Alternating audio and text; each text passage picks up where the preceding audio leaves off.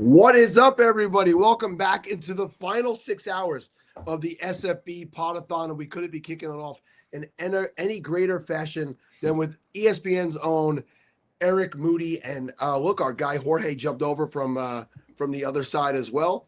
Jorge's joining us. What's up, Eric? Good morning. Hey, good morning. No, things are well. I'm fully caffeinated, ready to rock and roll. No, it's exciting. I know whenever this invite comes through, I always think about that. Hey, this is like the unofficial start to draft season. So I'm excited. Just a couple of short months away, days away, really. At this point, we will have fantasy and more importantly, NFL football. So very exciting time. How are you two gentlemen doing?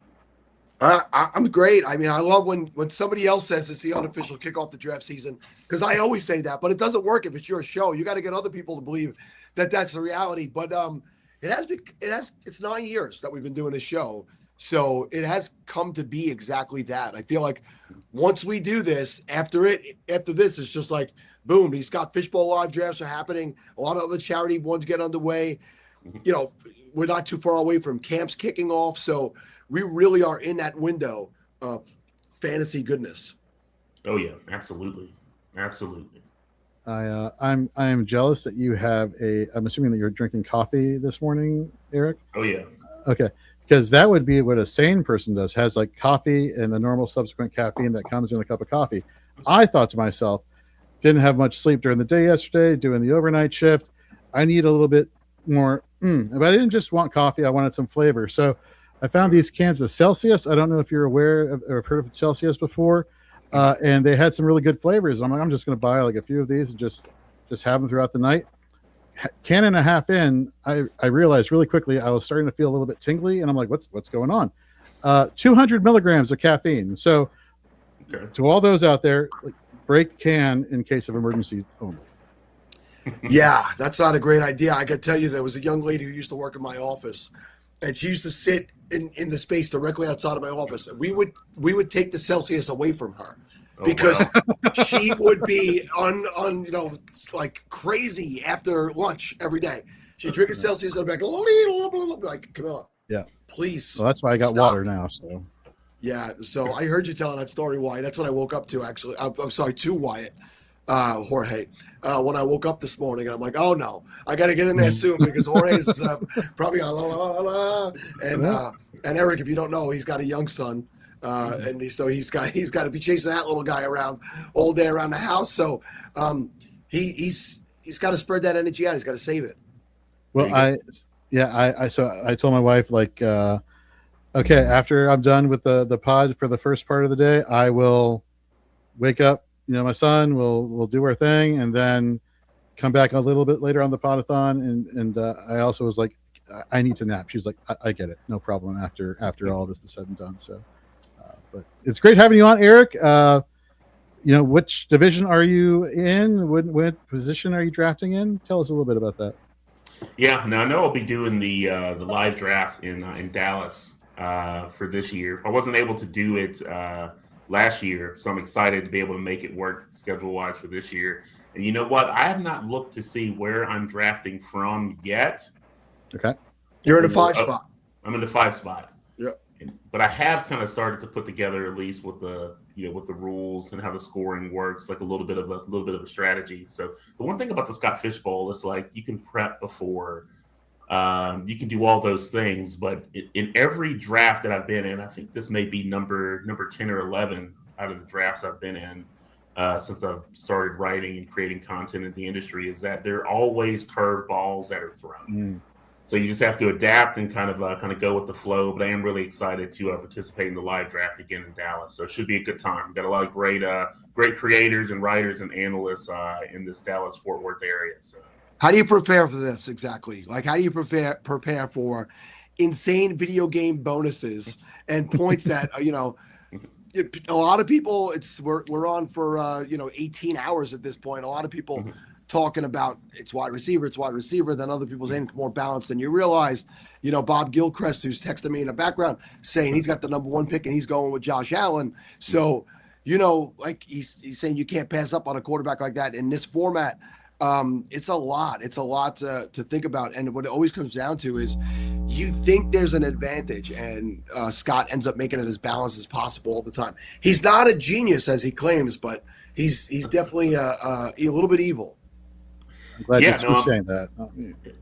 no, I'm kind of with you there. It's like I mentioned, it's kind of one of those situations for where you kind of forget like a normal draft strategy. Like you said, it's video game scoring, so touchdowns are 6 points across the board. Tight ends, they get a major boost in premium. And really, those big bonuses really change like everything. Like you mentioned with quarterback, it's kind of hard not to go with someone with Josh Allen at the 101 because like you get rewarded big for those 300-yard passing games, explosive plays. So pocket passers who have downfield volume, really matter more than usual. I think in running back though, kind of have to go old school. You want guys that are getting like a ton of touches, like those bell cows. You don't really want to have a committee back. You don't want to have a third down specialist. I want guys who can handle touches, catch passes, and who can push for like 100 or more yards. Now, you mentioned about wide receiver. Big plays are really huge. Like if you got a receiver who can turn like 3 catches into 80 yards and like a bonus, they can really outscore like those possession receivers. I guess a tight end. Volume is king. You got receptions, first down. You're going to get big points there. So target like heavy target like tight ends. Tight ends getting a lot of targets. They're flex worthy. So I guess my approach would be pretty simple. Kind of anchor those elite like running backs and wide receiver early. I may wait on quarterback this year. I know there's a ton of quarterbacks in the middle rounds that I'm very bullish on. And I can always load up on tight ends later, but that's kind of the approach that I'm taking so far. But like I said, there's always curveballs, right? I said to someone yesterday, God, we spoke to so many wonderful people. Are we going to get a value on Jaden Daniels this year because of how high he was drafted last year, especially in Scott Fishbowl? He was like the second quarterback off the board in Scott Fishbowl consistently last year. And we know people have recency bias and they get jaded. And obviously he had the injuries last year. So do we wait a couple of rounds? Possibly. I haven't seen the ADP from the early drafts here or for any of the mocks. Do we wait a little bit and get a Jaden Daniels who will get you similar, not the same numbers as a Josh Allen, but do we go for the value rather than jump so early on a Josh Allen?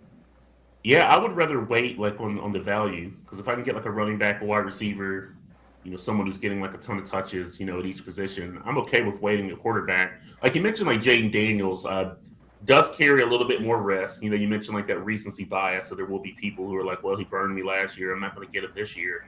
Probably my bigger concern with him is I'm like the supporting cast. I know a lot of people will bring that up. I don't think it's as horrific as many people make it out to be. But probably my bigger concern is just with his frame and with his body style.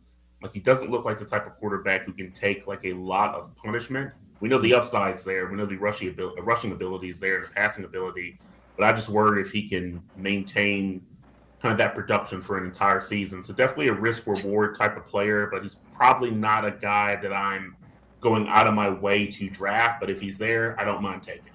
Well, fear not. Brandon Ayuk will be there soon enough if he has his Don't way. put that on us. Don't put that on us, Commanders fans. We're not, although it is a divided, a sentiment there what we're doing with Brandon Ayuk. But look, hey, Eric, as a Jaden Daniels fan, I'm hoping things return to normal here, as it did in his rookie season. So fingers crossed. Bob Gilchrist is texting me in the background, Eric, that maybe it was SFB 9 or 10. You guys are in the same division, and you started 4 tight ends straight. Do you remember this? I do remember. What's ironic is that Scott Fishbowl draft does get brought up like often.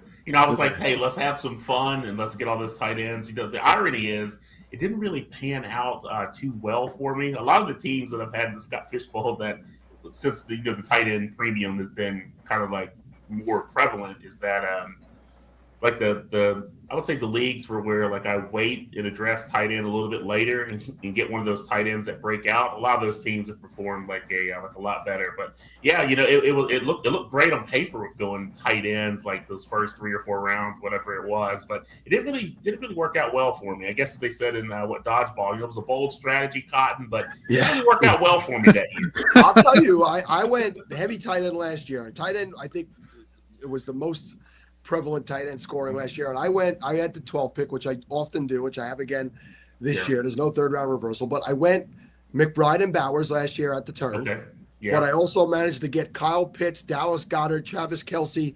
And if I look through there was another straggler that I got that. And, Not bad. Bowers, I picked up Mayer when Bowers got hurt. So I had to fill in there as well because I think he didn't even get drafted, Michael Mayer, in my league last year. I definitely was able to pick him off the waiver if somebody dropped him. Anyway, it wasn't bad because come playoff time, Kyle Pitts decided to finally show up in the NFL for the first time in 4 or 5 years. So, what a great run I had to the semis. I did make the semifinals in Scott Fishbowl last year, which is, it's nice. So you do a show for 24 hours every year, and we've done them for 36 hours in the past. You want to actually pretend like you know what you're doing every once in a while. So that worked out well for me last year. It's funny where you mentioned like with Kyle Pitts though, because I know with Drake London getting banged up, and he was really able to capitalize on that. And I know I wrote like an article, my most recent article at ESPN Fantasy, really revolved around like dynasty and kind of players to trade for or to trade away.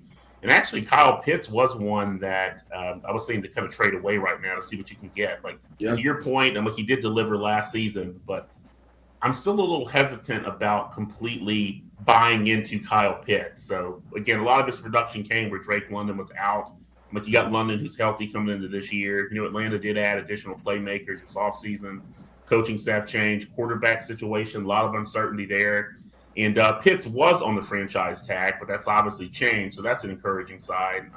But you may have some managers out there in Dynasty who are treating him like an elite tight end. So I'll just be open to a trade and to see what I can get for him.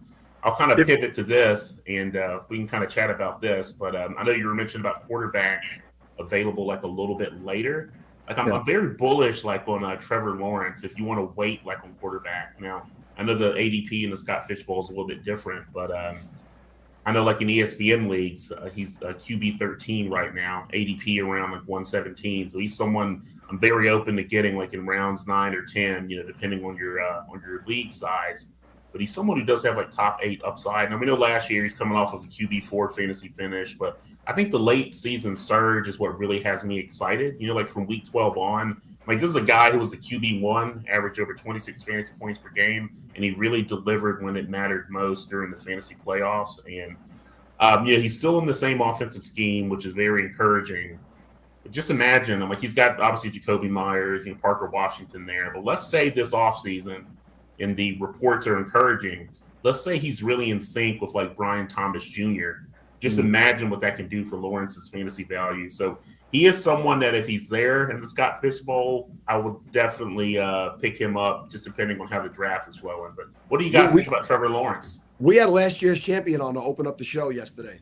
And his quarterbacks last year were Drake May, who we got at a good value. You're not going to get Drake May at that value. Yeah. And Trevor Lawrence, right? So he won the Scott Fishbowl last year with Trevor Lawrence. And there's no reason why you can't see that happen again. I think, Moody, I don't know how old you are, but I think you're probably not too far, too much younger than me, right?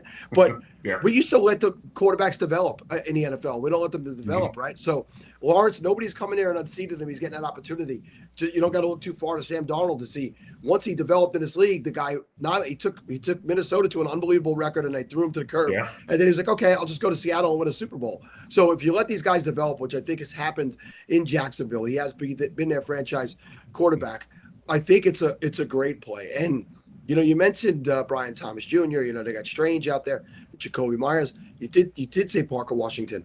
I think there's a real possibility Parker Washington could be the number one. He might not be labeled. He might not be listed. He might not be drafted as the number one wide receiver in Jacksonville. But I think there's a possibility for him to be that. So there's plenty of weapons. On top of that, I don't look. I'm sorry. I'm not going to buy the whole he's going to play defensive back. Like you don't trade up number 2 to get Travis Hunter. Like he plays there too. That's right. Yeah. Exactly. I mean, but to your question, Eric, as far as like what do you think of Trevor Lawrence? Like he's one of those quarterbacks that benefits from just having all these receiving options that could help produce. And they all, like Brian Thomas, who saw his rookie year, had a down year last year. Definitely a value pick this year. But sticking with the quarterback theme, if somebody came to you and said in Scott Fishbowl in later in my drafts, I got Jared Goff and Tyler Shuck, how would you react to that? I would be open to that. Like Tyler Shuck is one that I'm very bullish on. Like I'm a diehard New Orleans Saints fan. That was the team that was closest to me growing up, like in Alabama in Mobile. So now I'm very bullish, like on the outlook with just the Saints offense. The team having Shuck under center, plus he's got that rushing ability too, and they've really surrounded him with playmakers. Jared Goff, you kind of know what to expect from him, but he's still a nice value. He's always been kind of underrated. He's obviously in sync with Amon-Ra St. Brown. We got Jameson Williams there, Sam Laporta. So he's got the playmakers and the scheme there. So I would be okay, kind of like with those two guys. Like it's not a scenario where I'm gonna do like a backflip, but I'm okay with going to battle with those two guys and saying like QB1 and QB2, if that's what you're asking. Yes, that's exactly like people who wanted to target receivers or running backs and really hammer home the skill positions and really push down the quarterbacks on their roster. But you mentioned a couple of tight ends here, and so I think when people are thinking about the tight end position, it's like the Browers, the McBrides, Loveland has entered the chat, the Tyler Warrens, so to speak. But Sam Laporta, I feel like gets ignored more often than not. And you look at what the Lions did in the offseason, bringing over the former play caller from the Cardinals who worked with Trey McBride, now is the play caller for the Detroit Lions. Like, do you think Sam Laporta has even more upside than maybe we're giving him or not giving him credit for? Yeah, he's someone that I don't mind taking. Like if he's there, if I need a tight end, I'm just thinking with ESPN's like with our draft trends. Let me think for a moment. So you got obviously McBride going first, Bowers, you got Colston Loveland, Tyler Warren, you got Harry Fanning Jr., then you got Kyle Pitts, then you've got like Sam Laporta. So if I'm waiting on tight end, I'm very comfortable, getting Laporta. I know he hasn't really risen to the heights that he had like during his rookie season, but I'm like, there's still like opportunity there, and he's someone that should still be involved like in the red zone. So it wouldn't surprise me if he's someone that you can get like a little bit later that does like exceed expectations. And I'm a big Harold Fanning Jr. guy as well. But I think another player that's I know who's like the tight end 8, like in ESPN's draft trends right now, who everything that I've read and heard is very I would say promising for George Kittle. And I know Stephania Bell's really bullish on Kittle coming back, being healthy like this year. So I really like Kittle where he's going as well. So that's another guy. I just wanted to jump back in on Laporta, and it's like Jorge read my mind because we brought him up yesterday, and we were talking about the value on him. I forget who it was that we speak with, but a good point they pointed out is that Montgomery's gone. So to that goal line point, they may not be pounding the ball as much as they once were at the goal line, and they might be looking for Laporta more. So while maybe he's not going to be as used in the open field on the big plays where you get a Jameson and Amon-Ra, but expect him to be back more involved in the red zone. But I think he's a tremendous value because he didn't perform as well last year, and I think people just are down on him. So I think the value is tremendous there. Yeah, I'm just thinking from things we've talked about. Like I know we'll kind of go back to Jacksonville. I know we talked about Lawrence. I know we mentioned Parker Washington, Brian Thomas Jr., but I know I find myself getting like Jacoby Myers often. I just think the value still doesn't match like the production. So I know after Jacksonville picked him up last season, I'm like, he quickly became one of Lawrence's like most trusted targets. Like from week 10 on, I'm like, Myers led the Jaguars in like target share. He caught like 42 of 61 targets for 482 yards, 3 touchdowns. And that really came in a scenario where he's trying to learn the offense on the fly. Right. So I'm really excited because he's got a full offseason. He's working with Lawrence, in a Liam Cohen scheme. I think that'll only help having that additional time. And I know Myers, he's been very consistent. Like, this is a guy who's finished as like a top 32 fantasy receiver, like in 5 consecutive seasons. Yet he's still kind of being drafted a little bit later than that. Now, the ceiling may not be massive, but he does give you like a strong floor. So he's someone like in rounds 9, 10, or 11. Like if he's there, he's a guy that I find myself drafting like often out of that trio of Jaguars receivers. So we got Doug Orth in the chat asking a question for you.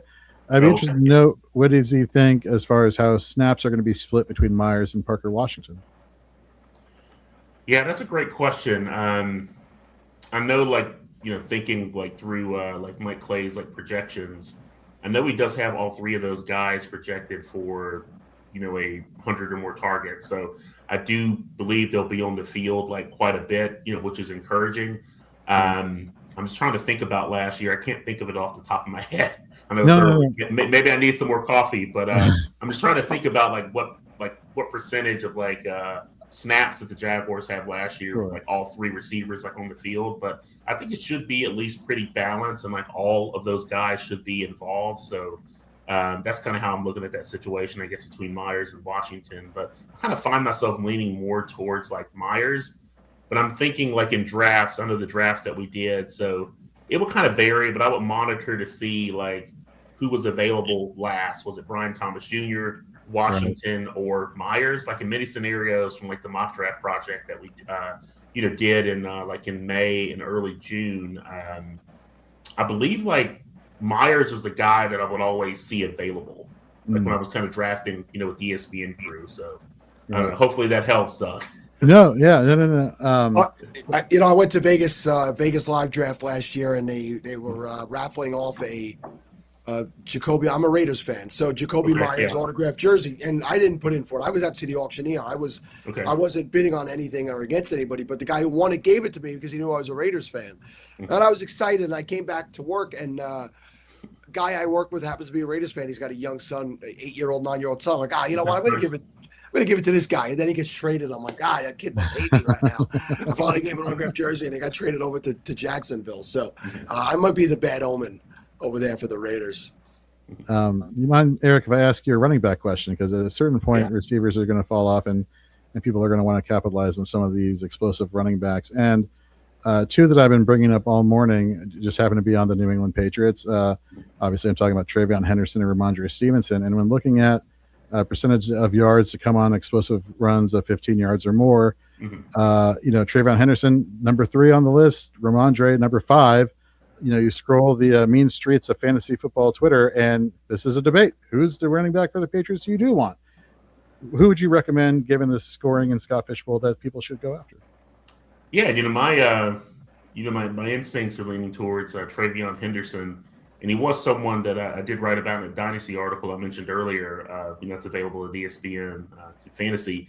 I would trade for like Henderson, so I am more bullish on Henderson because one thing about Henderson, he's the type of like running back I would say that I want on my team, whether it's dynasty or redraft, like before that breakout like fully happens. Like he showed us signs last year. Like he had over 1,100 total yards, 10 touchdowns. Like to your point with the like explosive run rate, he showed that explosive upside weekly as a rookie. Now, we obviously know a little bit more about Ramondre Stevenson. He's obviously still there.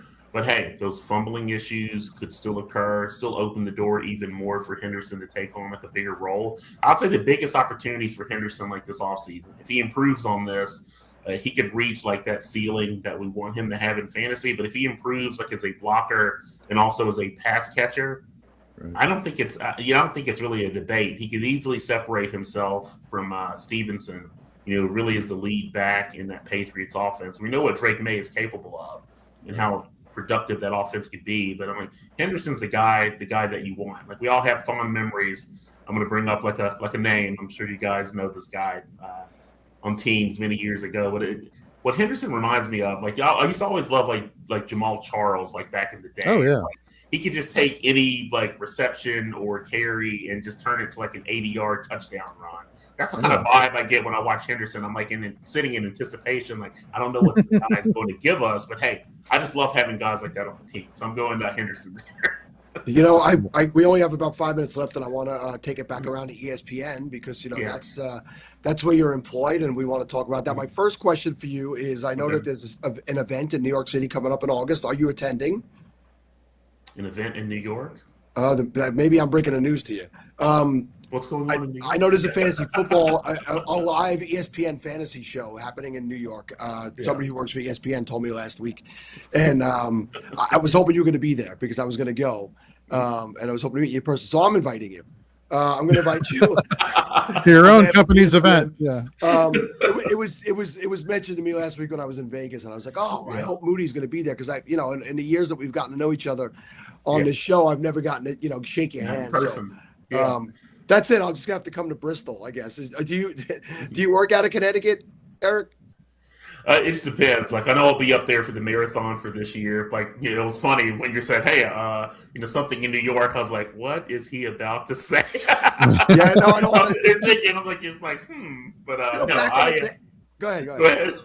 No, I was going to say back in the day when Matthew was still with ESPN, they used to do the 06010 Yeah. live shows in New York City. I think I went to like 3 of them, and I used to see Matthew and Fields and Yeah. Stefania and Daniel, and I hadn't been to any of them in a while. So I was in Vegas with Liz last week, Liz Loza, and she had mentioned to me, "Oh, if you're going to be around on the 21st, we're supposed to be doing a show there." So I might maybe I'm speaking out of turn. I don't know, but Liz ain't up and listening, so I'm not worried. No, you're fine. Yeah, so we'll see. Yeah, I know it's definitely some exciting things. That'll be happening for like this upcoming season. Um, not not ready to announce them yet. It'll be a time. Okay. It'll be a time, place for that. But yeah, we'll see. I know I'll be up in Bristol again for the marathon. For the live show, live draft. I'll be up there, for that. I was just in Bristol.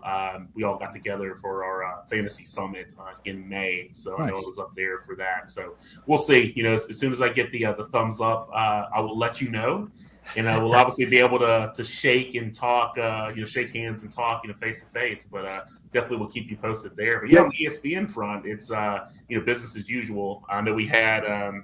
I know for me, it's like once. I'll kind of put it like this for those that don't know. Not a lot of people do. So, I do the NFL, NBA, WNBA, I do fantasy and sports betting. So it's not really like a downtime, quote unquote, for me. Obviously, deep in the WNBA, like right now, doing fantasy content there. Just had the NBA draft. So obviously excited to see what this class does, not just in real life NBA, but in fantasy going into this upcoming year. And obviously putting together some, obviously NFL content, doing the fantasy buzz, a couple times a week, and also some different columns. So, I see that message from Franklin. Thank you, Franklin. And I would say just to kind of tease some things that are on the horizon, kind of as we close out, and also want to kind of chat about Scott and the fishbowl and everything he's doing there. But do have a couple of pieces coming up, talking about like offensive lines, which players benefits, vacated targets and touches. And just really players I like in drafts, like the players you're planting your flag on are the my guys, so that's kind of a tease of, upcoming like articles. But definitely want to give, Scott Fish a shout out and everything that he does, with the Scott Fish Bowl. It's really been like an amazing run because, like I mentioned, it's one of the best parts of the fantasy football calendar every year, kind of that unofficial start, to draft season. It brings everyone together, which I like, analysts, fans, like content creators, like people really from every corner in the industry. So everyone gets a chance to be part of something fun. So kudos and respect to Scott for building something that's really impressive. It's competitive, it's creative, and it always has a lot of different twists. But most importantly, it's for a good cause, and that's really what makes it stand out. And it's just a reminder that fantasy football is at its best when it brings everyone together. So I just definitely want to get that into Scott because it's just a great what he's doing here. Love participating every year. So. That's amazing to hear, and he'll get that word back to him. We've had Les Scott this year on the show because he's out at the live drafts. He was in Charlotte. I was in Carolina yesterday. He's flew to Pittsburgh for today. So Scott is out there. I've gotten to spend so much time with Scott over the last 3 summers at a lot of these live drafts and at the Expo, and so he's out. He's the man of the people. I wish I was out there with him a little bit more. So that's tremendous, Eric. We appreciate you coming back year after year, doing a tremendous spot with us, and just being a good guy you are. Before I let you go, and I got the guys in wait, I actually had an idea after the Knicks won the championship for a T-shirt. And I got to work on Monday, and everybody kept saying, oh, 3-4 people got stabbed, somebody got shot in the foot. I'm like, on a Saturday night in New York City, those are normal statistics. Actually, they're kind of low. I said, nobody died. So God. I was at work, and I came up with a shirt idea. This is the shirt idea. Okay. And there we go. There we go. The nose there. I love it. I printed 100 of those, and I went down to the parade. Now, I've never sold T-shirts on the street before in my life, but I'm like, you screw it. I like the idea. I didn't need the money. I just wanted to go down there, and those sold out. I had 100 of those shirts. They were gone in under 3 hours. And I sold them almost at cost. I didn't make big money off of this, but it was awesome to see people wearing my shirts around the parade area. I walked around for a few more hours, and I kept running into people, and I remember the faces, and it was cool. I took pictures of a lot of them, but it was a great time here in New York City and Long Island, where my kids are. They're friends. What a great time to have something. They won 53 years ago, and I was born 52 years ago. So it was the first time we got to celebrate a Knicks championship in New York in my lifetime, and for so many people around me. So what a great feeling that was. But Eric, thank you again, my friend. I'll see you sooner than the next year. I promise. No, absolutely. Yeah, congrats to the Knicks. Big win. I will leave with this. So what I loved about this stat was that you look at Jalen Brunson's game 5, definitely belongs in finals history. Highest share of team points in an NBA finals clinching win. So it was it was amazing. So up there with guys like Michael Jordan, who had 51.7% back in '98. So impressive performance. Kudos to him. I'll go out on this. Just think Dallas Mavericks fans coming here in Dallas. We once had Jalen Brunson and Luka. Look where we're at now. So I'll depart on that. But hey, great 50 minutes, gentlemen. Coffee's flowing. Good conversation. Until next time. Be good, my friend. Bye-bye. Take care. All right, Jorge, I think you're jumping off for a little bit. I'm jumping off. I'll be back at 9. It's been a pleasure. Everybody who's been tuning in all morning long and after. So I'll be back in a couple hours. Okay, pal. Thank you for everything. Yep. All right. And that brings me back to where I started yesterday with my good friend Russ Fisher. Russ, it is 18 and a half hours from when we got underway yesterday afternoon here in New York, New Jersey area with people from around the globe joining us. It's gone really, really well. I can't thank all the other co-hosts, Stacy and Zach and Bob and JB, and of course Jorge, who just left, who have gotten us to this point here. But it's back to you and I for a little bit. And I got to be honest with you, I'm excited to see these guys. These guys have become good friends over the last couple of years. Here, they bring a good energy and they bring a different fun vibe. But once we get them on, I'm going to jump out for just a second and go back outside. I did the whole show from outside yesterday. I'm in my living room and I got the air conditioner really low because I don't want to make too much noise, and I'm sweating. I can't stay in here any longer. So let's bring the guys in. Let's get them in here. They only have a limited amount of time with us, so I want to make sure we get him in here. And Jameer Biggs is with us, by the way, everybody. I don't remember him being Jameer Biggs in the past, but he is currently Jameer Biggs. And I got to tell you, maybe it's just the camera working in your favor. You don't look quite as big as you have in the past. Are you slimming down a little bit, or is it just? I lost 85 pounds. Holy snot, man! I could see it. I could see it immediately. You look great, bud. As somebody who is on a real, I don't want to even call it a health journey because I've just changed the way I live my life completely. I have not lost quite as much. I didn't have as much to lose, but I think it's tremendous. That's like my new focus in life is talking to people about health, longevity, maintaining the things you need to maintain for longevity in life to live longer. And I'm proud to see that you've done that, my friend, because thank you. You're a good human and the world needs you around longer. So I guess I'm Jameer less Biggs. Jameer slightly less Biggs. So love it. Oh, yeah, Schultze. We got the old Grindberg is back in here. What's up, guys? How's it going? Psyched. I got off work at midnight. I stayed up playing, not to table talk, but played FIFA for the last 3 hours to kind of like keep my head in the game. And so I'm ready. Yeah, that's amazing. That's amazing. Yeah, we're here. We're from FSAN, and if you didn't remember us from last year, we did some crazy drafting up in these rooms, and I think we're going to run it back here, Sal, if you don't mind. We got a little bit of a fantasy draft planned here, but this time around, we're not doing fish. We're not doing sandwiches. We're going to do video games because that is the theme of the Scott Fish Bowl this year. So we created a little draft board. I think I definitely shared it with Bob and Mike, but I'm not sure if either of you got our Canva file there. I can just share it in the chat, and if Sal, if you can just pop it up and share it to the. Well, Bob is in the background. Let's see, Bob. Oh, Bob, awesome. did you receive that, Bob?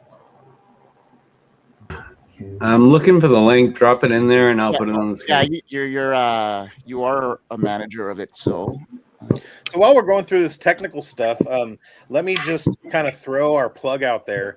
We are part of Fantasy Sports Advice Network, Fantasy Football Advice Network on YouTube. We do 2 podcasts. The 3 of us do 2 podcasts a week on FSAN. We also have Chev, the legendary ball knower, who joins us for the Dynasty Pulse once a week. In season, we have like 6-7 days of pod content, including my Starts and Sits show, 6:30 a.m. every Sunday morning. That's Pacific Coast time. It's Breakfast with Biggs, and every week I do Starts and Sits, and then I also create a breakfast or brunch cocktail and share that with everybody. So with that in mind, I have one that I wanted to share tonight. I want to debut it on this Podathon right now. In honor of the video game theme, I call it the Street Fighter. Not to table talk again, but so basically what you do is you take a McDonald's McCafe cup and a pint of tequila, and you pour that in there,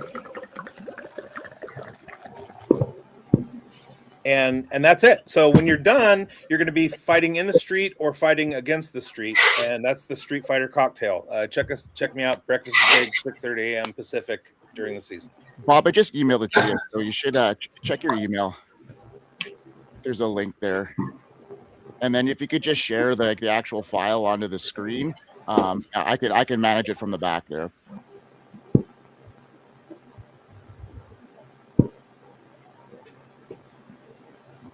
Sweet. Good plug, Biggs. How's the drink? Thanks. Super early in the morning for a bevy, but you're here, and yeah, It's late in the day for me. Yeah, you're almost ready for bed. Yeah. But Russ and Bob, it's good to be here with you. I've talked to you guys at the expo before. I play in one of the DTC Dynasty Leagues, I think against Bob. I don't think Russ is in that one. But I've loved being in all the Fantasy Cares YouTube stuff over the last few years. Scott Fishbowl changed my life. Love you guys, and I'm definitely happy to be here with you. Right back at you. Well, I guess let's go through this year's Scott Fishbowl. What guys, while this is getting set up, what division are you guys in? I could actually share this here. I think, am I able to share my screen with you guys here? Can you present my screen there, Bob, on the bottom there? Do you see that?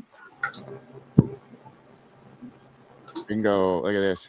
Here we go. We are ready to rock. Okay, let's go. All right, so Biggs, you've got the first round pick here. First pick. First overall. So this is goodness. the best video game of all time, in your opinion here. I know the people that I'm working with right now, and I did wear this shirt for a reason. So I have to get out there, and with my first pick in the first round, I have to take NHL 94 on Sega Genesis. Oh my goodness. As if you just did that to me. You knew that was coming, right? I'm pretty sure I've played that more hours than anything else. It was very formative in my early 20s. And my friend and I used to stay up all night long and we would count how many checks we could get in a game. We didn't care about winning. We didn't care about scoring goals. We cared about how many hits we could put on people. The Pittsburgh Penguins and the New York Rangers in that game were phenomenal to play with. Mario Lemieux is the greatest of all time, except for, of course, Macklin Celebrini of the San Jose Sharks. But NHL 94 I've played more than any video game out there, and I've even had it on emulators on PCs and phones. Love it so much. It's the best of all time. Oh, okay. It's the boat. I won't have a whole lot to dispute there because, Canada's game is hockey, and I played this countless times. So, yeah, I mean, I got a couple of ones that I probably put ahead of this, but certainly is up there, and I like the call, Big. Schulte, do you think Big stole one here at number one? I mean, it's not my number one, but this is the ultimate Canadian snipe. I used to have a direct plug-in version of that game, right? So it was just a controller that looked like a Genesis controller, and you plugged it directly into your TV, and you could play that game straight up. So love it. All right, I guess it's on to me here, and yeah, doing it here. I'm gonna go with GoldenEye 007, and that was an iconic game. So like that was a game for me in 1997, rare classic. I was kind of at the end of my high school days, and a bunch of our buddies we'd hang out for countless hours. GoldenEye, it delivered, that one-on-one player action, but in a room of 4 of you guys, it was just something that was complete chaos. It put that movie on the map. 8 million plus copies sold. It was a really big time game, and how could you not go with Odd Job? You're the number one player if you're an Odd Job. So yeah, let me go. GoldenEye. Any rebuttals? No rebuttal, but I had a group of friends this was 1998, 1999. I was in college in Arkansas, and I would go over to their house at night. They would play GoldenEye, the 4-player cooperative, and I would watch. I've never played a second of GoldenEye. It was also on Nintendo GameCube, and I'm kind of anti-Nintendo because they're proprietary, but I understand the relevance of the game in the pantheon of video games, so it is a good pick. I just never played it. Interesting. Wow. Right, Schultze, you're up, buddy. Well, I was a Nintendo boy, so I was that's where I was raised, and give me Mario Party 2. And Mario Party 2 specifically, Mario Party was great, but they rolled it back with 2. We had more maps, more games. This was revolutionary for playing games with your friends, man. Sit around, all of you guys all on the same console. Wars started in Mario Party, man. Friendships ended, wars started. It got dirty, it got real. Some of this trash talk, some of this conniving that we do in the fantasy world, this is where it started. That's awesome. Gentlemen in the background, what are you guys' thoughts on our first round here? Are you with us? Is there a game in here for sure that you would think that needed to be in here? Yeah, I mean, I'm probably older than everybody else here. I'm not probably. I'm older than everybody else here. So I'm a generation before. I played the NHL hockey. So I'm a little bit more of a few older games for me here, but I understand where these at. Is funny because I was before, and then my kids were after, right? So then I won't say any names of games out loud because you guys might have them on your list coming up. But I remember GoldenEye. I didn't play it 98, 99. I was getting married in 99, so I wasn't playing video games. I discovered other things in life at that point. But Mario Party 2 is another good one. But Russ.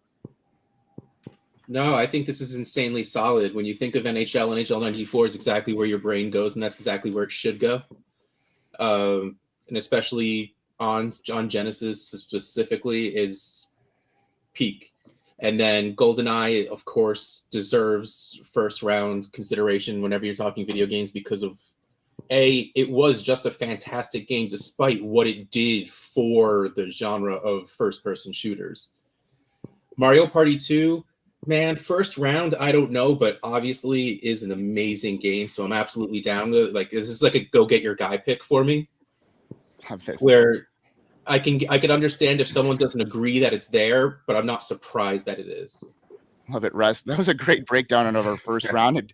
You seem like you know your video game, so maybe you'll be our commentator after each round and see how well we actually do here. So, Schultze, did you just bump me, Grindbar? I'm sorry, Sal. That was like show, bro. That was literally like a blast. Like I was like getting a narration from a video game expert. So that was top. Don't let me catch you in Ohio, brother. All right, let's see if you can bounce back after round 2, Sal. Let's see if that happens. All right, Schultze, let's see. You have the back-to-back, so you have your two guys. So who's your next one? All right, I gotta take NFL Blitz, man. Just pure arcade football madness. I mean, blasting people after plays. There's no rules. Literally do whatever you want, man. And personally, I was growing up. This came out. Blitz 2000 came out. I got to play with those awesome Jags teams. It was a long, long time before I got to play football games with good Jags teams again. Patrick Ramsey, baby. Anyway, no, I think NFL Blitz was developed by people that grew up on NHL 94. Fair. Yeah, I like that call, bit, Schultze. We are football generated topic, so yeah, you gotta slide that one in. And for sure, I mean, if you played a football game, that was probably the one to go with at the time. So yeah, can't disagree. We have an important question here. And snap! Arcade version or the home version? Which, by the way, I think there are differences, but they translated nicely in the sense that you still got that great aggression at home that you could get when you were in the arcade, but the arcade version was maybe a different animal. Yeah, I was not prepared for this question. I'm gonna be honest, man. This is a great question. So the gut is the at home, right? Because that's the experience you play on. You get to play on your 64. You get to have your friends over. But dude, getting to stepping in that arcade, you never knew who you were gonna get. They're strangers. You could have drawn anybody, man. That's where the real battles happen.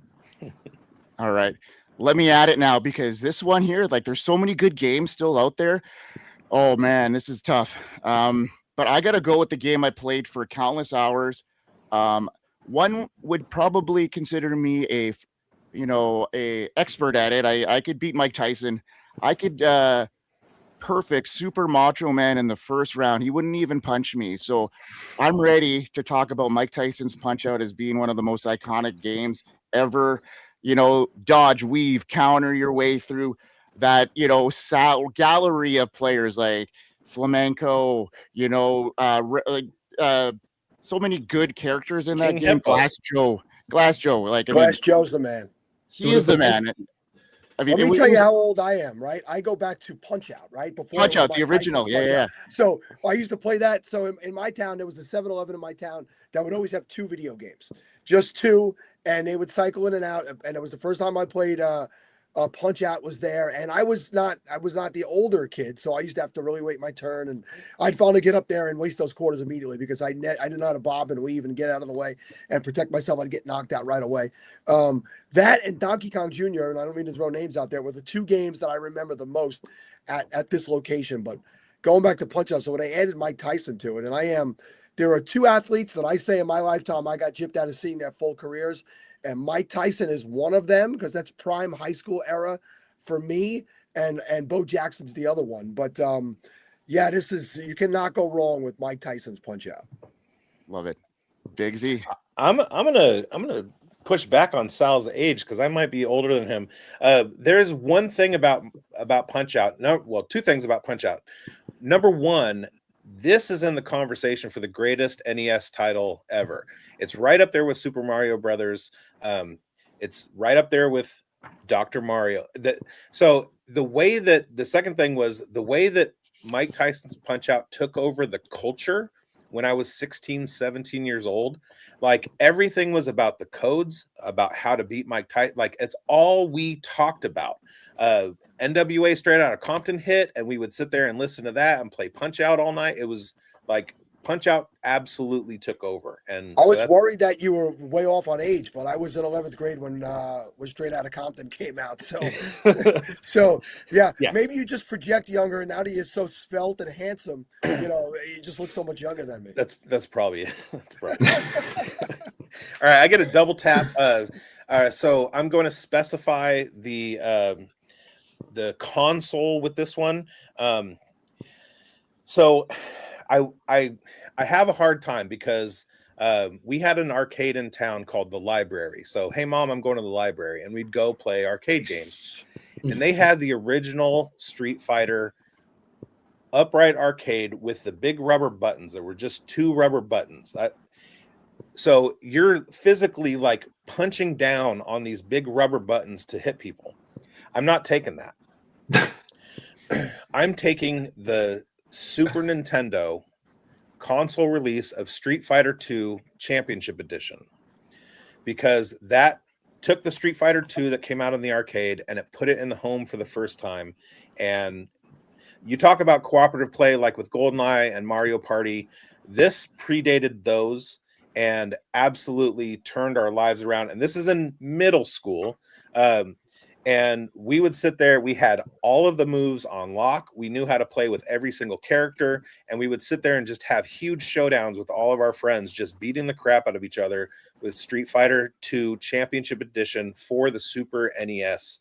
And with that, Street Fighter. I think Jameer Biggs came to play with his analysis. And I would say that perfect analysis, but you're going to get a lot of people who be like, it was a premier arcade version game also. So you may not like those big, but it was so super popular in the arcades. It was one of those games that when you walked in, there was a crowd around that game nonstop. People fighting to get in there to be up next. Like it wasn't like you were at the basketball waiting for who's up next. You were waiting to get on that game next. So that was a huge one. Yep. And my third pick speaks to that. This is a game that absolutely took over in the arcades in the upright edition. The first iteration of it came out, and it was super, super fun. There were always quarters up on the ridge, people playing each other. It was just a constant rotation of like King of the Hill. You sit there and you play until you lose, and then you go, and then you have to come back into the rotation. Then they came out with a mod chip that they put into all the upright machines that allowed for combos in the original Mortal Kombat that completely changed the game. There were moves that you could do with Raiden where you hit him with the lightning bolt and then you punched up until the guy was gone. There was nothing you could do if he couldn't block that first hit. There were moves you could do with Sub-Zero where you keep going, you keep freezing them, hitting them, freezing them, hitting them. They don't fall.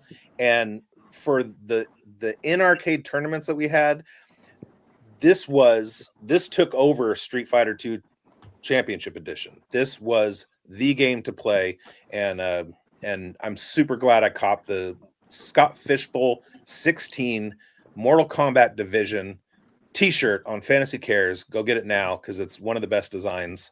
And so Mortal Kombat Arcade is my round 3 pick. Well, and by the way, for 20% off of that shirt right now, use SalKong20, SalKong20, and back-to-back solid fighting games that have cheesy movies. And so how could you go wrong with video games that also have cheesy movies until?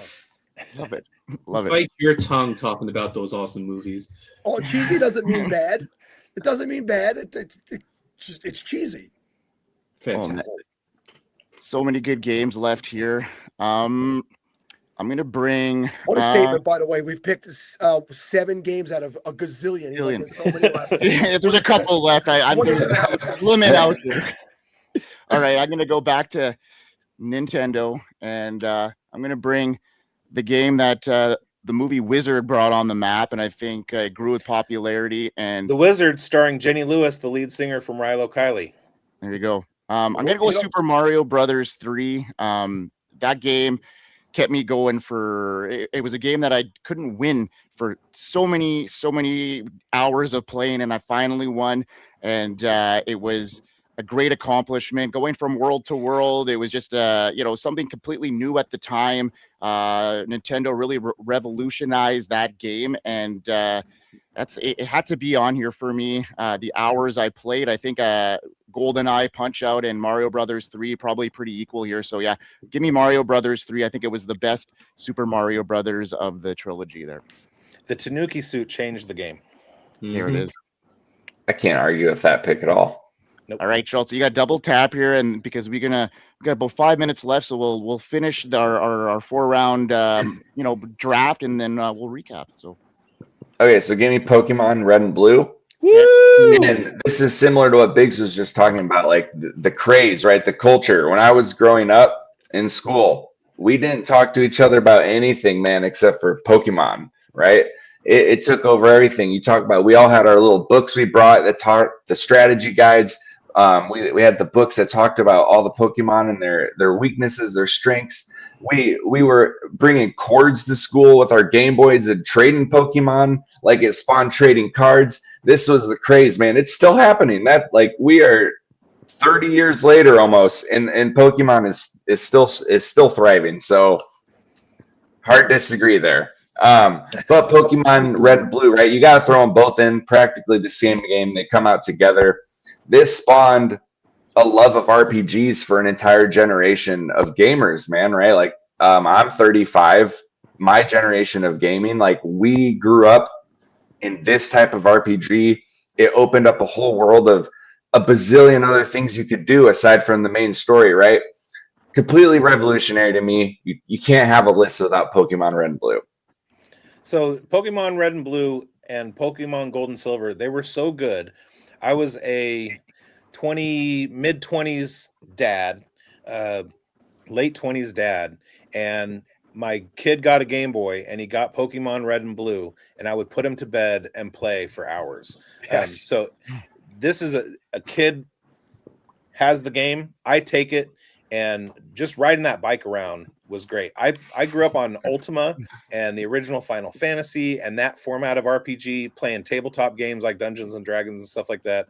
And Pokemon took me over in my late 20s. So if it has that kind of reach where it's getting to the kids, it's getting to the parents, you got to give it to it. I'm gonna jump in real quick and say, do these final three. Just name them. Yeah. Name your final three, and then we'll go back and review them. That way, we could close Let's you do guys out the right way. This has been a fantastic segment. But go ahead. Let's burn through these three quickly. Schultze? Yeah, final one for me is just personal favorite, and it's Banjo Kazooie. All right, Banjo Banjo-Kazooie. Kazooie. Okay. My next one up here, there's a couple in consideration, but I got to go with NBA Jam. Mm-hmm. Can't believe it took that long, but that is a steal in the fourth round. Yeah, it is a steal. Yeah. All right, Biggs, finish it off here. So I'm going to go modern console. I'm also going to cheat. There's a bunch out there. Teenage Mutant Ninja Turtles. I used to play the game Willow, which was awesome.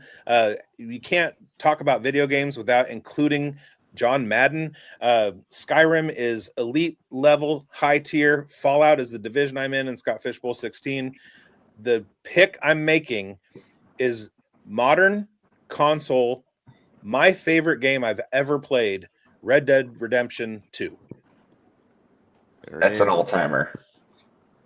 That is not one that I've played, but I do know the I know the love for that game, and I've again I was out of video games. Kind of, I played them growing up nonstop, and then got married kind of young, and life happened, and I didn't play them for a long time until my son probably got into PlayStation 2, maybe by the time that he was. I still had one. I guess he started playing that a little bit, but tremendous group of picks here from you guys. Russ, what do you not see there that would absolutely 100% be on your list?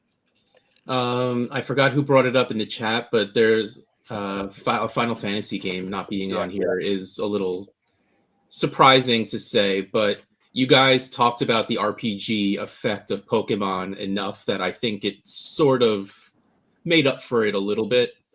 But I think that's maybe one of the glaring. And I see Vince saying, where's the Toe Jam and Earl love? Which, don't get me wrong, Toe Jam and Earl is a fantastic game. But let's be honest, maybe it doesn't belong in the top. I mean, for me, I'm an Atari guy going back to the day, right? And Biggs' story reminded me of my dad when we got our first Atari. And they would tell us to go to bed, you got to go to bed. And we would peek down the stairs, and my dad would be playing the Atari all night. But Dad, all three outfielders are moving together. Yeah, that was what a great. That's great. It's just, and I'm surprised we didn't see Madden, we didn't see Tecmo Bowl. We didn't see either one of those. Yeah. And that's a 4-round draft. I thought maybe we'd see one of those. But you guys are gamers, right? Those are not really deep games. The ones I'm saying. So you picked the sports games. I think the NHL hockey being up there. I can remember moving out into my first apartment in early '95 and just sitting around playing that game and Deion Sanders football just for hours. And I think in the background was Dave Matthews' debut band and Blues Traveler playing. Blues Traveler. Blues Travelers. By the way, I'm going to see Blues Traveler in Central Park on August 15th. That's awesome. Pumped up about that. So. Will Mario Lemieux be there? Yes, Mario Lemieux and I will be together. Central Park, center stage, summer stage, guys. Amazing. If you have watched this segment, this is the way you need to prepare for the Scott Fishbowl Podathon. These guys bring it every year, and I've met them in person. They're just great guys. Like they're fun and they want to have a good time, and they're doing something a little bit different, not the same old stuff. And I appreciate that about you guys. Respect and love you guys. And Biggs, one more time, good for you, man, for taking control and being healthy, and many long happy years to you guys. Any parting shots before we let you go? Biggs, do it. You always do it. You close. Check us out at fantasysportsadvice.com, fsan.com on the internet. Check out our merch store. We got really cool stuff that's not content related. It's just really cool logos and stuff like that. Kind of like what Bob does. Go to on YouTube, Fantasy Sports Advice Hub and Fantasy Football Advice Network, where you can find our shows, Fantasy Forecast and the Dynasty Pulse. Fantasy Forecast is redraft in the mode of Yahoo and ESPN. Dynasty Pulse is for the DGens out there. That's a weekly show. The Fantasy Forecast goes to 6 episodes a week during the football season. We do starts and sits after Thursday night, injury shows. It's all there, and it's all on FSAN. We help you win.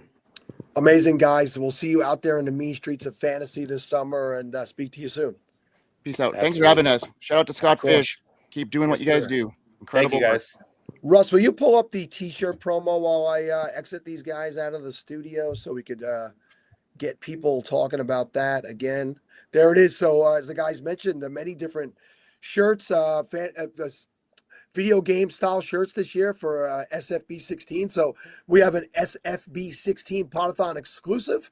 If you use promo code SALKONG20, SALKONG 20 from now until the end of the Podathon, which we have about 5 hours left, you can get 20% off of any shirts that you want to purchase today. So get in there and do that right now. There's some tremendous ones.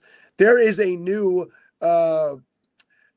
version of the Salcong one that Bob put out yesterday, because as we know, I've given so many people their start in the business, and you might as well get that yellow one there next to the Fantasy Cares one that I'm currently wearing, all about how I gave Scott Fish and Super Scott Mario his start in fantasy football.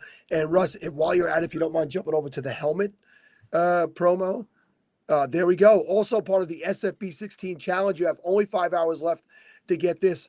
If you donated $100 from any point starting yesterday at noon Eastern when we started the show until noon Eastern today when we finish the show, $100 or more, you will get one of these Mario Brothers signed helmets, signed by Scott Fish himself, not by Russ, not by me. There's one of those out there, and nobody wants that anymore. But you can get one of these. They're a limited edition, and they're super cool. I have one right here with me that I could show you when we come off this promo. But excellent. All right, let's get these other guys in here, Russ. So without further ado, look at this guy ready to go. All right, what is up, gentlemen? Good morning. Looking fresh as daisies. What's happening? How we doing? All good. Well, I mean, it's We're- midday for us over here in the UK, so we had a few hours to get the makeup on. That's it. So you guys have been up roaming the streets already. This is nothing new. We're doing okay. I mean, Russ and I put in the hours yesterday, and Russ put in more hours than he probably expected. But that's the trooper that he is. You know, he doesn't ever say no, and I love that about him. So what? Just introduce your guy. Introduce yourselves first, and then we'll take it from there. Yeah, go for it, Tom. So, Tom Strachan, you can find me on Twitter at NFL_T-Strack. Co-hosted, created the Fantasy Sanctuary with Rich. We do best ball, we do dynasty, we do redraft, we do everything all year round. Got a great website, thefantasysanctuary.com, with a bunch of tools that will help pretty much anyone out there. And you can also find me over at Fantasy Pros. I think I've been there for 4 or 5 years now, written well over 500 articles, edit a bunch of their podcasts and their YouTube shorts, pretty much everything going on there. There's a lot of me behind the scenes. It's a lot of fun, but yeah, go ahead, Rich. Yeah, so I'm Rich Coolin at Dynasty Islands. As Tom said, co-founder of Fantasy Sanctuary. Been with DLF, I want to say 5 years, but I genuinely can't remember when I started there, so it's probably not good. Been there a while. Yeah, and as Tom said, loads of stuff up on YouTube. We launched a website, went on about a month ago. Yeah. Chucked up loads of new tools and all sorts of stuff on there. So yeah, been very busy the last couple of months. Is this a good thing or a bad thing, Doug? I don't know. It's the first time they've seen Tom live. I mean, Doug's done loads of shows with Rich, which we've put on our channel, and he's always great, and the audience always loves him. But yeah, I've never managed to do a show with Doug yet. That's something that needs to be Did you rectified. see that yesterday? There was a surprise birthday party thrown. Carla threw Doug a surprise birthday party yesterday, and we did the happy birthday cake live on the Podathon. So we organized that with Carla behind Doug's back, and we got to be there at the party with them here on the Podathon last night around 8:30 in the East Coast here in the United States. And shout out to Doug and Carla, 2 great ambassadors in the fantasy football industry. So super cool time. Yeah, that was definitely. I was tucked up in bed by 8:30 Eastern. I don't blame you. I got off of this thing and jumped into bed as soon as possible last night as well. I mean, there used to be a time where I would do the full 24 hours, and then there was 3 years where we did 36 hours.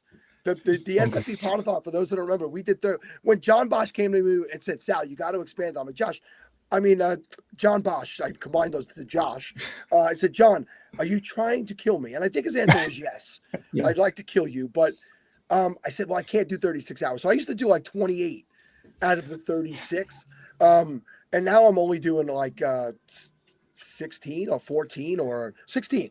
Yeah, 16 hours out of 24. I'm getting weak in my old age, you know. So I can remember I did one of those years where I think we probably had like the 4 a.m. slot or something like that. And you were just a broken man, like trying to form sentences, like you were just, it was just gone. It was just very difficult. I live as a broken man. This how it reminds me. I mean, that was normal status for me. But you know, I will say when I talk about fantasy football in general and Scott Fishbowl, we've been doing this show 9 years. To your point, you've been on, you know, with us a few times and in the past. Is when I tell them, yeah, we have folks from all over the world, not just the country.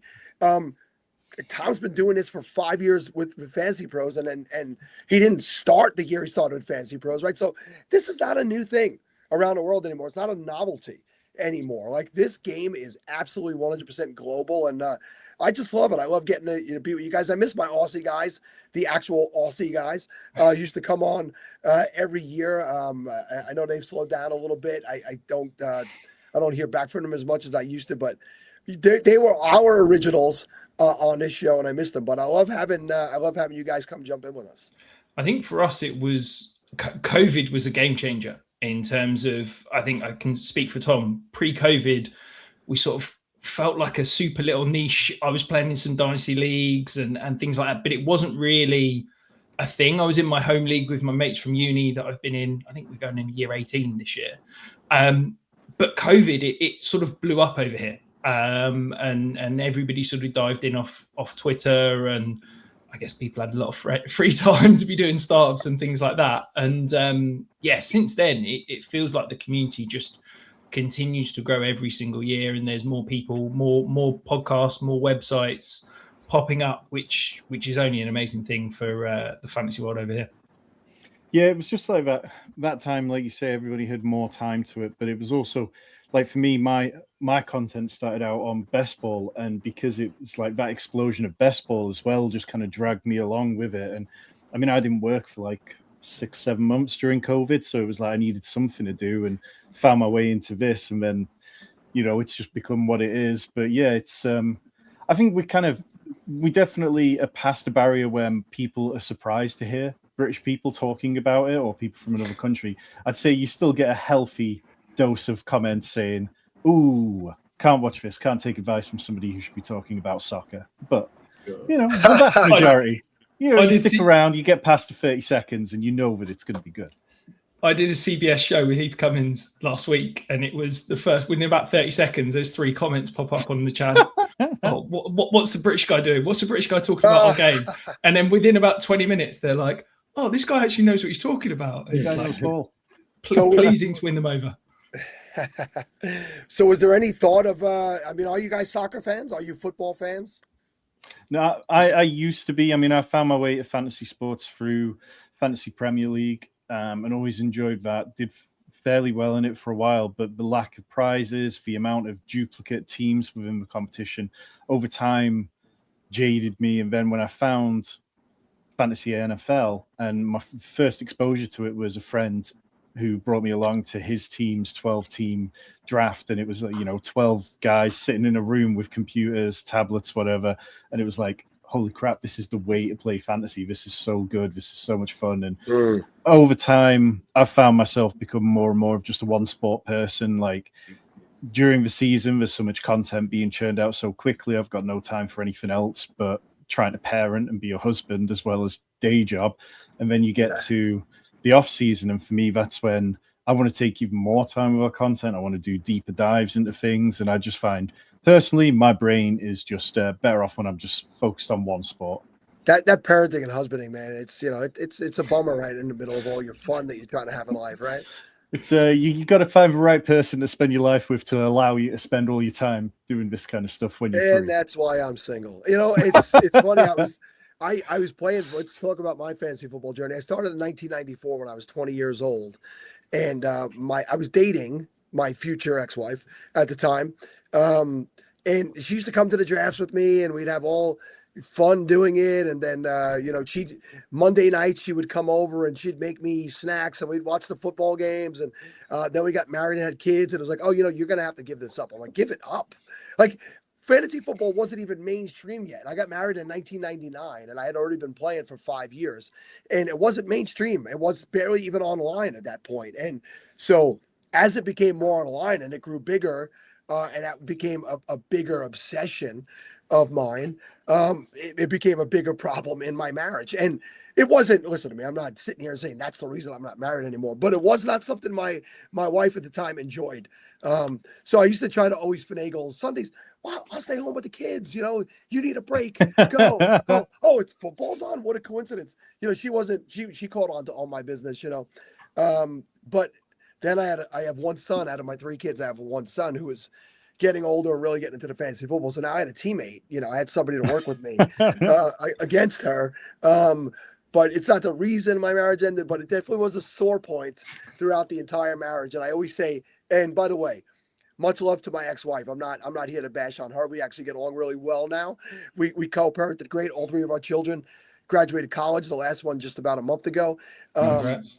Thank you very much. And it was definitely a sore point. And I had it before I got married, and I still have fantasy football after I was married. So I guess I have a greater love affair with fantasy football than I did with my marriage. See, I've got my wife to thank for me starting producing content, because I think during COVID she was so fed up of me having nobody to talk to that I would just talk about American football to her, that she turned around and was like, "You need to start a podcast because I can't take this anymore." Leave me alone. So yeah, she was the reason I started a podcast and started writing, and yeah, never looked back. I don't think she quite realised how much time she'd lose me for a week, but we have a good deal in that she gets control of what's on the TV in our family room 7 days a week up to 6 p.m. on Sunday. But 6 p.m. on Sunday through the rest of the evening, NFL's on, no questions asked. So tell me about those, the game's obviously going to go much later for you gents over there. You push through, you stay up all the way through for what would be the Sunday night game here, or even the Monday night game? No chance. I used to. I mean, I used to, and still, if I'm a Ravens fan, if the Ravens are playing prime time, there's a good chance I'll do it. But sometimes I'll be working away during the season, and so Monday morning I might have to drive for 3 hours, and there's just no chance of doing that. But generally speaking, that's a great one. Generally speaking, for me, I try to get to the end of what are the second set of games for us. They start at 9 p.m. So if I can get through to sort of 12:30, then I'll watch the Sunday night game on catch up the next morning after going dark and not reading anything about it. Yeah, so you managed to do that. You could go dark, and yeah, you have to turn every notification off on your phone, because if you're like me, stuff pops off and you're like, oh geez, I can't believe I forgot to.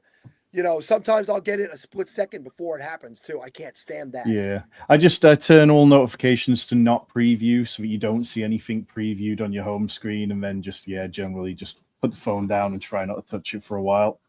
I have an iPad in the kitchen where I'll get up the next day early. So I'll do the Sunday, the noon slate for you guys, the evening slate, and then I'll go to bed, get up Monday morning, go downstairs, not look at my phone, pull out the iPad, pull up the Sunday night game, watch the game in 40 of that, and then I do the same for Monday night and Thursday night, so that I can watch it in the kitchen whilst the kids are asleep, whilst my wife's still asleep, and then go and do the dog walk, and then chaos happens.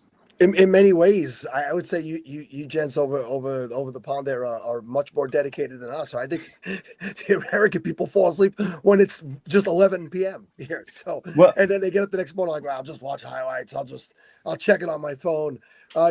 Speaking of what I mentioned about getting notifications and stuff slightly before things happen, as we've talked about multiple times over the 19 plus hours that we've done this show now, The Knicks won the championship recently here in New York. It was a big deal. I was at a watch party for Game 5, so the game where they clinched it.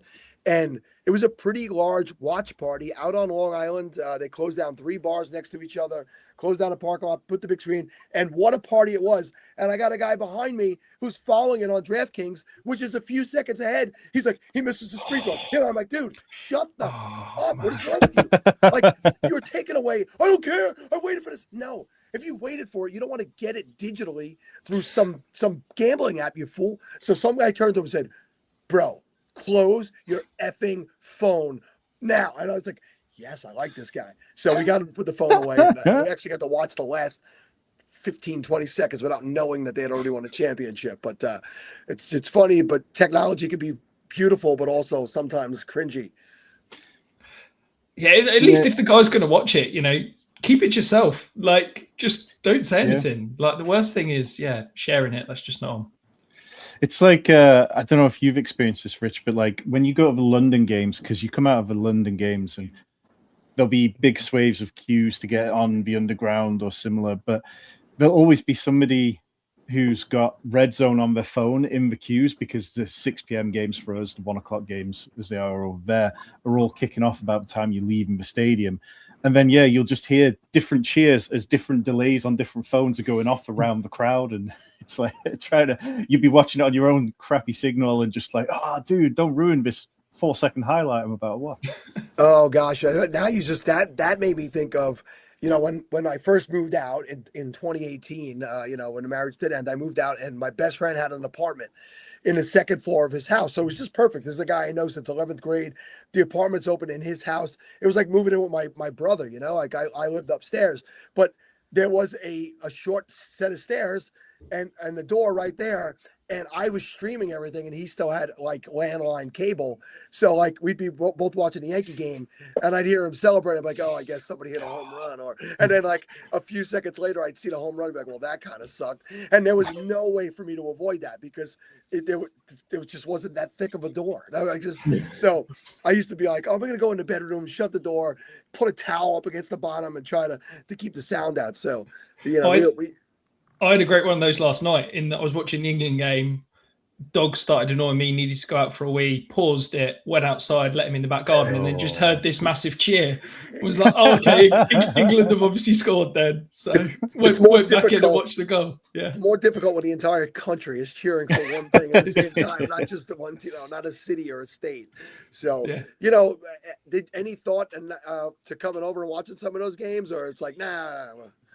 Yeah, it's not something I've managed to do. Like, I've been to a couple of college games in America going back years, but I've never found myself in America during the NFL season and trying to swing it at the minute with 2 kids who like to bleed me dry financially. It's not been something I've managed to do, but I'd love to get over. I really need to get over and see the Ravens in Baltimore whilst Lamar's still quarterback. I saw them over here, but it's not quite the same thing. They might only have a year left of that. You know, I mean, he might be somewhere else soon. Don't ruin my mood, Sal. I was actually due to come over for the Super Bowl in Arizona, and had booked it through like a travel agent's. We had flight over the Grand Canyon, everything like that. It was me and my dad. We'd saved up for years to do it. And then I took my now wife out for dinner the night before we went because I was like, I'm going away for 6 days, probably, you know, spend some time with you. And then whilst we were sat at dinner, I got a phone call from my dad. And I was like, oh, this is a bit weird. So I answered it and you could immediately tell from his voice. And basically the NFL had oversold the Super Bowl and they promised this travel company tickets and then couldn't deliver them. So we had the decision of we could still go and have the holiday, but not go to the Super Bowl. So that was I've sort of been slightly scarred booking via one of these travel agents since then. So I've said to my son once he's 18, I'll take him over to New York to a Jets game, but hopefully we'll be good by then. So that is that's a real rough thing. I hate to hear that, but So if you do come to New York for a Jets game, you have got to contact me. Right? My son is a Jets fan. I'm born and raised New York Raiders fan. We've gone over this on a Podathon for many years. How did you become a Raider fan? I'm an idiot. What do you want me to tell you? But becoming a Jet fan wouldn't have been any smarter. But my son did become a Jet fan, so I support him and in his hopes and dreams of getting a championship. So if you guys come here, by all means, we'd love to come tailgate with you, go enjoy absolutely. the games. And do that. But man, that's a rough story, you guys. I mean, going from that high of an excitement, looking forward to that, to on the eve of going, finding out that they oversold it. Yeah, it was pretty difficult. But I always say, everything happens for a reason. That money then became the deposit for my house. So How crazy is was that? a benefit. Right? Yeah, that's crazy. Somebody wants you to take your son to see a decent team. And by the way, it looks like there might be a Raven fan as well. I don't know. Is that Tom's burner? That's account? Rory. He's one of our YouTube members in our Discord a lot. So Rory's a good guy. Okay. We know, we've met Rory a few times now. We've held a few. Last year we held an event in Manchester where we had a bunch of our Discord members meet up, and we're holding another in London this summer. And Rory's definitely one of our favorite people, even if he does like to stick the knife in. Amazing. And I just want to point out that John Bosch is in the chat. It might be the first time I've seen John over the 19 hours that we've been doing the show, because John, by the way, who's another strong backbone of what Fantasy Cares does. I mean, this guy puts everything into it. And I mean, this guy sweats more than anybody I've ever seen in my life at a live event. I was at a live event and he went through at least 7 different t-shirts in 7 hours. And I don't even think it was 7 hours. It's more like 4 or 5. But I know John maybe 12 years at this point, and we've always had this fun back and forth with each other. But I think he knows it's born out of the fact that I love him so much, because John is authentic to who he is, and that is a good human at his core. So good morning to you, John. I think he's on a road, probably going to one of the events today. Probably was at one yesterday. And one thing he's started to do more and more in recent years is get to more of these events. So we don't have him here with us like we used to a lot, but we have him out there on the road with people. And I'm sorry to those people, but that's what we have to give you. That's all we have. Oh, he was in New Orleans last night and Buffalo today. So he's going to be in New York State, Russ, but that is not really New York. We don't consider that New York. That's not New York. So. Russ, you doing all right? You're very quiet. Oh, I know my place. My place is to let Sal go. And whenever Sal needs to blow his nose is when I come in and just vamp for a couple of seconds. Oh, that's fair enough. I do have a cold I'm recovering from. I did throw some NyQuil down this morning. I know Dayquil. If it was NyQuil, I'd be down like this. But yeah, just in time for the Podathon. The day before the Podathon, I discovered I had a cold, which was awesome. So my normal terrible accent is now doubled down with the congestion in this giant snot that I have on the tip of my face. Have you been outside for the entire Podathon? Were you outside through the early hours of the morning? Essentially, yes. All 10 hours yesterday, I was outside. This morning, I got up. I went to bed last night, and I said, I'll get up in the morning. I'll finish the last 6 hours in my living room. And I had that set up, and I was there for the first 30 minutes, and I was like, it's too warm in here. I had the air conditioner on, but very low, because I don't want it to take over the sound over the podcast. So I jumped quickly back out here onto my rooftop, my balcony. It's not a rooftop, it's a balcony. And the weather is it's oddly perfect for this time of year. It's not humid even in the slightest. It's been a little overcast. And it's like you can't really get the good views I normally have because it's a little cloudy. Looks good. But good view. Yeah, there's the Verrazano Bridge is back there somewhere. There is a bridge, but it's so cloudy and overcast you can't really see it right now. So, but yeah, I like it here. I moved across the street from work, guys. Some people work remotely, like at home. I don't have that option because I work in facilities, and I always tell people who want to work from home with me, I'm like, we run the facility, and we should be in the facility while running the facility. It's tough to do that from home. So the hospital I work for literally owned an apartment building across the street. I now live there. It's a 60-second commute. So, but I mean, see, that's not bad at all. Like I work contracts, and at the minute I'm working from home for a long stint, and the benefits of working from home are great, but the downside is that my house does not have air conditioning because we don't typically need it in the UK. But in the middle of a heat wave right now, I'm working out of the top floor of the house surrounded by computer monitors, hard drives, and all this other stuff. And I have to have the fan on about 2 feet away from me for 8 hours a day. Otherwise, I will melt.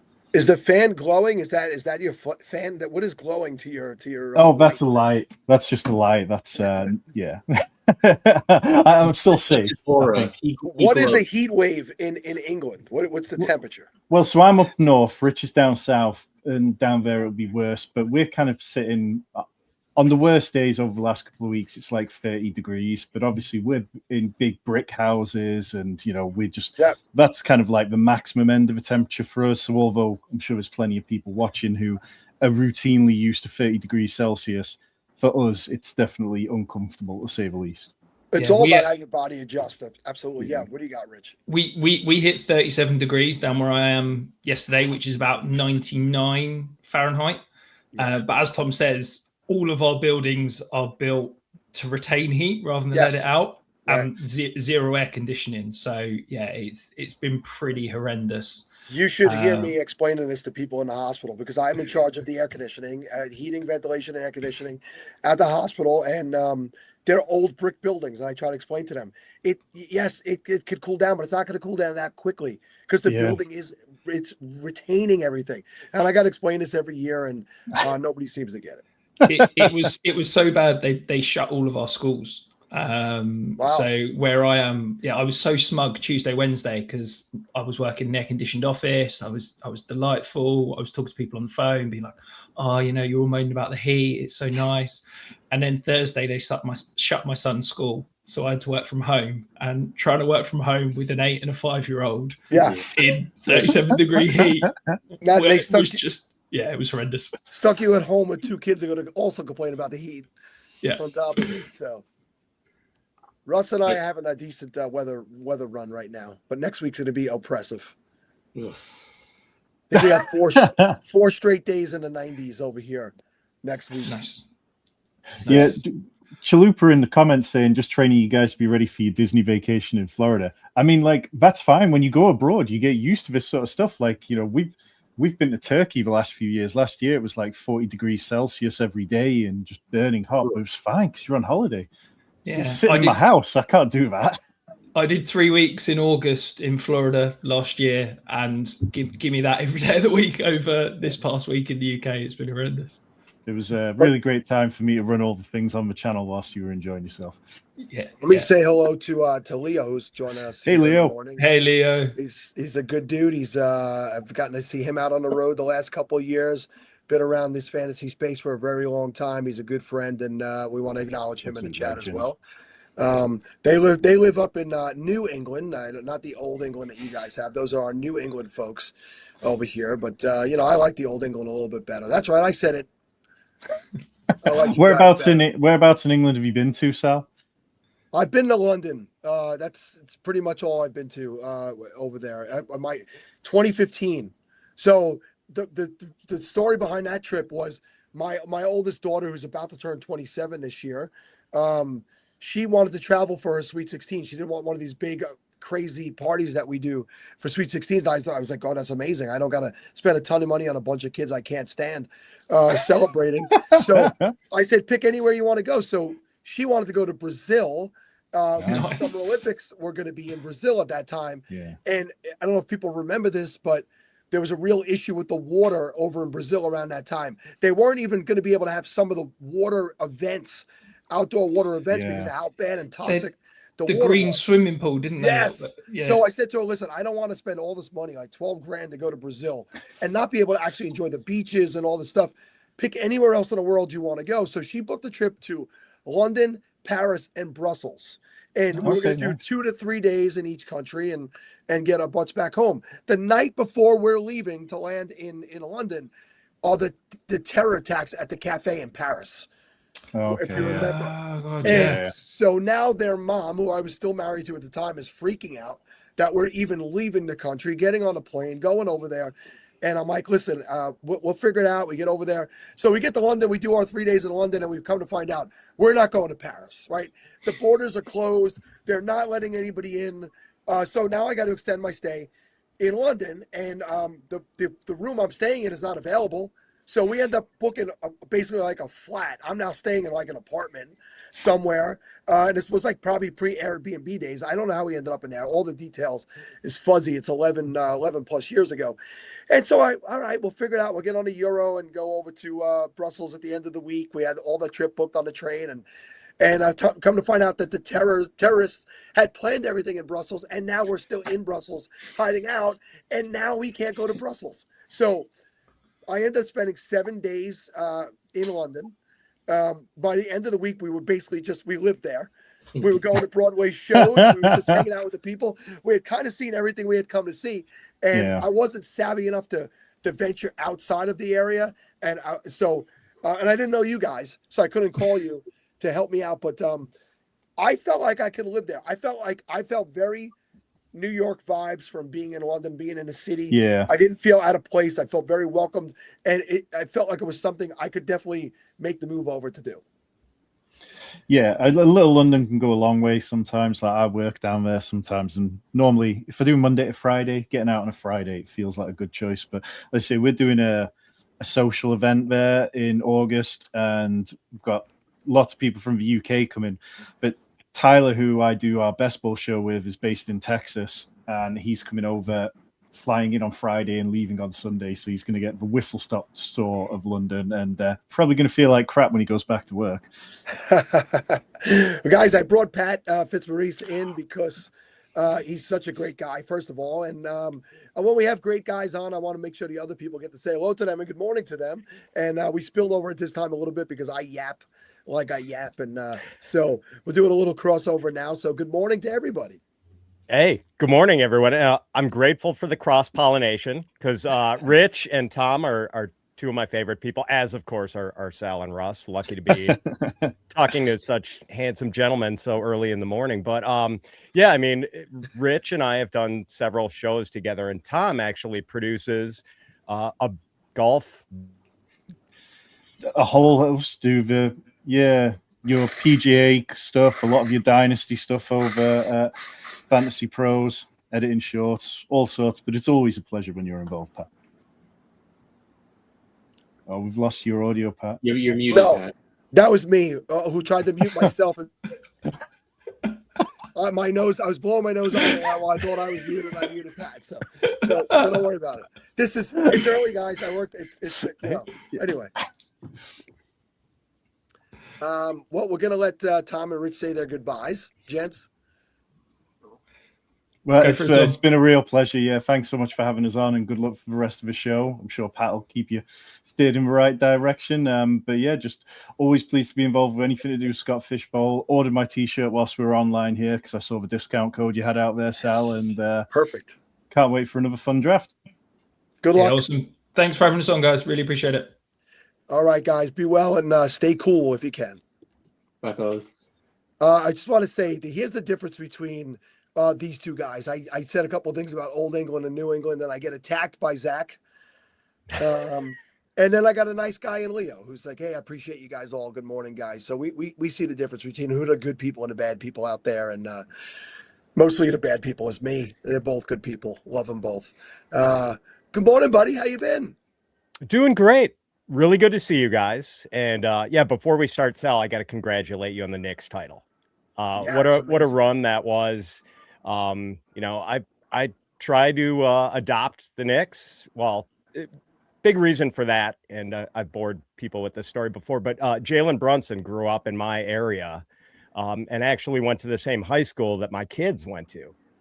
So my son, who was a basketball player, went to this summer camp that Jalen Brunson always does, like just sort of an hour for a week every night at his old high school, which is also where he proposed to his now wife, apparently. So, yeah, I mean, like my son on his dresser has all these pictures with him and Jalen Brunson. And, so we've been following his career for a long time, made sure to catch some of his games in high school because we knew he was going to be a big thing. Just really cool to see what he did for that city. And I have to imagine that guy's not ever going to buy a meal in New York City ever again. He is the king of New York, and he will be unseated for as long as it takes to get another championship. But I think even further beyond that, right? Because it was 53 years since the Knicks had a championship. And I forget who we were discussing it with yesterday, who said, like, you have Yankees and Mets, and the Yankees dominate the town over the Mets, but you have very loyal Met fans. You do. You have Giants and Jets, and the Giants fans probably dominate the town, but you have very loyal Jet fans. And we even touched on Rangers and Islanders. While there are seemingly more Ranger fans, there is a diehard group of old school Islander fans. But when it comes to basketball, the Brooklyn Nets don't rate. They don't rate at all. And they are a New Jersey team as far as most people are concerned. I mean, they were in New Jersey for so long. They ended up in Brooklyn. They're 4 train stops away from me. I've never been to a game because it's just there's no juice there. There's nothing exciting there. So this city loves the Knicks. So I don't think that even if the Yankees were to figure it out and get a championship in the next couple of years, people love Aaron Judge, but Jalen Brunson, because he was an underdog, to go back to what you're talking about, you could tell he was going to be a superstar, right? But at every level he's played, he's been underestimated. Every level he was too small. Every level he couldn't do this. And every single level he has won. Now the ultimate level. And Moody talked about it this morning, his game 5 performance, which is, on par with Michael Jordan, the GOAT. Like, he did things that guys haven't done before. And he's humble. He's such a humble guy. I think that's why people love and relate to him, and why it kind of caught fire around the country. Because typically people hate New York sports if you don't live in New York. This team captured a country. Maybe not everybody, maybe not the Celtic fans, but it was such a fun time for New York. It's been a while since we've had that. So we're loving it. We're in the glow. We're appreciating it. And, you guys could see, it's funny you got to recognize early that he was going to be a pro. I've brought him up before, and I bring him up over and over again. He's not the star level that Jalen is, but Jeremy Ruckert, the tight end for the Jets, the minute I saw this kid on a football field at 14 years old, I was like, oh, he's different. He's absolutely different. And by 15 years old in 10th grade, Ohio State, Alabama, Notre Dame, Michigan, they were at our school daily, my son's school daily, to see this kid play. And he was the number 1 ranked tight end on the ESPN Top 300 coming out of high school the year he graduated. And you saw that. You see a different level athlete if your kids play sports growing up and you're realistic, this kid's good. This kid's elite. You don't get to see those too often in your hometown. So that's great you guys got to watch that.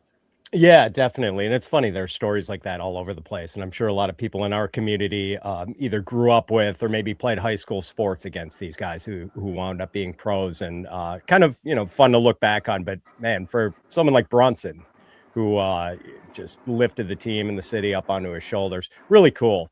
And it was fun to share in that with Knicks fans or hop onto the bandwagon. I'm a Milwaukee Bucks fan. We ended our drought a few years ago, but now these are pretty bleak times for us with Giannis Antetokounmpo parting ways with the city. So really fun to be part of the Knicks run and get to root for them. I seen you said something about jumping on bandwagons and stuff like that. Here's what I said to it, because you have these loyal, crazy, over the top fans of certain teams, and it's like, I've been here the whole time. That's amazing. And congratulations to you for getting the payoff for that. But it was such a feel-good moment in the city. Why push people away? Why not say, hey, come on in and enjoy it? It's not like they were rooting for it. It's not like they were Nets fans. It was just that it had been so long, and basketball, but there was some down years here with the Knicks. So why not let everybody just get in there and enjoy? And eventually it got to that point. I was down by the parade. I held the shirt up earlier that I sold at the parade. Because it was just a good idea, I thought, and it worked out really well. What a great atmosphere. Whatever misreporting BS that went on around the country, and some of it's political because people hate the mayor of New York City and other parts, it was well run and it was done correctly. And by the way, his speech was lights out. He gave an incredible, I was inspired by that. I'll give you my story. Is I was down there. And I was like, all right, I've been down here long enough. I can't get too close. I saw the top of one of the buses that went by. I'm like, I'm going to get out of here. I'm going to go back to Brooklyn. No trains were running. They shut the trains off. So I'm like, I'll walk over to Brooklyn Bridge. I've done that a dozen times. It's one of my favorite things to do. Only I couldn't get to the Brooklyn Bridge because I turned down a block by City Hall, and I have a video of that, and I'll post it on Twitter later, X later, where you weren't moving. And I had to dip out, climb up a hill, go around a spot, climb over a wrought iron railing, get on the Brooklyn Bridge. walk back over to Brooklyn Bridge, and I got to Grimaldi's, which is the well-known pizza place in that area of Brooklyn. And I watched the ceremony actually on TV there. I didn't stay because you wouldn't have gotten anywhere near it. And I was like, man, I felt inspired by that speech. But it was well run, it was well organized, and the attitude and atmosphere amongst the people was one of joy and nothing else. So Very cool. Yeah, I did catch a lot of Mamdani's speech, and yeah, it was fantastic. I mean, I can only imagine how it must have felt to a New Yorker. Everything was good except for the Patrick Ewing jersey mishap. I don't know if you saw that, but they did hang up the jersey numbers of all the current players, and then some of the all-time greats, and they put up a Jones for 33. And anybody who knows anything knows that's Patrick Ewing. Oh, Joey Wright's checking in. Joey, he's been on your bandwagon for almost 15 years, so that's a hell of a bandwagon to jump on there. I've been on there for 16, bro. I was there before you, Joey. Joey's an awesome dude. Yeah, and I think he's following me on this, right? He's on after you, and I have a feeling if I know him, he's going to jump on here before his time, so he could get a little FaceTime with you for sure. And he's welcome to come on anytime he wants to. He knows that. But let's talk about you, my friend, and then what you got going on. Yeah. So Fantasy Pros we're about to unveil our draft kit for the 2026 season. Excited about that. Been shackled to my keyboard for the last few weeks, trying to bang out stuff, and still have a few more pieces to finish up. But yeah, we're excited about that. And then year round, we've got the Fantasy Pros football podcast with Fantasy Pros Dynasty podcast. I'm doing this golf PGA wagering show for Betting Pros, our sister website. Yeah, so things are always busy, but labor of love, of course. And, relative downtime compared to the regular season. So just trying to enjoy that and actually, do things I can't do during the fall, like read a book now and again, or, see my wife and take the dogs on long walks. So how's the wife? Does she still look the same? Do you recognize her when you see her? Yes, she does. She does. She's aging much better than I am. And so that's a win. Grateful for that. It's always a win. It's definitely a win. My favorite thing about Fantasy Pros is that at some point somebody gave me a free premium account, and every year when I tune back in, it's still there. So thank you, Pat. Don't tell anybody I told you that back at the mothership.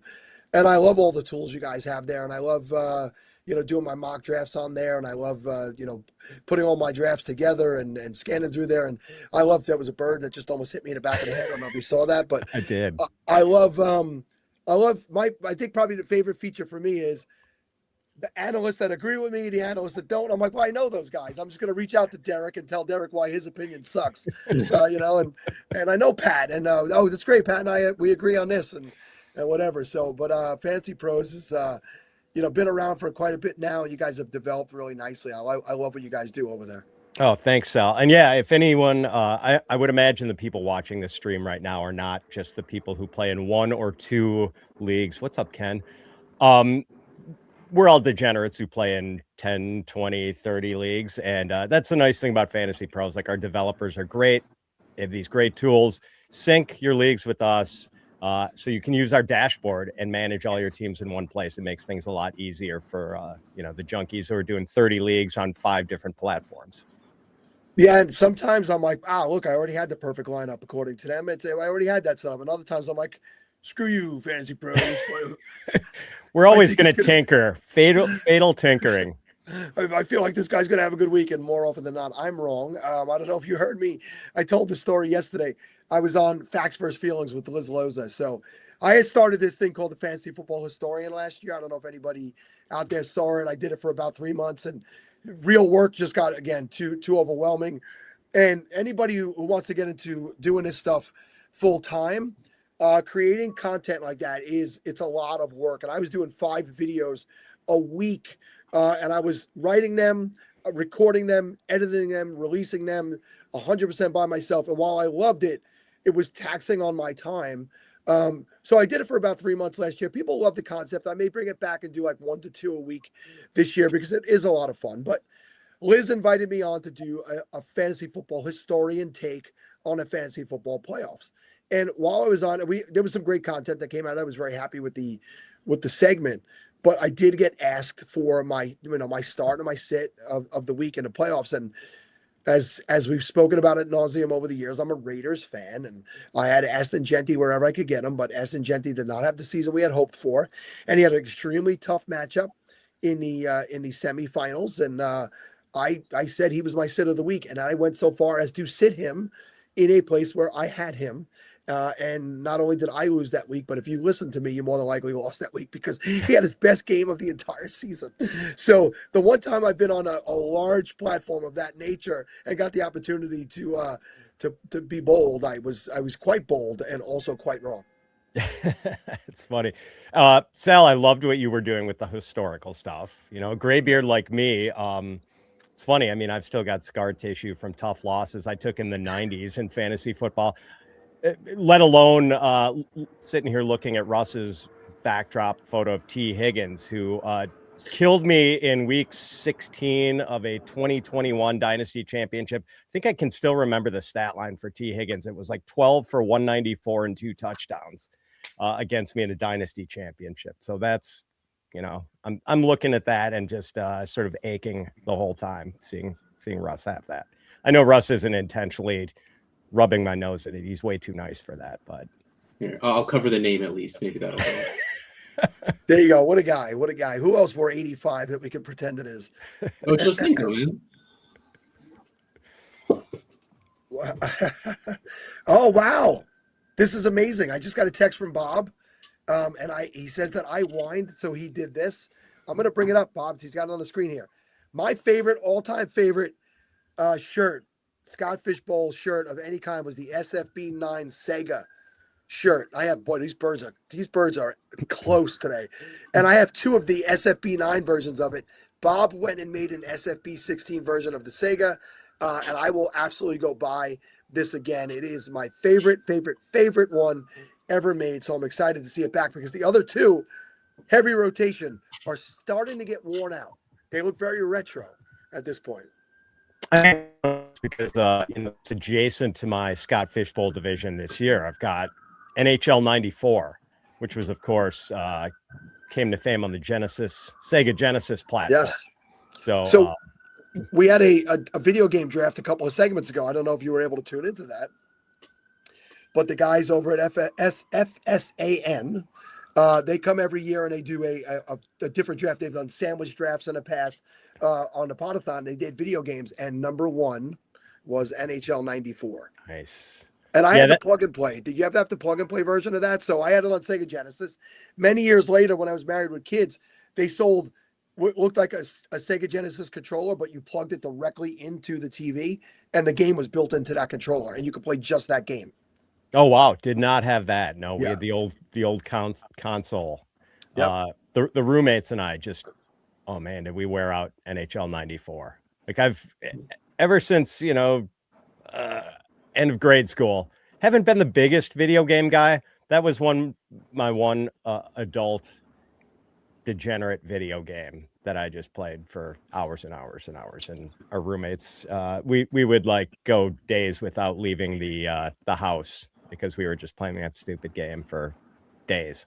You think back on life and all the different places you were at. Now, you're not always proud of everything you've done, but 1995 was I moved out. I was 21 years old. I turned 21 in 1995, and I moved out for the first time, and I had my own apartment. And I used to work back then. I used to work at a cemetery in the summertime, and really it went from like March till like late September, sometimes October, because it wasn't all. And I did like landscaping, tree crew and stuff like that. So there wasn't a lot to do in the off season when it was freezing cold outside. So we would get laid off, and I would get unemployment. I would go work, jobs for cash money and I would collect about $300 a week in unemployment and get a couple $100 in cash. And I had my own apartment. And to your point, that year, 94 into 95 and all of 95, there were days at a time I did not leave my apartment and just played that game. And I specifically remember Under the Table and Dreaming, was that the name of the first Dave Matthews Band, that album that hit? So Dave Matthews Band, Blues Traveler, Hootie and the Blowfish. Like, I just listened to those CDs at the time over and over and over again, playing NHL 95 and Deion Sanders football. There was the Deion Sanders football game that was out at the same time on Sega Genesis. And that was my life. And that Christmas, my future ex-wife bought me PlayStation, which I had never even heard of. It was the first year PlayStation was out. So shout out to her for being ahead of the curve. Nice. Who was your go-to team in NHL 94? I am a Devils fan, so I would always try to play with my team, even though they weren't the best at that time. They did win a Stanley Cup The year after. around that time, but they had lost it in '94 to the Rangers. So I could not play with the Rangers. They lost in the conference finals, I should say, to the Rangers in '94. I was actually so many wonderful stories. I was at my then girlfriend and future wife's prom. And when the night that the Rangers were playing the Devils in Game 7, and I did not want to know about the game. We used to actually record stuff on VHS back then, right, and watch it. You could get away without notifications. There was no phones, and the guy at the prom announced it. The DJ announced, and I was just everybody was rooting for the Rangers except for me. I was so heartbroken. But the Devils was still a quality team on that game, but they weren't the best. So I always played with them. Yeah, I am a Rangers fan, actually. Long story on that. I've got some family from New York, and that's how I came to become a Rangers fan. But the Toronto Maple Leafs were always my team. Doug Gilmour, Wendell Clark, who would score goals and beat the hell out of you in a fight in that game. So, yeah, that was always my go-to. But, yeah, someone in the chat just mentioned it. Jeremy Roenick was really tough. Pavel Bure with the Canucks, always flying around. I swear I could name more people who were playing in the NHL in 1994 than I could right now, even though I try to keep up a little bit with hockey. But that game the rosters are like hardwired into my brain. As it turned out, the Canucks were who the Rangers actually beat in the Stanley Cup that year, and that was Pavel Bure was obviously the star of that team. So, you're right. Like hockey was so good then. I was such a big fan.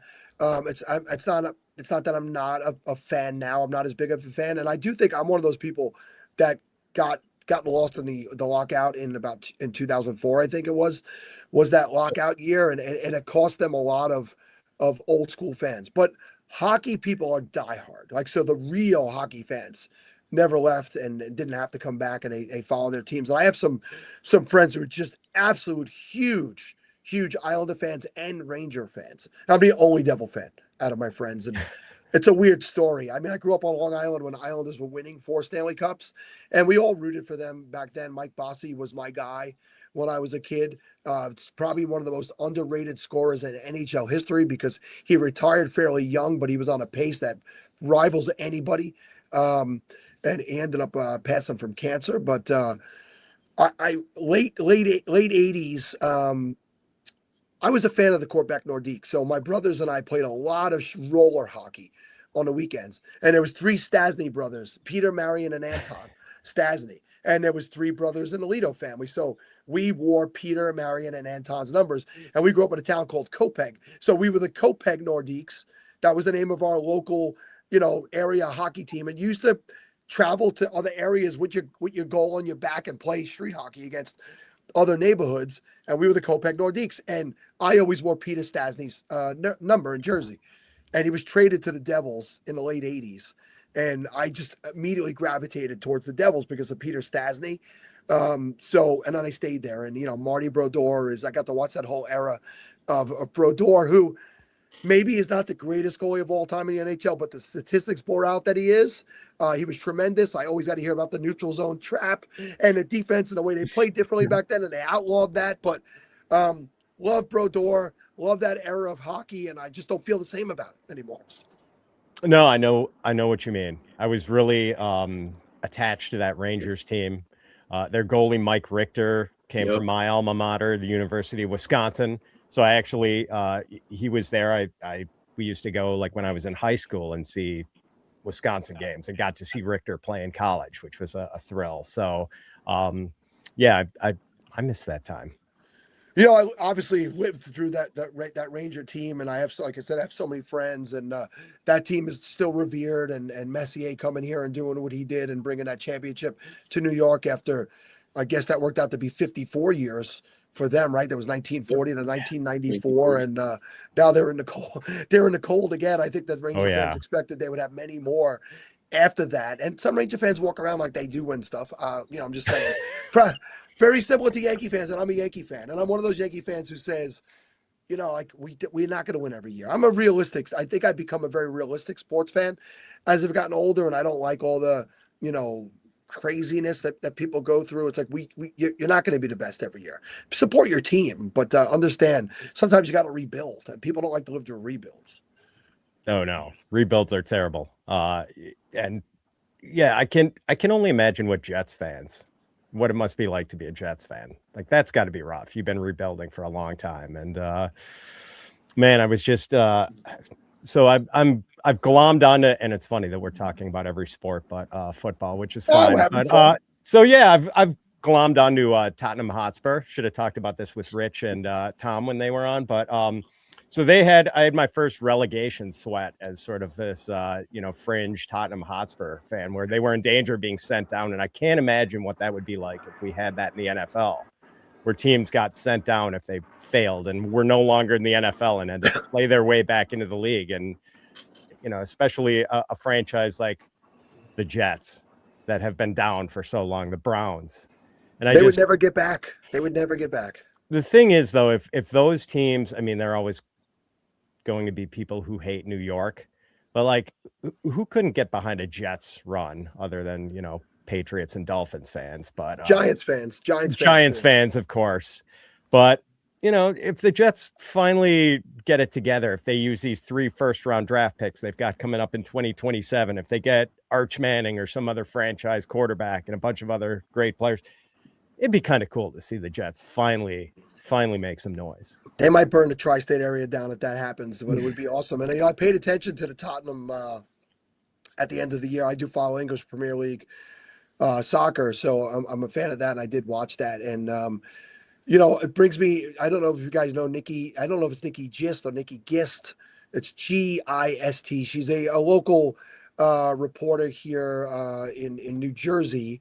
And she reports on sports here in New Jersey, and she's in the fantasy space as well. She's on X, and Instagram and all those places. And she got a little back and forth in airtime on WFAN, which is the local New York sports station here. But she asked this question last week: what comparison would it be in the NFL if the United States won the World Cup? And I said my response was, "There's no comparison. It's the equivalent to a college team coming up and winning the Super Bowl." Right. So the United States they're not an elite soccer country. We talked about this yesterday, and I said the absolute best I could predict them doing this year would be getting to the round of 8 quarterfinals. My expectation is round of 16. Anything less than 16, I think, would be extremely disappointing. They're much more superior to the Bosnia team they're going to play on Wednesday, but it's opponent dependent. And do they show up with their A game in the round of 16? And can they get to the round of 8? I don't think beyond that they could get there. So to me, there's no NFL equivalent to the United States winning a World Cup. No, there's not. Maybe the equivalent is a team like Indiana winning the national championship in football, a team that's been a doormat for so long in college football, and all of a sudden pulls it together, wins it all. Joey but Joey was there. Yeah. There's not a football equivalent, but there is a baseball equivalent.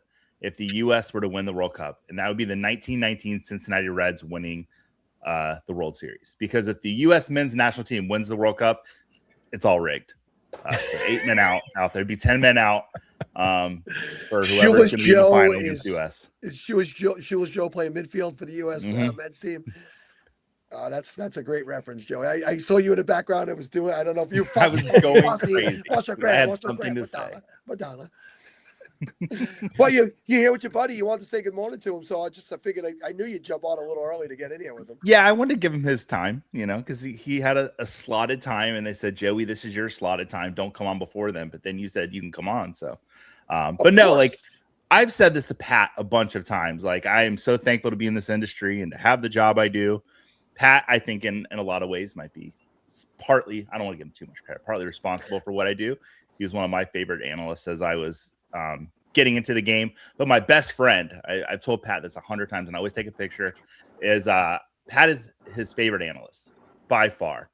And I told him that I was leading Pat and today, and he's like, "Well, that's the only merit you have, is that he's going on before you today." So, but he is watching. I told him to wake his butt up. I was like, "I'm going to come on with Pat for 5 minutes." Are we talking about the same person? The best friend Siobhan, that I have? yeah. He's giving you credit for other things. He's dogging you, but Joey, Pat, bring this guy to Canton. I need all the fans I can get. That would be great. I would love to hang out with your friend in Canton. That would be fantastic. Invited him to come to Canton this year, and there's something going on that he couldn't make it that weekend, and he's like crushed. But Sal's met Siobhan, and Siobhan is like the greatest guy in the world, the complete opposite of me in every way. That's great. Oh God, stop it! First of all, I wanted to first say, Pat, we have you to blame for this because Joey's giving you credit. But then also I want to say, I say that tongue in cheek because Joey is. I've spent so much time with him in the last 2 summers, and we've gotten to know each other better. And I did meet Siobhan in Vegas last year. We got to hang for about 2 or 3 days in Vegas, and I was sad to see he wasn't there this year. But life happens, and he's got stuff going on. But good human. You cut it out. He's the complete opposite of you. There's a reason why you guys have been simpatico. I think going back to high school. You guys know each other. So cut it out.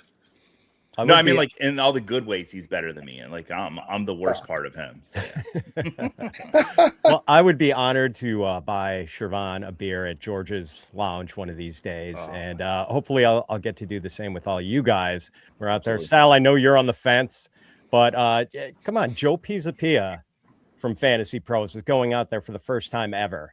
It's crazy. I think we both live in Brooklyn. Joe and I both live in Brooklyn. I know. Well, Joe's in Jersey. Oh, he's in Jersey. Yeah. Okay. I think he's done an event with he does Harris the Flex there. Leagues with Jake Seeley in New York every year. So I'll see him at the Flex League this year because Flex Leagues and Scott Fishbowl Live in New York City are happening in the same place. Joey could tell you this. Joey's the Flex League guy. So Joey, tell him about that. I won the Flex Leagues championship. That's the only thing that's important about Flex. No. Jake Seeley from The Athletic puts on a really fantastic event, and every year before that I've been to, it's been at the Perfect Pint right there in Times Square. Really fun gathering of analysts. Sirius XM Radio comes in and interviews the guys as they're coming off their draft boards. It's a really fun experience. And then this year with Scott Fishbowl kind of lining up because of the World Cup, they needed to move some dates around.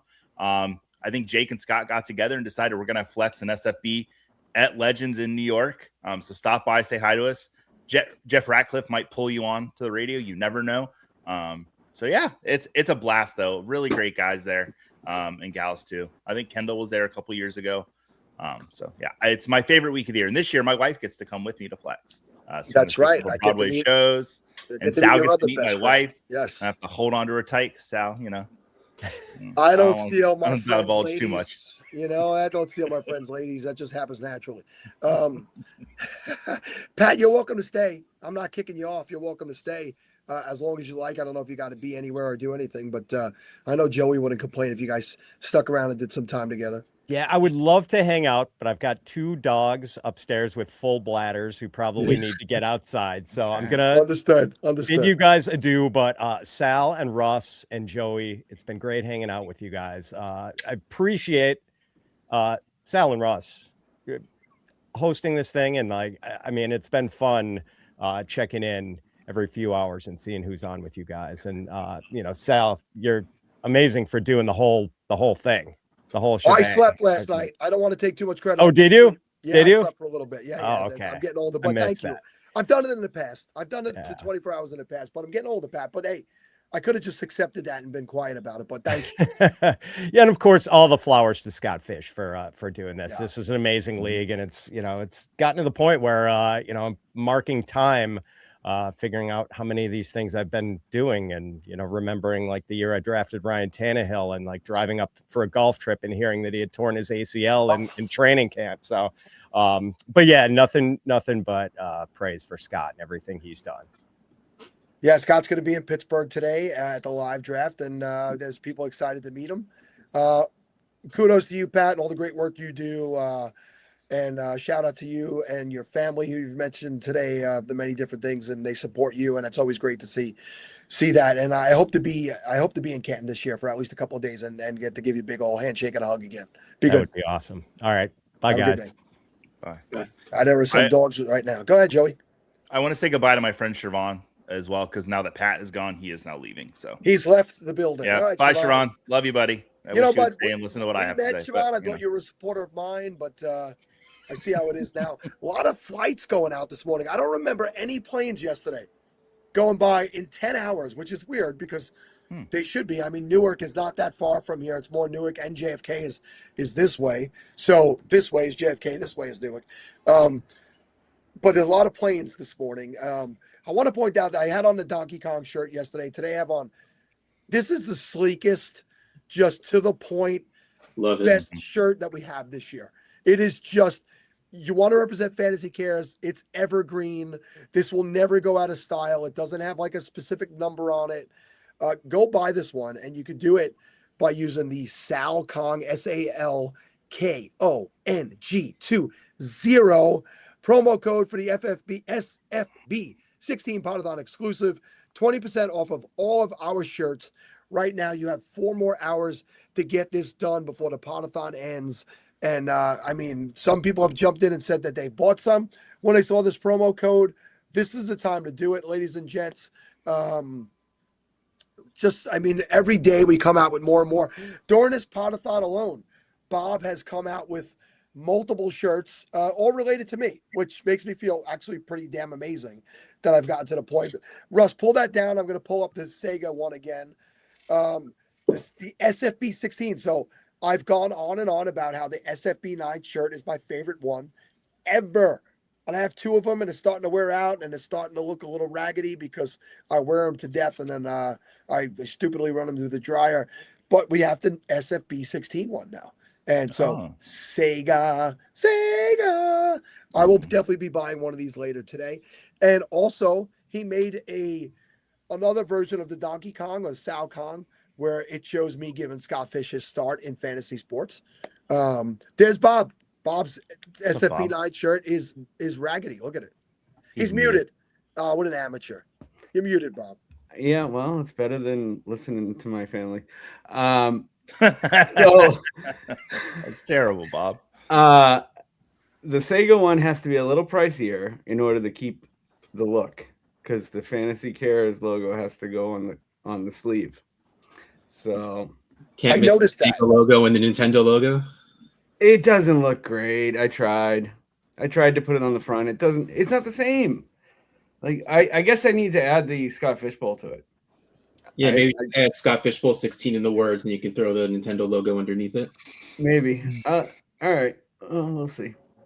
Back to work for this guy. I mean, what are you doing? You're over here lounging around while we need you in the Well, I was making the laboratory. What's the raccoon? Taku? Tanuki? I was making a Scott Tanuki, but in a fish costume. Oh, I can't wait to see that. Yeah, that sounds convoluted, but it'll work because you're great at what you do, Bob. Russ, how you doing? I didn't say hi to you yet. It's tough to notice Russ when I'm here. I get it. Yeah, Sal has a glow about him that just the eyes go right to that little square over there. Well, when those clouds part, the glow will be even shinier. Just like the angel on our screen. I know you guys all like to think I'm heavenly, but I couldn't part them. I tried. Woof. Nope, not working. Not Sal Almighty. Oh, that's beautiful.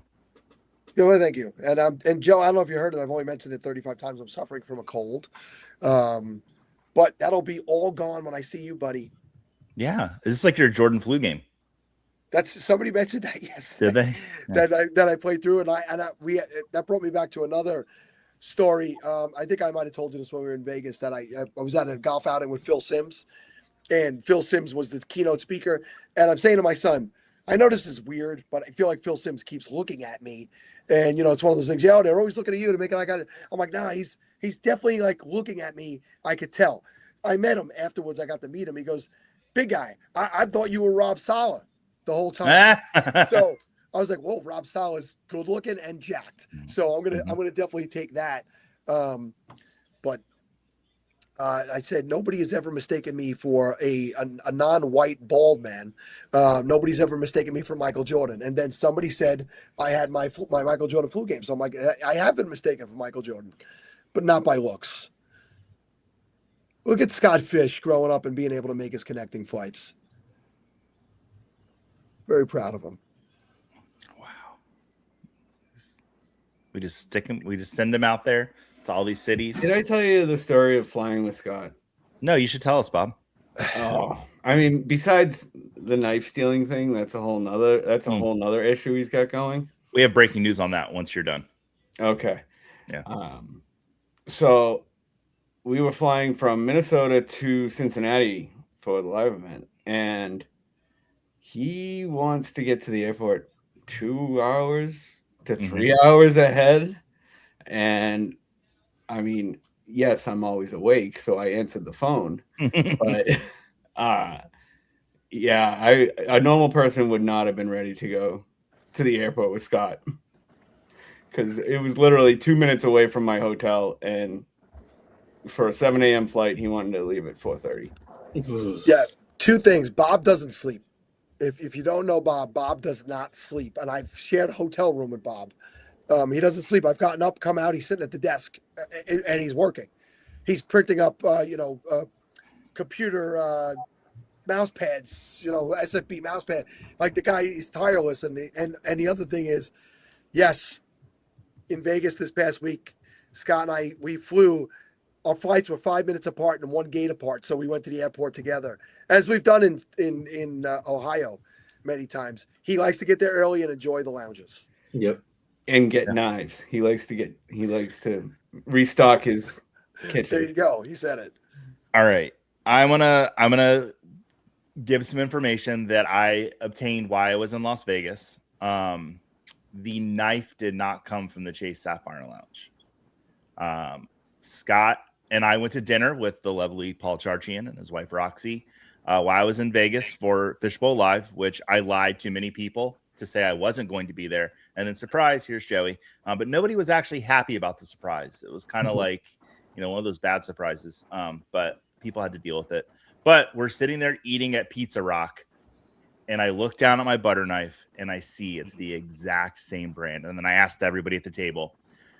The butter knife came from Pizza Rock, which I had been at with Scott. So is he off the hook?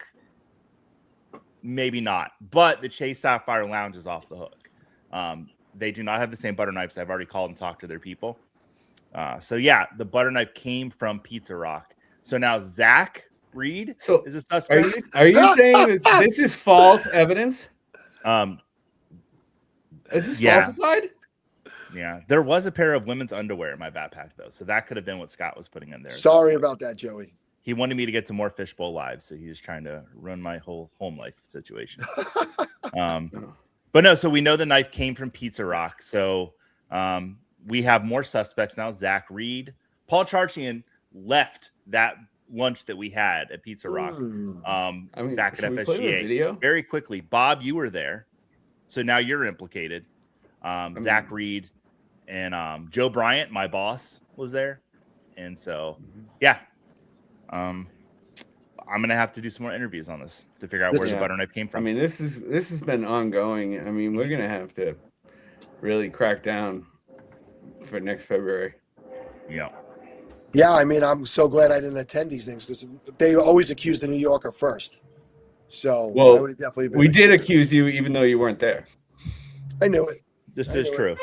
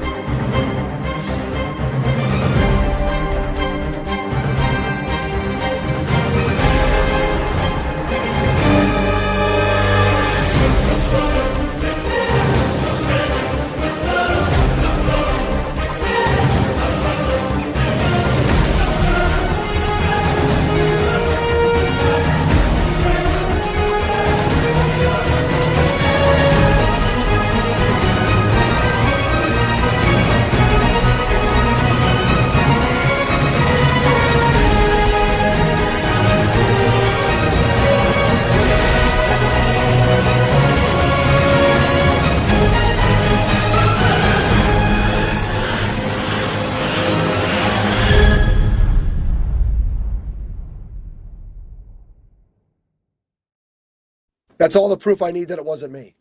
Yeah.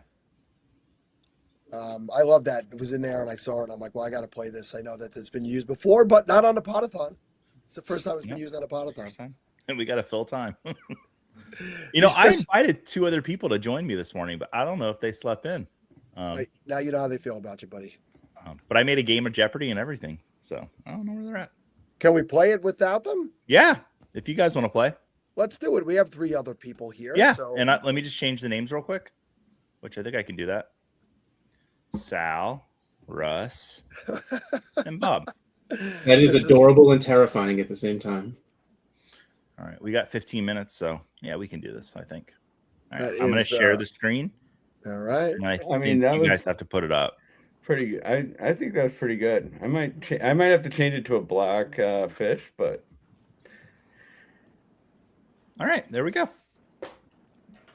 Cool. And my original guests are supposed to join me, Simon Grunewald and JL Garofalo from Front Yard Fantasy, but maybe I missed a message or something. So, but we can play, guys, and we're gonna have a blast. 3 categories, short game today. Categories are odd man out. I'll give you 3 players. You tell me which one doesn't align with the stat or fact that I give. Grab bag can be anything at all. It can be movie trivia. It could be animal trivia, anything at all. And then famous fish. These are really, really loosely facts about people with maybe their name is involved with fish and somehow. Awesome. So Sal, I'm going to let you go first because I typed your name in first. Pick a category and a point total. And there's no Final Jeopardy. Amazing. I'll do odd man out for 100, Joey. All right. Odd man out for 100. Question is 30 plus passing touchdowns. Which one did not have that? Matthew Stafford, Jared Goff, or Geno Smith? Oh, I'm bing, bing. Do I get the bing in? Yeah. Sorry. I should have probably gone over rules. I'm going to read a question. It's your question. Nobody can ring in on it. Everyone will get 5 questions. But if you get your question right, you get to pick your opponent's next category. Awesome. I'm going to go with Jared Goff. As the person that did not have 30 passing touchdowns? Correct. I'm sorry, it was Geno Smith did not have 30 passing touchdowns last year. I thought it was too easy. I thought it was too easy for it to be Geno. This is how things you work. fooled me. It was $100 question. It should have been easy. I try to put the easiest ones to the $100 amount because that's I how it works. I overthought it. All right. Well, Joey, I'm not good at Jeopardy. I play Wheel of Fortune. It's okay. Well, the guys over at Front Yard Fantasy, they have that as well. But who's next up? Russ, you get to go second. Pick a category and your value. Famous fish for 200. Ooh, I like it. He's not following tradition. He's just going where he wants to go. All right. This 11-time All-Star center fielder for the Los Angeles Angels has 421 career home runs and a very fishy name. Bing, who is Mike Trout. And he's from New Jersey. That's cheating. Russ is from New Jersey. All right. Is he? I honestly had no idea about that. How did Russ know a baseball player? He's from New Jersey. I just said, no, I'm just kidding. I mean, that's a famous baseball player. I don't know. That's literally like the one of like maybe 3 names I know. Oh, so it's kind of like knowing Joe Montana. Yeah. Yeah. Okay. I felt confident enough in it that people would. I mean, it's Mike I don't know Trout. why they're going so low. Give me famous fish for 500. Well, Russ gets to pick your category. Oh, sit down, Bob. I'll give Bob what he wants. I'll give him famous fish for 500. You want famous fish for 500? Yep. All right. This former Titans and Rams head coach is now the commissioner of the Arena Football One. Jeff Fisher. That's Jeff Fisher. Good job. I am the Jeff Fisher of SFB. Yep. Are that's you really? really unfair. Yeah. That's Yeah. Yep. Wow. I am Mr. 500. Bob, I didn't even know you were going to be here. So, you would have thought I would have planted that. Scott bringing up a very valid question. Excited for the next Tim Salmon baseball question. I only had time for one Los Angeles Angels player on my board, but this was Tim Salmon. I thought of this category before I thought of the questions, and boy, was I scraping the bottom of the barrel. Like all right. shooting fish? Bob, exactly, in that shallow barrel. Bob, you get to pick Sal's category. Oh, Sal is going grab bag. For how much? You pick. You get to pick your point total. Oh, I get to pick the point total. Okay, I got to catch up. Let me do 300. All right, 300. Where is a shrimp's heart located? Its butt, its head, or they have no heart? Oh, I feel like they do, but I'm going to go butt. That's a very logical answer because I'm writing the trivia, so you would think. No, they're actually Really? the shrimp's heart is located in their head. Oh my God, my brain is located in my ass, evidently this morning. So Sal, you've been hosting, so we're gonna let it slide for you today. But Russ, you get to go again. You get to pick your point total and your category. I'm gonna go odd man out for 300. All right, odd man out. 10 plus 20-yard receptions. There's a reason I bring this question up. Justin Jefferson, Jackson Smith-Njigba, or Jamison Williams. Which one did not have 10 or more 20-yard receptions last year? I'm gonna play the Sal game here and go for the one that seems like there's a trick question and say Justin Jefferson. You would be correct. And the reason I bring that up is because one of the big bonuses for Scott Fishbowl this year is those, big play bonuses. Jamison Williams is like one of my favorite guys to draft that I've been doing in mocks because he seems to bring in a lot of those 20 or more yard catches. Yep. So, yeah. Just want to bring that up. Is there any guys out there that you guys really like this year drafted in Fishbowl because of this extra bonus scoring? I think Alec Pierce is going to be a popular name when the time comes around. I like that, Russ. Donovan Mitchell. Okay. Well, New York guy there for. I think he's for actually Sal? going to have some big plays in that offense. I just don't know if he's going to have consistent plays in that offense. But Awesome. All right. Well, we'll give Russ the points on that one because he got it right. He sniffed out the trick. But I think Justin Jefferson's going to have a lot more 20-yard catches this year. I think he's going to have a bounce back year with Kyler. All right. So Russ, you got it right. So pick Bob's category. Grab bag. Grab bag. All right. Value, Bob? 400. 400. And I know we got 10 minutes left before I need to get off here. So how many games did the New York Knicks win in the 2026 NBA playoffs? Was it 12, 14, 16, or 18? Total games did they win? Oh, that's a good one. I want to say it was 14. 16. 4 rounds, 4 wins each. Yep. They See, do. It was funny because you're like, how many did the Knicks win? And I'm like, wait, the Knicks, how many games? Wait, it doesn't matter what team it was. It's the playoffs. Right. Yeah. No, but I thought it was 3. I thought it was best of 3 in the first round. That's why. best of five when Best he of would have to 5. win It 3. used to be for years. It was best of 5. And so that would be 13. And I was I couldn't add either. So like, what do you want? I was I know every answer of the questions I haven't had yet. So, and by the way, they won 13 straight, right? 13 straight and 15 out of 16 to close out the playoffs. So, Was it game 4 they lost? the one, oddly enough, that one person attended, yes. So Sal, real quick, July 18th, WWE is coming back to Madison Square Garden. How big of a reception will Danhausen get that night? Oh God, it's gonna bring the house down, right? I mean, what a gimmick that just really paid off. Well, I mean, sometimes you can't even hope that something hits the way that it hits, and that one is he's like if there was a king of New York and Jalen Brunson, he's the jester of New York, right alongside of him. That guy's been grinding for about 15, 20 years now in independent pro wrestling, probably like 15 years. And it's just really cool to see like a guy just organically just blow up. They're saying it's going to be like when CM Punk returned in Chicago, that New York is just going to go insane for him. So I'm excited to see that. Who got that right or got it wrong? Bob got it wrong. Bob got it wrong. So we go to Sal. You get to pick my own category and your value. I want to get money here, so I'm going to go with famous fish for 100. Famous fish for 100. All right. How many Scott Fish Bowls have there been? Yes, we're counting the Oasis years. 15, 16, 17, 18. So am I allowed to ask a question about the question? Yeah, you can. How many has there been, including Well, this okay. year? It's very obvious. This is like, go with the obvious answer. 16. There we go. 16 is the correct answer. All right. Woo! I'm on the board. Good job, Sal, on the board. All right. Pick Russ's category. I will go with odd man out. All right. How much, Russ? 400. 400. FanDuel Sportsbook favored to win at least 8 games. One of these teams is not. The Atlanta Falcons, Chicago Bears, or the Green Bay Packers? Which team's not favored to win 8 games? Falcons. You are correct. Felt like a 100-point question to me. Yeah. All right. Russ, pick Bob's category. Odd man out. Odd man out. How much do you want it for, Bob? 500. All right.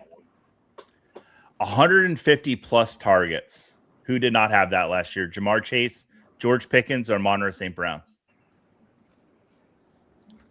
Amon-Ra. George Pickens did not have 150 targets last year. You thought it was You a would trick. think, yeah, it was a good. I really searched for that third name. All right. Zooming through here because I want to get us out on time. I don't know who follows me, but I want to respect. It's Dave, I think. Dave, Yeah, I have to Yeah, open up Dave. the calendar. Yep. Yep. I want to respect his time as I didn't respect Pat's time. I'm up. Who's next? Yeah, you're up, David. Sal. Pick your category and your value. Famous fish 300. All right. Name the 3 professional sport. Oh, name one of the 3 professional sports teams with a fish mascot. Sorry, I left the one part out. Name one of the 3 professional sports teams with a fish mascot. The Marlins. Marlins count. Marlins or San Jose Sharks, and we will accept Tampa Bay Rays. But you will not accept the Dolphins, who are not a fish. It's not a fish. It's an Mammal. Mhm. Right. So, All right, Sal, getting more and more points on the board. Russ, we're going to you. Oh wait, no, I have yeah, to I'll pick get a to choose my category. category. I'll picture All category. right, I'll go with famous fish. All right, well, I guess I'm taking 400. All right, this could be a winning answer for Russ. Kicker Tyler Bass missed all of the 2025 NFL season, but what team did he kick for in 2024? Was it the Bills, Jets, or Dolphins? Bills. It was the Bills. Congratulations, Russ. Got your points there. All right, Bob. Russ, please pick your category, but you're next. Odd man out. All right. Keep them low, Russ. I like the angle. Yep. Not giving him that All right, 500. 1,000 receiving yards last year. Who did not do it? Zay Flowers, Chris Olave, or Khalil Shakir? Olave. Ooh, Olave had a lot of receiving yards. It Man. was Khalil Shakir. He was injured. He was injured 2 years ago, wasn't it? Yeah. I thought he was injured. That was 2 years ago. No, it sounds like you had the injury, Bob. I do. All right, so I have no choice but to go grab bag 500 to try and get Let's back go. in this, you know? All right. Don't look down. Don't look down. What is the only U.S. state that can be typed using only one row on a standard QWERTY keyboard? That's your normal keyboard in the United States. Alabama, Alaska, or Arkansas? Arkansas. Alaska. No, it's not. Alaska. It's not. Yeah. I'm not a computer guy or a keyboard guy or a QWERTY guy at all. So that was a shot in the dark. So, yeah. But I should have realized S is, damn it. All right, Russ. You can't think that fast. I Pick your can't. point I'm total. old. Russ, pick point total. I'll go 200. All right. Which one of these cities is not an SFB live draft location? New York City, Boston, Tallahassee, or Chicago? Tallahassee. And there's a good damn reason for that. I should have It's an just awful, stayed. horrible cesspool of a city. Oh, okay.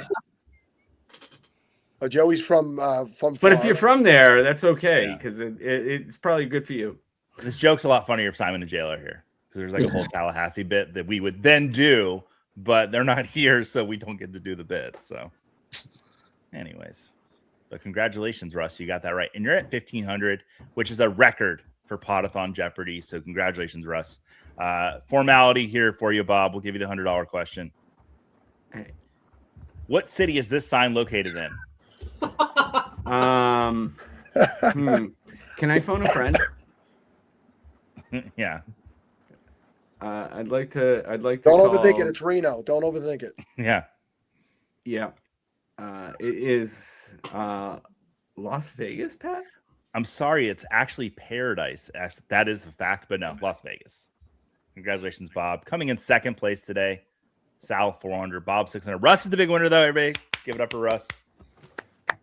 All right, that was fun. Give you guys a little break. All right, I'm just happy to be on the board. There you go. I said it earlier with the video game draft, and Joey came with a game show.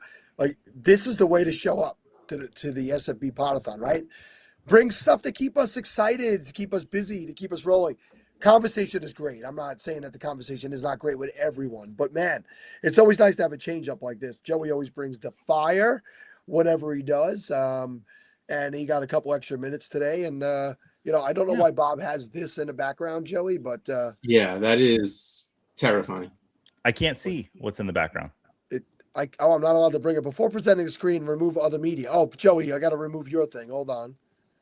Let's remove that. And then Bob has this photo right here. Oh, it says wanted. I can't see that in the smaller cell. So evidently, they did a great job of cropping this here. And you're wanted. Look how weathered my wanted poster is. Yeah, it's been up there for a while. For so long. You keep moving from city to city, so we can't seem to catch you. Joey, what parting words would you like to say to the folks watching along? Yeah, if you're looking for me, you can find me every Tuesday night in partnership with Fantasy Cares and Football Guys doing Trivia Night Live with my host, Jake Bryant, my co-host, Jake Bryant. Jake's doing an incredible job.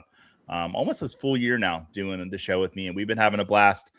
All my content, everything you can find is over at Football Guys. We got the draft guide coming out, the print draft guide that we won an award for last year, the FSWA publication of the year. Our second one is coming out this year, so go ahead. Pre-orders are available. I was denied the centerfold once again after requesting for it. One of these years, they'll finally do it. But if you're buying the magazine for that, it will not be there again. I made promises last year that it would happen this year. It will not be. But no, draft guide's incredible. Lots of great articles in there.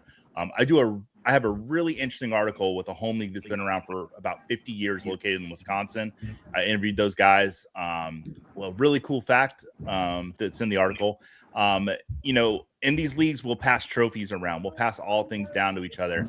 We actually had a guy pass a house down. That's the kind of legacy this league is leaving. So I interviewed those guys. Really cool experience talking with them. So yeah, but I love Fantasy Cares. I love everything you guys do.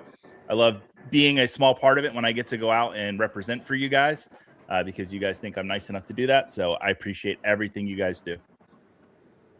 We appreciate you, my friend. You're awesome. You want to say hi to Dave this morning? Yeah. Before you go? What's up, Dave? How you doing, buddy? Hey, good morning. How's everyone doing? Good. I did wrapped up I didn't want to take any of your time up. I pulled all good. Stuff I had to say. All good. It's 8:31. He's lying. But we're gonna let you go, Joey. I love you, pal, and I will see you soon. Yeah, see you in New York, buddy. What is up? We got Dave. Dave, do you go by Dave or David? Because it does say doesn't David. matter. Either way is good. And I'm Dave, repping my Devon A-Chain jersey this morning. So how would you feel if you were in a Jeopardy game and they told you to, pick one of the fish mascots and somebody said dolphins? Would you accept it? No, I would not. They're a marine mammal. There's a very famous squish the fish chant that comes out of New York with the Jets fans, squish the fish. And that just, as a New Yorker, that just dictates how unintelligent we are because we cannot determine that they are not a fish.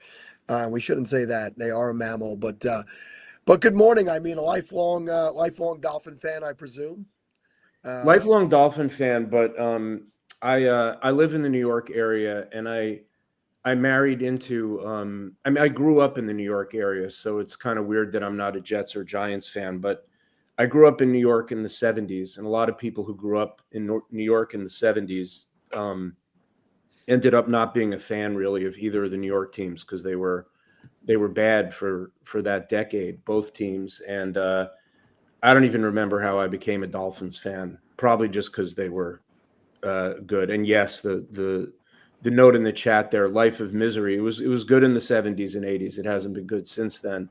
But I married into season tickets to the Giants, and all my kids are huge Giants fans. My wife's a huge Giants fan. So I've kind of become a Giants fan as a second team, which has also been misery of recent.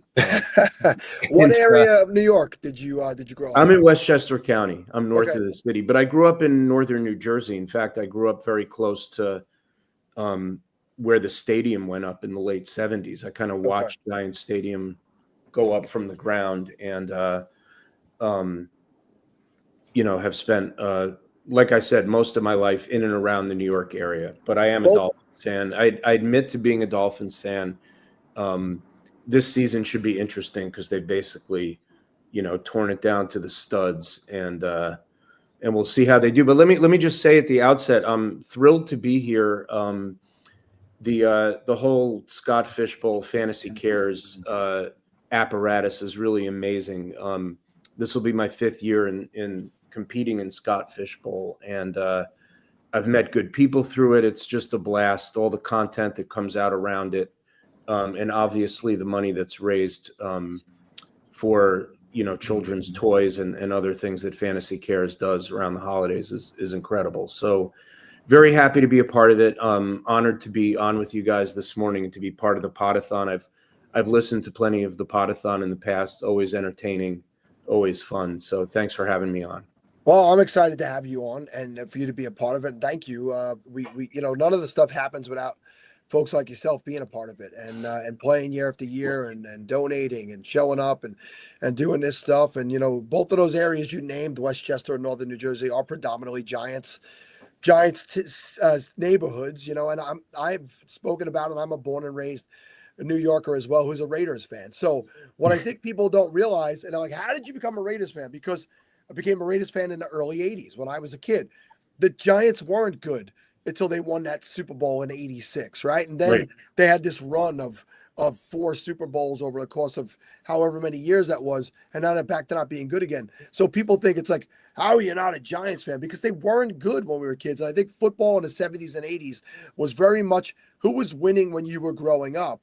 They were on those Monday night games, and they were nationally televised games, and you kind of like glommed onto those teams. And I had an uncle and a brother who loosely followed the Raiders, and I remember that Super Bowl when Marcus Allen went off, and I became a Raiders fan. It's my earliest favorite first football player was Marcus Allen. And so who was your guy for the Dolphins? Go ahead. I didn't mean to Who interrupt. was your guy for the Dolphins back in the day when you were young? So when I started, I'm older than you, I assume, and I started watching the NFL in the early 70s. And the first Super Bowl I remember was Super Bowl VI, which is where the Dolphins lost to it's the one with the famous Bob Lilly sack of Bob Greasy, where he lost like 29 yards. He just keeps running backwards. And the first Super Bowl I remember really watching and rooting was Super Bowl VII, the undefeated season and the Garo Yepremian attempted pass. But really Zonka, when I was a little kid and started liking the Dolphins, and then obviously Marino and, the team in the 80s was Marino's probably my favorite football player ever. And still sad that he didn't win a Super Bowl and really never got back. He got to the Super Bowl in his second season, shattered the record book. At least he only played for the Dolphins. I like that about him. He only wore the one uniform. I know for like fans of a lot of teams, the pictures of like O.J. Simpson in another uniform or Jerry Rice in another uniform or Brett Favre, a lot of these guys who had legendary long runs with their first team and then tried being a Viking fan. Yeah, I get it. It's funny seeing the stuff that pops up in the chat. But in any case, the Dolphins have been, I think right now they've got the longest streak in the NFL of not winning a playoff game. Not winning, yep, that's 100% correct. 2000, I think. So, yeah, it's been a long run. And I've been playing fantasy football since I think my first season was 1994. So I've been playing fantasy for a very long time, and I'll take Dolphins if the value is right. But I think one of the things you learn really early with fantasy football is that loyalty to a team usually ends up backfiring. Is usually overpay, and playing in my main fantasy league is based in sort of northern New Jersey, the New York area, and a lot of Jets and Giants fans, and you see it. It's an auction league, so you still see it that the home team bias with how people target players. Yeah, you touched on so many things there. For me, I first started playing in 1994, same year South Jersey Fantasy Football League. My older cousins are about 10, 12 years older than me. I was at a party that summer. One of them had graduated a chiropractic school, I believe it was, and they were celebrating. And I was telling them how I used to play fantasy football in the Daily News. In the back of the Daily News, they had write in and then you call and make your picks. And they're like, well, we got a league. You got to come play in a league. So 1994, my older cousins exposed me to that. And you touched on that, but also to your point, 100%. I said my first favorite football player was Marcus Allen, and he went and finished his career with the Kansas City Chiefs. Do you know how much that killed me? I Because know. he didn't deserve the treatment he got by Al Davis. This is my friend's son. That's my friend Josh, but his son Vinny is saying good morning this morning. And shout out to Vinny, who was a leukemia survivor. He just was cleared this February. So it was 3 very tough years for Vinny. So we want to acknowledge him. And Vinny and Josh will be coming to the NYC SFB Live draft this year. Nice. And so I'm going to get Vinny out there to help me do some auctioneering. But yeah, awesome. And we got a fellow Dolphin fan, Hope Myers, checking in. Hello, Hope. So do you still play in that league? So sadly enough, I did until 2020, Mhm. COVID year. And not to be such a Debbie Downer here, but that was a live draft every year in person. There was nothing like it. And my cousin Janet, her husband Doug was in the league, but Janet was the ultimate host, right? Like she made the food, did everything. It wasn't the same without Janet, and we lost her during COVID. I'm sorry. She had no, thank you, I appreciate that. She had fought cancer multiple times, and it came back during COVID, and she was not able to beat it at that time. So we just felt like we could never hold a draft again without her present. So it did dissolve after that. Her wonderful, fond memories. They jump started me into this space. My cousins by starting me down that path, and I look back with nothing but absolute joy of the 25-ish years. I think that I was in that league. Yeah. And I think it's kind of proper that it didn't continue without her presence. And I've dug deeper into what I do here. 2020 was the year that the Podathon exploded. Right. In my opinion, I started it in 2018 with Kevin and Steve, and 2020 was the year. We had guys on from England earlier talking about how 2020 things kind of up-tempoed for them over there when it came to American football. And I think people were home and people were looking for an outlet and something to do. And the Podathon just hit because there was so many people at that time. And as we come out of that, and the idea of an online show, I like to go to the live drafts even more.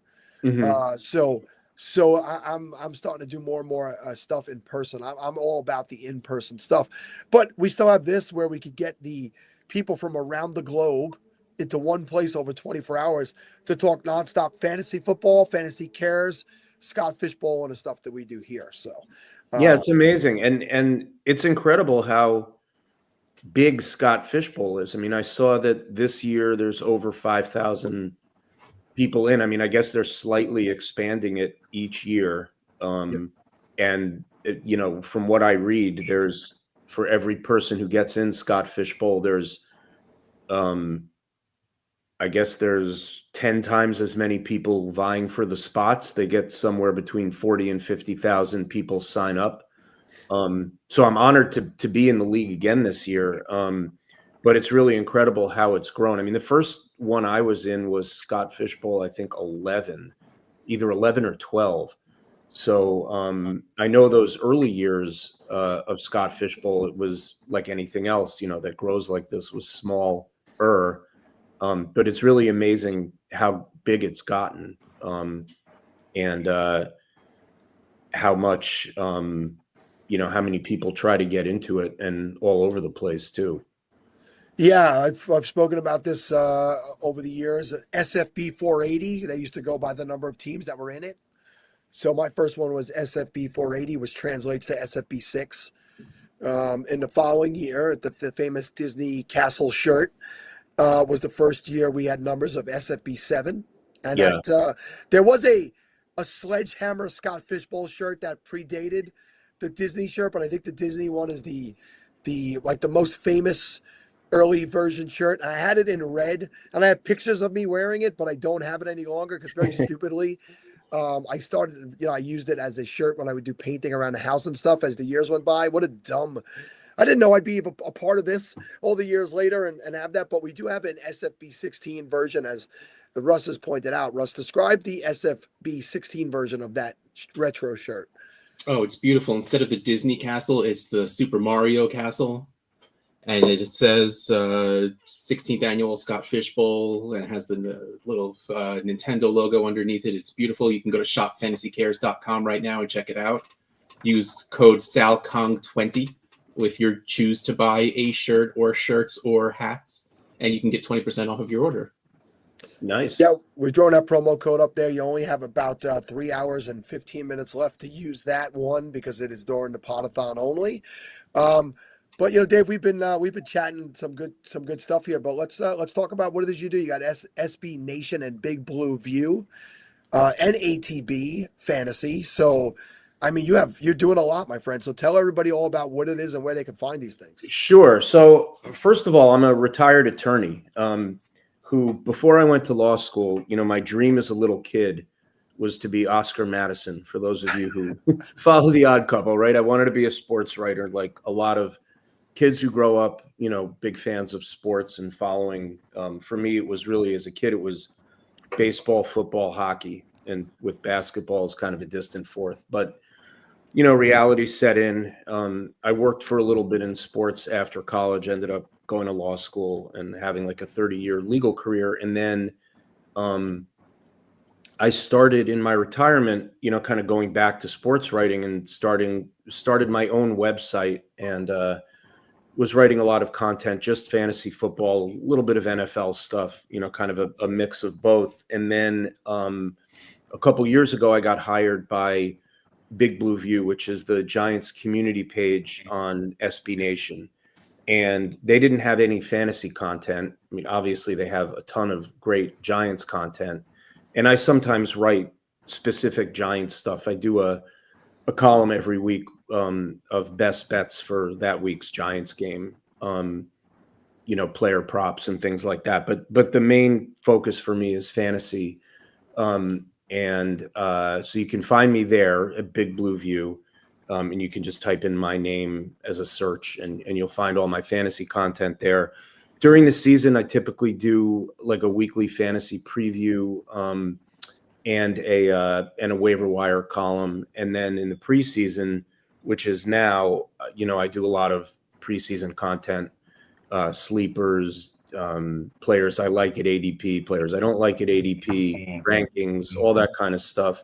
My focus has always really been more on season-long redraft as opposed to dynasty.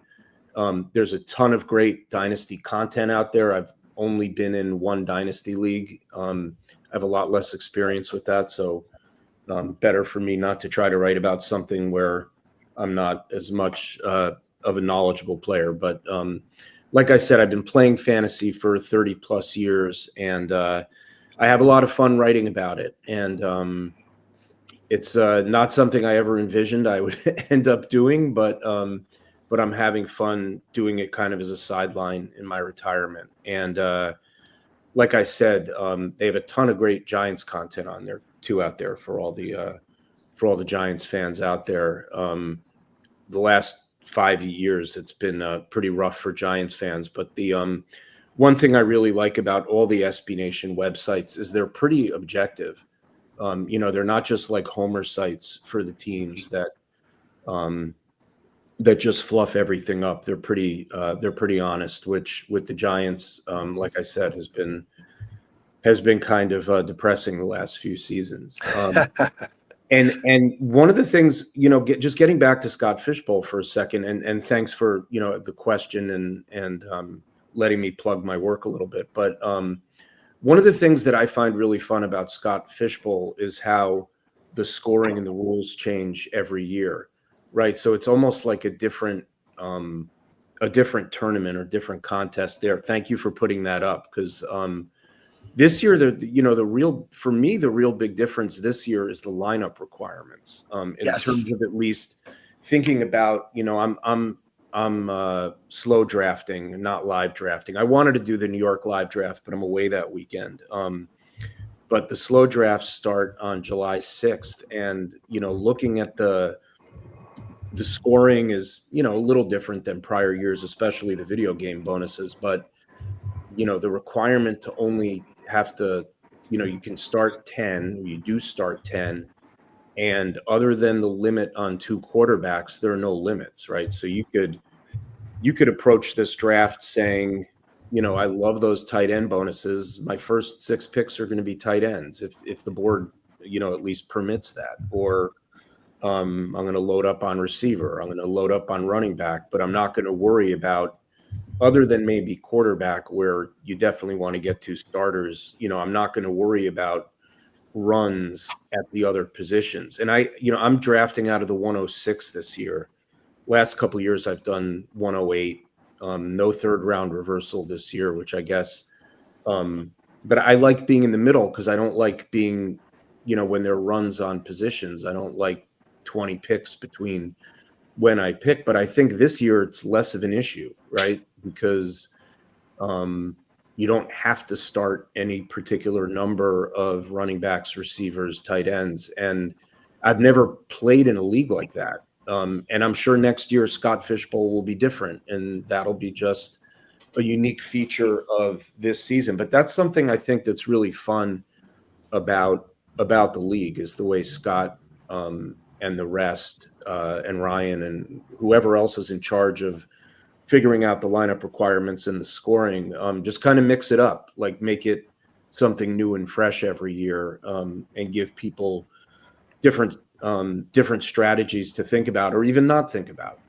Let the board fall and just take the players you think are going to score the most points. How are you thinking about approaching this year's? Well, you've already live drafted, right? Or you haven't drafted?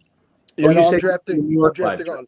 Yeah, Yeah. I don't live draft anymore because the events that Russ and I attend, we're always involved in doing stuff, and it's become very distracting to draft live. And to a point with some other folks, like Coop said yesterday, let's give the opportunity to more people who want to come to the live draft to take that spot. I don't need to fill that spot. I mean, I get so much back out of going to many live drafts and being there and representing Fantasy Cares. I like to be in the building. So I'll be doing a live auctioneering at the New York City draft, as I've done in years past. My son is drafted live. He cannot make the live this year because he's got a concert up in New England area. Maybe it's actually Philadelphia. I think it was New England last year. Anyway, so my strategy is this. I usually always pick 12. There is no third round reversal, so that doesn't do as good for me as it's done in the past. I wait to see what falls to me, especially at 12. There's going to be value. Last year with the heavy tight end premium, and I think there is still a decent case to be made for the tight end premium this year. At the turnaround, I went with McBride and Bowers. Now Bowers didn't stay healthy, or that would have been a real gold mine. But I still had McBride. I picked up Michael Mayer when Bowers went down. I had Kyle Pitts. I had Dallas Goedert. I had Travis Kelce. I was one of those people who went heavy tight end, and I made the semifinals.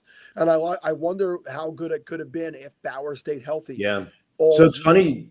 I had last year I had the 108, and I took Bowers at the 108, and McBride went at the 102 in my division. People were like way onto the whole tight end thing, and by the time it came back to me, I didn't take Kittle in the second. He might have still been around, but the tight ends just flew off the board, and by the end of the third, pretty much all the good tight ends were gone. It'll be interesting this year because with the other bonuses that have been added in, like you said, I think the case can be made for the tight end premium this year, but I think it's maybe a little more balanced. With the other positions, with those video game bonuses, especially, for players who break bigger plays or rack up larger yardage totals for a game. I'm interested I really haven't crunched the numbers yet, right? Like we have a week before the slow drafts start, and I want to kind of take a closer look at it because. I'm sitting there at the 106, and obviously a great player will be available at the 106. But I'm thinking more about the second and third rounds, honestly. And why are you laughing? Oh, someone.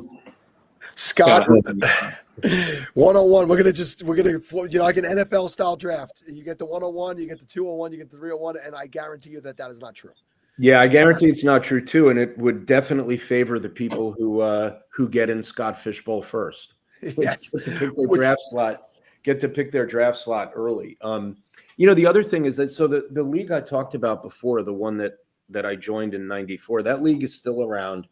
14-team auction, super competitive league, and I've always been a really big fan of auction drafts. Obviously, for something like Scott Fishbowl, that would be impossible with so many divisions. You can't slow draft really an auction draft, but I do like auction drafting more, and I try to write some content around the different strategies between auction draft and snake drafting.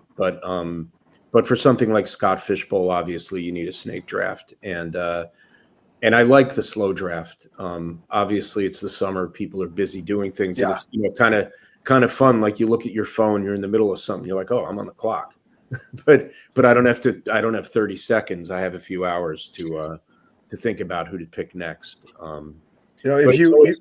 John Bosch would like you on his side, as he's tried to convince Scott to create auction versions of the Scott Fishbowl. John is auction first always. Yeah. But no, he redlines me and I can't stand them. Yeah, I mean, you could do it, I guess, in a live draft for the first 10 players or something like that. It would take longer. People would have to be willing to be there, for many hours. You could do it, but I can see why that gets a no. Bob says we did. Bob, jump in here. Bob says we did auction last year. I didn't know about it. So you're muted again.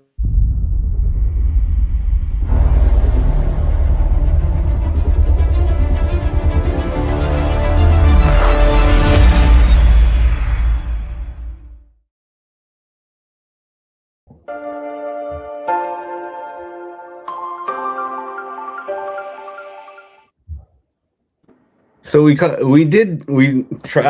started our first auction drafts last year. They go in August. This year we have one being held at the event in Las Vegas at the end of August. But we had 5 divisions last year, I believe, 5 or 6 divisions of auction fishbowl. Really, I didn't know that. And I never saw anything to sign up for that, but that's good to know. Yeah. So it will be in the email soon. I'm sure we'll do another 5 away from the event in Las Vegas, but we definitely will have some. I put this up from Scott, and I don't know how many people are aware that the morning of Vegas last year, which was the first drafts I believe get kicked off, I almost got him to get rid of third round reversal just hours before the drafts were kicking off, which would have just thrown the community into absolute. He was so close. I should have gave him more alcohol to win him over, but he held out, and that's why I think people knew he was not going to do third round reversal this year.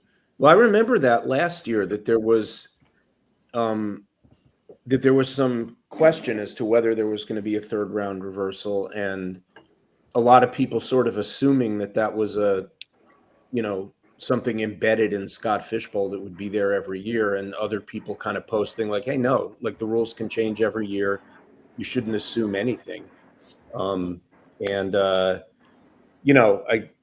I think when you pick your draft slot, you have to assume you don't know if there's going to be a third round reversal, and you shouldn't care. Just pick your draft slot, one that you'll be comfortable with either way, whether there's a third round reversal, a fifth round reversal, whatever they want to throw in. Yeah, and that's why I stay with 12. I wasn't disappointed when I found out. And one more thing on that graphic, and you talked about lineups, and I didn't find this out until yesterday when somebody brought it up. It's normally a 22 round draft. There's only 20 roster spots this year.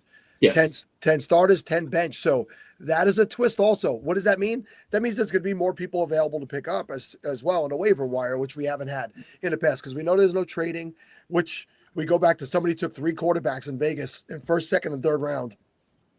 And you can't trade any of those guys. So Right. I wonder the strategy there. But another key change this year is taking away 2 roster spots. I think that's a good idea, actually. I find in Scott Fishbowl there are some people who will not make a waiver move all season. I mean, we've had that in divisions that I've been in, and typically the waiver wire is pretty bare. So I do think that taking away 2 roster spots and having a little more out there in terms of free agents is a good idea. And I'm used to fab budget as opposed to priority waivers. So I like that Scott Fishbowl has the blind bids. I think that's always a better way to award free agents versus priority or first come first serve or any other. So I'm looking forward to that. I think like in the past, at least in divisions I've been in, there hasn't been a ton of action on the waiver wire, and people kind of spend all their money early anyway. Oh, that's me. I spend it early. Well, sometimes it's worth it. Like you see a player that I remember a few years ago, the year that Elijah Mitchell came out of nowhere in the first game of the season for the 49ers. I'm not talking about Scott Fishbowl. I'm talking about the main league I'm in. And I was like, Kyle Shanahan, running back, looks like this guy's in. I forget who the starter was then. It might have been Raheem Mostert who got hurt. And I blew like almost my whole budget, and it was worth it. But, it's worth more to spend it early, right? Because you get whoever you're buying, you have for more weeks. But then there's something to be said for saving it. Anyway, I'm running over my time. So. Well, I wanted to bring Andy in. I've been letting the guests say hello to each other on their way in and their way out this morning, so I brought Andy in. But Dave, it was actually a really fun conversation with you. I don't know that you and I have spoken before in the past. If we have, I apologize. I do this 24 hours every year. I think you and I would get along great. I mean, you brought up some tremendous stuff. The Odd Couple was a show I would watch with my grandfather. He came to live with me when I was 8 years old, and I grew up with my grandfather in my house. And the 101 of Oscar Madison's is Jack Klugman, no doubt, because we know that there's the Broadway version, the movie version, the reboot version, but that was the iconic version of Oscar Madison. And I always wanted to be like him because I like being messy, not so much the sports stuff. So thank you for your time, Dave, and we'll see you around the fantasy. Hey, Dave. Thanks so much. I really appreciate the time, and good luck everyone in the Scott Fishbowl. Okay, bud. See you, Dave. And wow, let me just tell you, I was not prepared to come in on real analysis in Podathon. That's not what anybody signs up for. Was it my real analysis about Jack Klugman? That's about. No, Klugman talk is what I expected. That's what I generally expect from this program. Not actual here's like roster construction tips for Fishbowl. That's way out of. It's too early for it. Here's the beauty of the Podathon. It ebbs and flows how it ebbs and flows, right? And it's guest dependent. And sometimes we get deep into. Lindsay Rhodes brought absolute fire. Probably the best football talk on the show. And then we go into video game drafts, and then we go into Jeopardy and all that stuff. And so what we like is for the guests to dictate how they'd like it to go. So you, by all means, let's do a very Andy Barron's 30 minutes. Well, the first thing we need to acknowledge is that Mike Fiala just ran and hid when it he does a lot of talking online, but when it's time to actually face the music and talk about all the many ways I defeated him in the last year, he won't show. So that's the elephant in the room, I think. I think that, I think the elephant's not in the room. That's act up. So he may pop up. Mike has the links. He always has. I know he's enjoying his birthday weekend with the family, and he deserves that time. He worked real hard putting this schedule together, and that could lead to a little bit of burnout and some downtime needed. But we got a room full of folks here, and I don't think you need to introduce yourself, but why don't you just tell everybody about what you got going on, and then we'll get into the good stuff. Oh yeah, hey, I'm Andy Behrens. I've been hanging around this industry for I don't know a couple decades. People may know me from the Yahoo days. I've been writing at the Athletic over the last couple years, working doing my own thing with. I got a podcast called the Yacht Club with Chris Harris. Website called the Deep Shot with Dalton Del Don. Having fun with it, and happy to talk to you all. Yeah, and I got to see you in Chicago, I believe, at Yeah. the SFB Live last year. Are you getting out to any of the live events? Are you doing Chicago again this year? I am doing Chicago, which is, it's well organized every year. It's a great event every year. It's it's getting a little bit far from Chicago to actually call it the Chicago Live Draft. It's a Western suburban live draft this year, which is fine. Shout out to the Western Burbs. Shout out to DuPage County. I think that's where it is. So it's a little bit of a hike, but I'm really looking forward to seeing everybody. Is that Steven still running You that? coming in New York for the flex drafts as well? So I'm out of the country. We got a big family trip because there's a new baby in the family, and so I need someone to cheat off again. Yeah, so I'm not going to be at Flex Drafts, which I feel terrible about because I would love to do the double dip SFB Flex Draft. I mean, Jake Seeley's Flex Drafts are always a blast, and doing a big combo platter with SFB is a wonderful idea. That's probably a long time coming. It is a regret that I won't be there. Yeah, well, I mean, I'm looking forward to it. I always find out that the flex leagues are in town. Like when I put on Sirius, I'm like, oh, so this is happening, Yeah. and I missed it again. So the fact that they're going to be joined together this year, I'll get to see a few people I haven't gotten to see in the past, and bringing the two together. I think you're right. It's a great little marriage of big giants in the industry. So tight end only SFB is Andy in. That's Mr. Fish. I wrote about what a incredible apologist for the tight end community Scott Fish has been over the years. Like it's doable. It's doable. I can definitely imagine a fishbowl draft in which I don't know, 3 of your top 4 picks are tight ends, depending on how the board falls. Certainly 2 of your top 4 picks. This is crazy scoring. I mean, every year it's crazy scoring in its own way, but this is pretty wild. The tight end bonus is there. It is. The tight end bonus is extreme. It's really difficult to project, to forecast for this league without having like Bowers as your top scorer, without having McBride as either the top or the number 2 scorer in the league. I don't see how Loveland, Warren, Kraft aren't going to be, sort of top 10 figures. So I mean, I can see loading up on tight ends. I can see wanting. I mean, everything's a flex spot in this thing too. So you can. There are surely going to be some lineups that are exclusively tight ends in week 1. Yeah, I spoke about it a couple of times in the last year's draft. I went at the turn. I went with McBride and Bowers, but I also got my hands on Kyle Pitts, Travis Kelce, and Dallas Goedert. I was loaded up at tight end last year.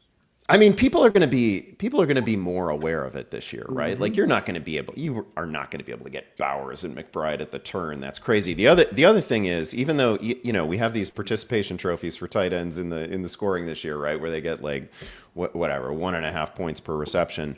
The big play reception bonuses for receivers are crazy too. Like bonus points at a 20-yard reception is wild, and obviously tight ends are getting that as well. I mean, I think it was Kluge who mentioned that there were over 1,500 20-yard receptions last year. That was the first thing I noticed in the scoring, is that like a pretty ordinary play is getting a big play bonus, which is it's going to be fun, right? Like we get a 20-yard reception every quarter in the NFL. This is no big deal. It's not even like a game-changing play. Shoot, you can have a 20-yard reception in a drive that doesn't end in points. So that like it's just a wild thing for which to score. But that's going to contribute to tight end inflation as well. I think it's really fun. It would be crazy to me if there is a single draft in which Bowers and McBride are available at a turn. Yeah, I think people should know. And I think that we've talked about this. I'm a Raiders fan, unfortunately, but I think what the Raiders did find out last year is it was very stupid to go away from Mayer and both of those guys will be involved in the offense. And it was actually on the conversation when we had Lindsay on last night. It's basically the way they ran it in Seattle. They incorporated the tight ends into that offense, so we expect to see the same thing. So I think you could get Mayer kind of late and actually find him in this scoring system to be a weekly starter. Possibly. We'll have to see how it starts and where it goes. Because there's no wide receivers in Vegas. There's no wide receivers, which is why I expect Genty to be heavily involved in the pass catching game this year. So the two tight ends and Genty are the guys I'm interested in that offense. I'm looking forward to a version of the Raiders offense in which, because I think we all knew that Ashton Genty could catch the football and could be a productive receiving back. I thought it was really boring last year. Like a lot of the receiving work was just asking Ashton Genty to drift out into the flat, and if we absolutely need to hit you on a on a dump off that goes for no yards, we will. But it wasn't creative. It wasn't inventive. It wasn't, with a few notable exceptions, it wasn't like a lot of downfield action. It wasn't a lot of what Ashton Genty can actually do. So, in addition to his skills as a runner, if we're actually using him as a downfield threat, if we're like, I kind of think that Ashton Genty might be in the small collection of backs that down the road, can actually run routes for you. And they could not have handled him in a more boring manner last year as a receiver. So I'm looking forward to a little bit more spice. It was frustrating both as a Raider fan and as a fantasy manager of him on many teams. Go ahead, Jorge. Sorry. I was going to say the Jalen Naylor disrespect by a Raiders fan is interesting here, Sal. Oh God, I hated that signing. The only other receiving option in air quotes outside of Brock Bowers here for the Raiders. Interesting. Is there any, I don't know, is there any buzz about one of these unsigned veteran receivers going to the Raiders? Because Naylor didn't do anything for me either. Yeah. What we can recall of Naylor's season last year were, some drops in critical moments. He's a perfectly, if Jalen Naylor is your number 3 receiver, that's fine. If Jalen Naylor is competing for 110, 120 targets, that is not okay. That is not where you should be as an NFL receiving core. Yeah. Debo's there's no buzz. I mean, I don't hear anybody being rumored at all. And I kind of look at it as, it's not going to be Fernando all year this year. Do we wait to make that move going into next offseason? Do we draft somebody going into next offseason? Because I'm sure they're going to have a relatively good draft pick next year. I expect them to be better. I mean, they've signed a lot of defensive players. They by fault got the other defensive player back in Max Crosby, and we were able to afford it because we had a tremendous amount of money in the cap. So, somebody did put up where's the Trey Tucker love. He's a novelty player, right? Trey Tucker, he's not a one receiver. He's a big play guy, which, by the way, if he hits the big play in a Scott Fish Bowl, you're going to get a tremendous week out of him. And we got one of those weeks last year, maybe a second one somewhere, but everybody was living off of that first week where he had that massive output, and it never came. I mean, Jack Beck, he didn't look like the part last year when he got the opportunity. He was a rookie. We could see. So I mean, you're going to. And also he wasn't like an extreme separator in college. I don't, he got a lot of buzz coming into the league, and I get it. Could be a good serviceable pro, but the idea that he's going to be somebody who's going to command 120 targets a year seems silly to me too. Yeah, well, I think you're going to be guessing weekly on who the Raider wide receiver is that gets the point. So rather than do that, just go with the safe plays or just go somewhere else altogether. Yeah, they seem like, I don't know, you got a young quarterback that you're trying to break in, that you're trying to make, you're trying to create a turnkey environment for, as some other teams have done. That doesn't seem like the worst idea to kick the tires on whether it's Debo, whether it's Diggs, whether it's Keenan. There's veterans out there who will play this year who can certainly help your program. And man, you just got nothing in that receiving core outside of the running back and the tight end. Maybe I don't want Diggs in the locker room. I don't know, Yeah. but Keenan is he's never been a guy that's had trouble. He's a likable guy. I think his teammates would say that he's. That's one I wouldn't hate at all, and I think being in the division, coming back home into the same division, it'd be fun to see that one. Yeah, yeah. Of course, if I'm Keenan, like the best place for me is still the Chargers, right? I want to go where I'm perfectly comfortable and I just have a mind meld with the quarterback. But if that's not going to happen, or if the numbers are bad, it just seems so natural for the Raiders to not be finished with the receiving core. Yeah. Did you all hear Tom Brady's recent comment where he sees Mendoza having a Peyton Manning rookie season? And I heard that. I'm like, wait, didn't Peyton Manning have like one of the worst rookie seasons? And so He threw the was most that a shot at interceptions. Peyton Manning Yeah. indirectly? Like, I don't know. Is the rivalry still there? I think he threw like 28 touchdowns, but he also threw like 28 interceptions You're as right. a rookie. So Yeah.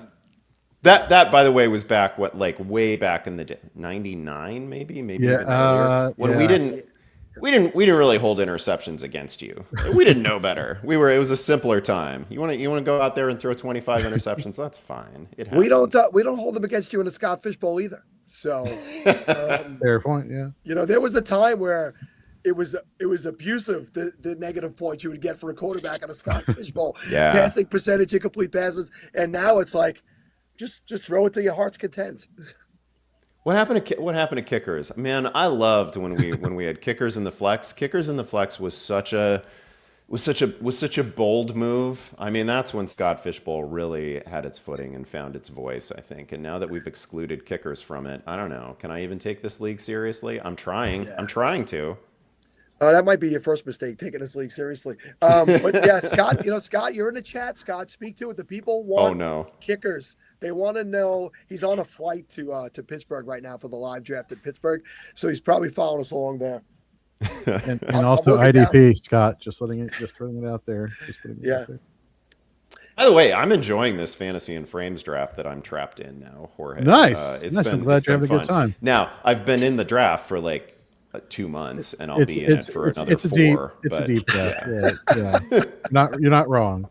There's no end in sight. I keep trying to scroll down to the end of this draft, and I haven't found it yet. I don't know when that's going to happen. 72 roster spots. Yeah. Pretty much, yeah. It feels like that. Yeah, absolutely. It's like 7. There's like 7 starting IDPs, so it's we're really in the doldrums of it now because we're in the section where everybody kind of recognized how many IDP spots they have to fill, and so it's just one defensive back after another on the draft board, and I think I've been on auto pick now because I just have a bunch queued up, but really fun roster constructions in that one. I thought that plane was Scott going over my apartment here. But, in the Fantasy Cares jet. Right, exactly. That's funny. FC1. Oh man, Andy, to your point though, I have a text message group with all the commissioners, and I text them every morning. How are drafts going? And like the replies immediately are like, they are going. So I'm like, all right. Awesome endorsement. Yeah, people are like 550 picks down, only 650 more to go. Yeah. Is there a clock? Is there even an 8-hour clock? It is an 8-hour clock. It is an 8-hour clock. Yeah. Oh, so what's going on? We have to shorten that. Or you got to get in and flex on them a little bit. Apparently, I do. Yeah. So it's a wonderful format though. It's about as deep as a league needs to go, but it's really well designed. And I always feel like if you're gonna bother to do an IDP league, don't just dive in with like 1, 2, or 3. Just let's roll out 6 or 7. Let's make it hard. Well, you've been doing this for so long, Andy, as you mentioned. And I'm not trying to age you. I'm just saying, you've been around these streets for a while. What's your favorite format to play? Do you really like IDP? Is it something you're getting more adjusted to? Have you been doing it for years? If you had one preference, you can only play one league this year. How would you structure it? Oh, that's a great question, actually. And it's funny. Over the years, I've railed against.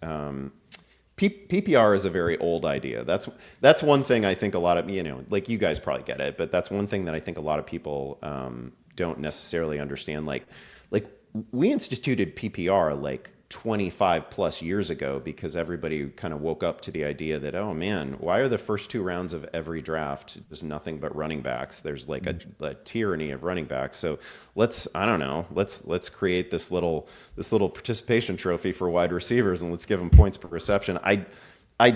That is a setting that I don't like. But that doesn't mean that I want my settings in all my leagues to be, just standard old school, let's go touchdowns only. I'm not like that. We keep track of so many things now, and there's so much data available to you in real time that I don't really see the need for PPR.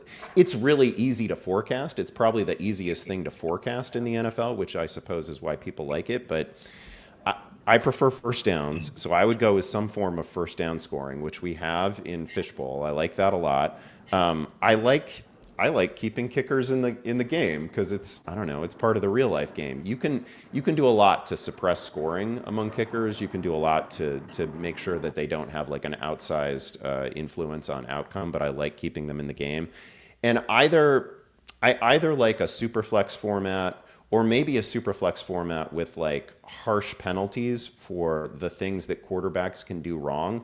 One thing that I feel like we've never gotten right in fantasy, and super flex is kind of a patch for it, and it's good. It creates appropriate depth at the quarterback position. It means that your waiver wire isn't at all times full of 6-8 guys who you can start in any given week. Like, I think it's good that we make the quarterback position more important. I think it would be better if we did it by heavily penalizing stuff like fumbles and sacks and interceptions. And we really like the quarterbacks who are most efficient in real life and make the most good choices.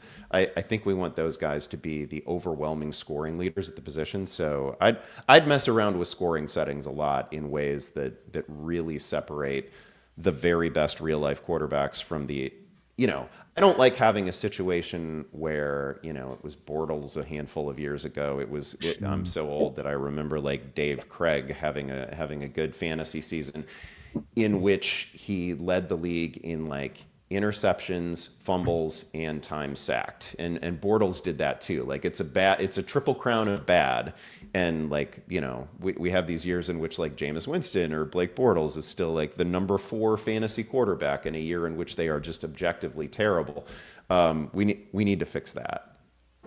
Well, Jorge's going to add all this stuff, but he's going to start his drafts in January next year. Yes. So you can get them done in time. I mean, I'm obviously a much better quarterback, but I've been playing since 1994. My first draft pick ever in fantasy football was Dan Marino, my very first round pick. In fact, I remember my first 3. It was Dan Marino, Herman Moore, and Thurman Thomas. Well, my first 3. Thurman Thomas. Herman Moore was so good. Herman Moore. Yeah. So we started this around the same time, and I think the first year that I played like a traditional fantasy league was either 92 or 93.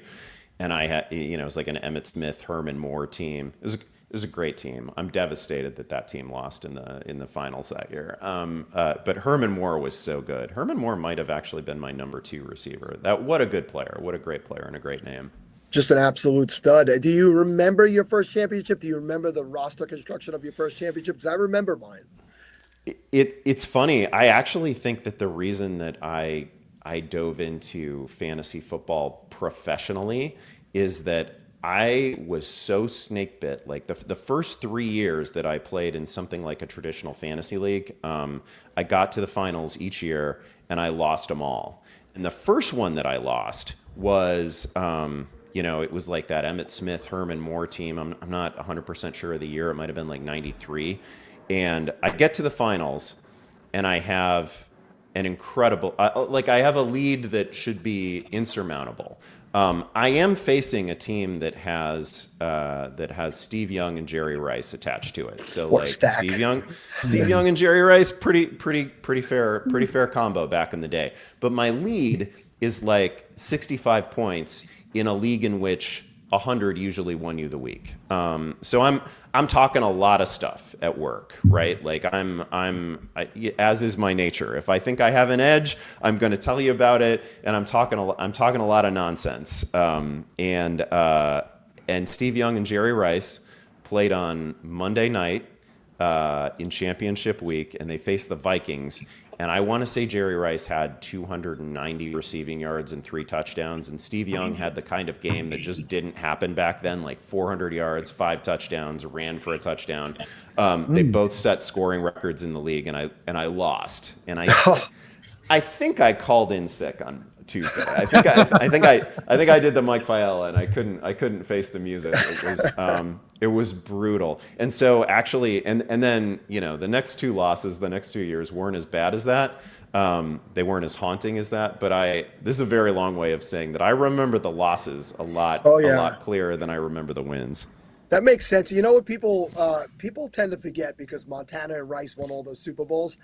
He caught 85 touchdowns, Jerry Rice, 85 touchdowns from Steve Young, and only 55 from Joe Montana. He was far more successful in his years with Steve Young, and Steve Young doesn't get put on that same level as Joe Montana, but he was a running quarterback at a time where we didn't have a lot of running quarterbacks, and he would it was all improvisational. Like, he had some crazy runs back in the day, Steve Young. Definitely an underrated fantasy stud back in the day.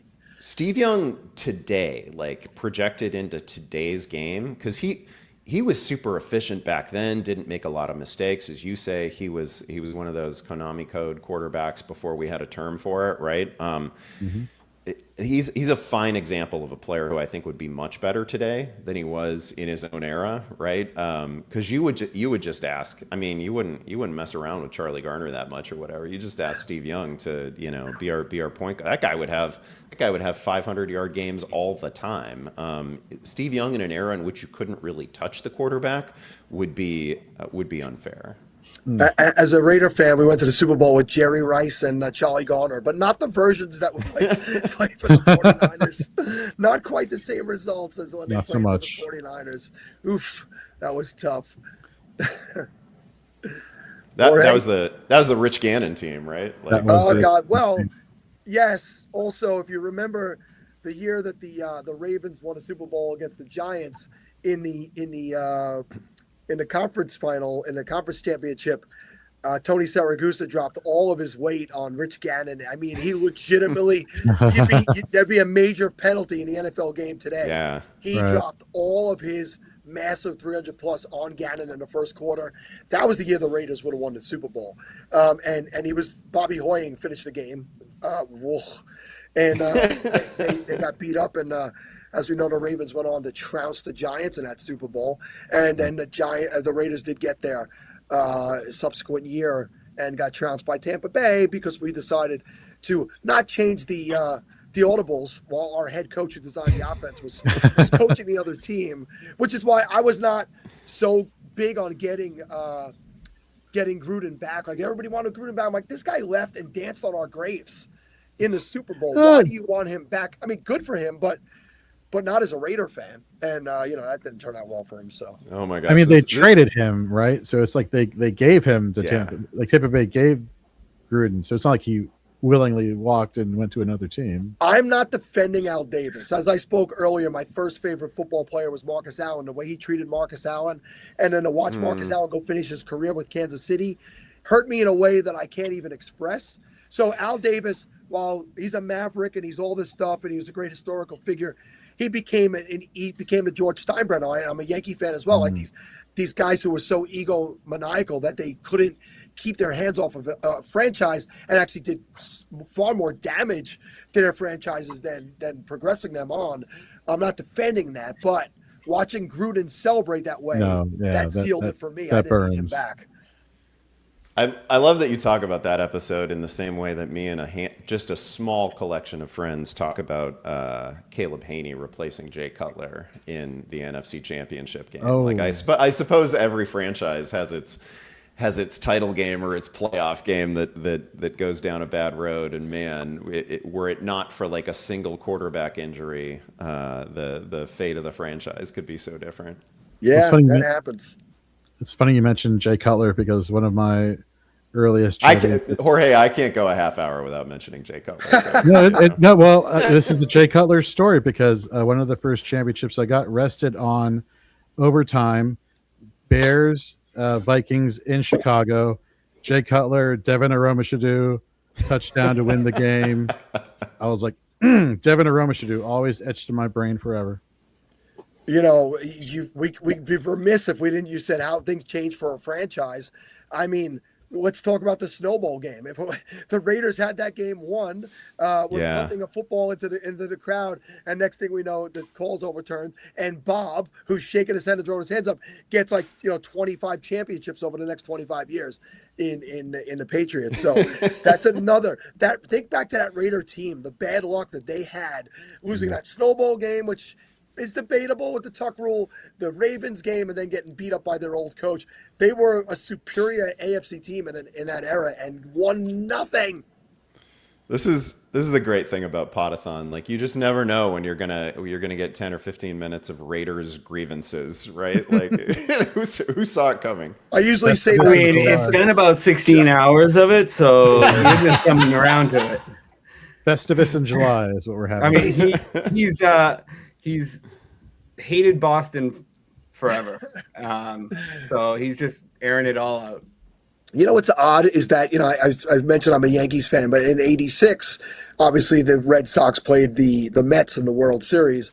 My dad was a Mets fan, so my oldest brother is a Yankees fan. I pretty much always followed what my oldest brother did. And I actually didn't understand the rivalry. I was in middle school. I didn't understand the Red Sox Yankees because it wasn't really alive at that time. And I rooted for the Red Sox against the Mets because for me, it was been worse for the Mets to win the World Series at that time, which, by the way, they won. They ended up winning. So, would it be a different story today? And it would be a tough one. I'd probably just have to turn the TV off in 2026. If those two. Yeah, I mean, when I was a kid, like, the Red Sox won nothing, right? And it was technically a rivalry with the Yankees, but it was the most one-sided rivalry in sports. You didn't really think of it that way, and now there's a whole new generation that thinks of the Red Sox as somewhat entitled, which is crazy. Yeah. He's right here. Well, there's one of them. There's one of our giant kids right there who, like I said, I've been bringing in the next guest while the old guest is still here. Oh shoot! Now you're gonna get some real analysis. Now you're not gonna get like 1970s baseball nonsense and Raiders grievances and Jay Cutler talk. Now you're gonna get some. I can't believe I came in here and Andy's talking about baseball. I thought I was rid of this curse in my life. had to filibuster somehow. Matt cannot talk about the 70s. It's about 2 decades before he became the king of life. So that's not going to happen. But Andy, great 30 minutes with you always, my friend. Good to have you here. I hope to see you around this summer at one of the many events that go on between the Fishbowl and the Expo and all that other stuff. But if not, we'll see you soon, my friend. Be good. Looking forward to seeing all you guys real soon. All right. See you, Andy. And with that, we bring in Yahoo Fantasies. Matt Harmon, what is up, friend? What's going on, guys? Oh man, I've been on vacation for like almost a month now at this point. So this is like the first time I'm getting behind the mic in a very serious way, since like early June. So if I'm rusty, my apologies, but it's good to be with you guys.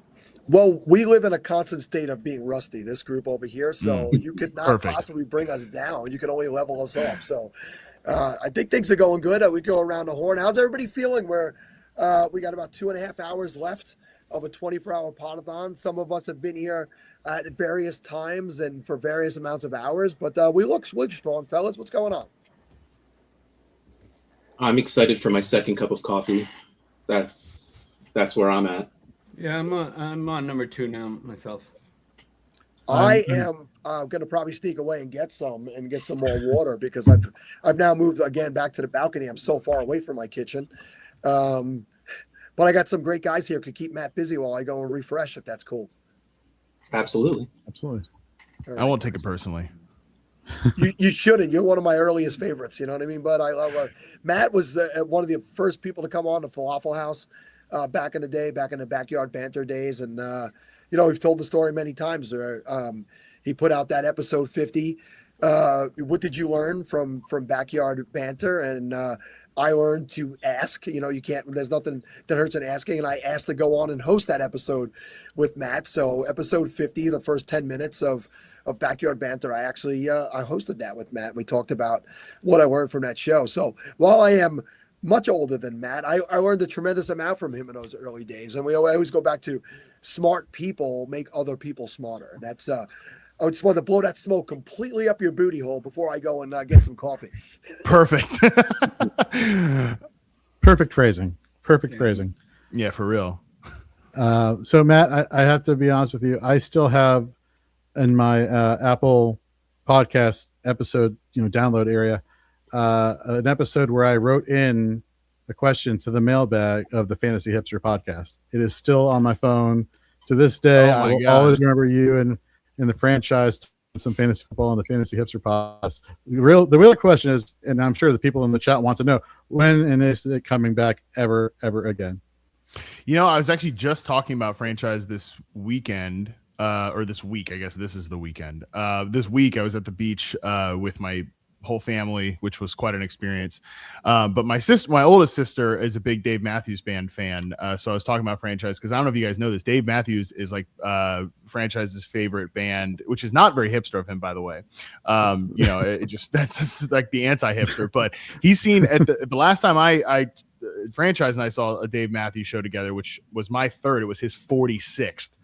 So this is the second time in a week I've talked about franchise. So there you go. No, when is it coming back? I don't know that it will ever come back. And I think that's mostly a franchise thing because he's just like, he's not doing football stuff anymore. He's working for Madden still for EA. So I don't think I could ever drag him back to the mic. He had all that fire back in the day. And I think he's been trying to put that fire out, from a personal standpoint, but probably will never leave him. So I won't completely rule it out, mostly because I think for me, I have enough podcasts in my life, but I'm going to throw him under the bus and say that it's his fault. Since he's not here, he won't see this. I'm going to throw him under the bus and say that it's his fault. Perfectly logical. Totally makes sense. But that's so cool that you still have the episode, because that was a fun show to do. That's like what podcasting really should be. Is just like two friends or four friends here, just shooting it around and like just talking about complete nonsense, whether it was prospects or like our favorite beers. That's what podcasting really should be. Now it's all so produced these days and everything. that was when we were really flying, boys. No, that was a lot of fun. Definitely one of the first ones I started listening to, and of course listening to you when you were in over at NFL Network and all your successes since then. What division are you drafting in this year, Matt? I am in the I'm actually in a live draft this year. So I'll be in Richmond, Virginia, doing a live draft there. I'm in the Pokemon division. I'm drafting 4th this year. Scott Fish will be happy to know that I actually requested a draft spot. Because I've always complained about this on previous Podathons, and I'm like, well, I always end up drafting 9th. Why am I always end up drafting 9th? He's like, well, that's because he's too nice. He wouldn't say this, but you idiot, you can request your spot when you fill out the form. So I actually did that this year, and I'm actually drafting 4th this year, so I'm very excited about that. But yeah, this is maybe my first SFB live event, so that's I think coming up in July 19th. So yeah, that's later next month. I'm excited about it. That's awesome. Well, since you're picking 4th, have you given much thought as far as, a position or a player that's, circling your own noggin here that you want to maybe go after? At some point during the last 3 weeks when I've been in Portugal, I've been in Spain, and then I've been in the Outer Banks, which is a big culture shock. No, I'll be honest. No, I haven't. Okay, that's fair. Honesty is key. Honesty is the best policy, they say. So. Yeah, radical candor here. No, I haven't given a lot of thought. But typically in past years, I've really preferred to make sure I have a quarterback early. So I probably, but this year, I think with quarterback in general, I do think there's a little bit of a lack of appeal to hitting quarterback early, and just in general. Fantasy league. So this is more of like a not SFB exclusive thought.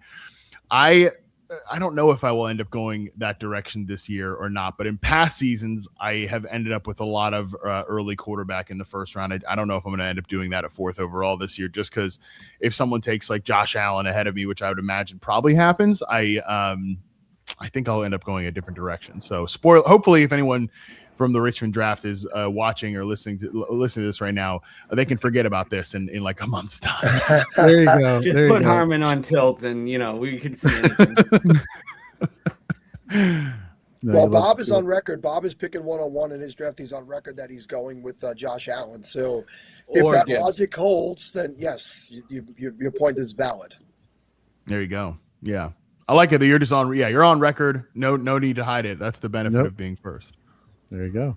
Yeah, I'm on record picking 12th. That I'll take whatever falls to me. So yeah, you go. Nice. Do as you must with that kaboom division. Kaboom.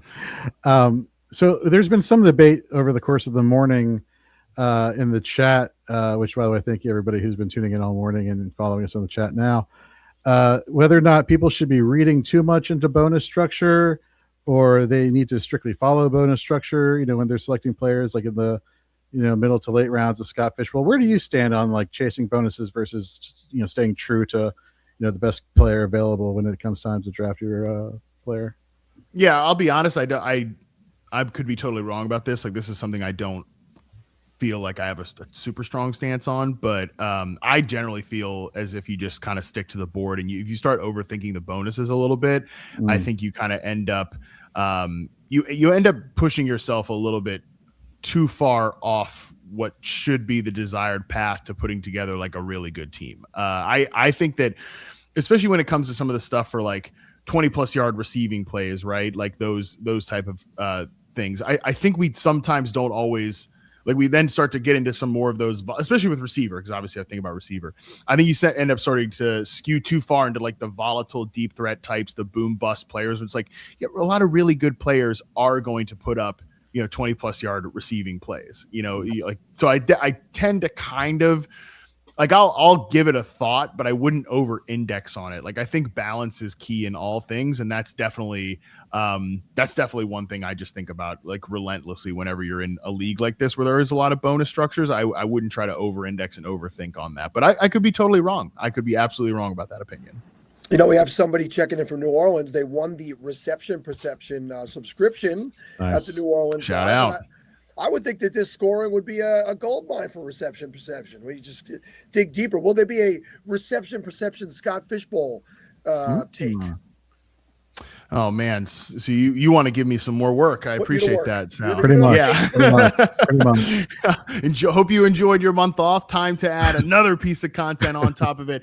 For free too, please. Welcome back. Oh yeah, obviously for free as well. No, that's a good point though. Like, especially with some of those deeper receiver plays, man, I think there's a lot of really interesting younger kind of, I wouldn't call them like maybe fringe starting receivers that I think are really interesting for a format like this. And I do tend to try to lean into that optimism that I know the receiver position. So I will try to go for some of those later options as well. I do think there could be something there, Sal. I'll give you the very politician answer and just say me and my team will look into it. We'll look into it, that specific piece of content offering. But I do think you're right though.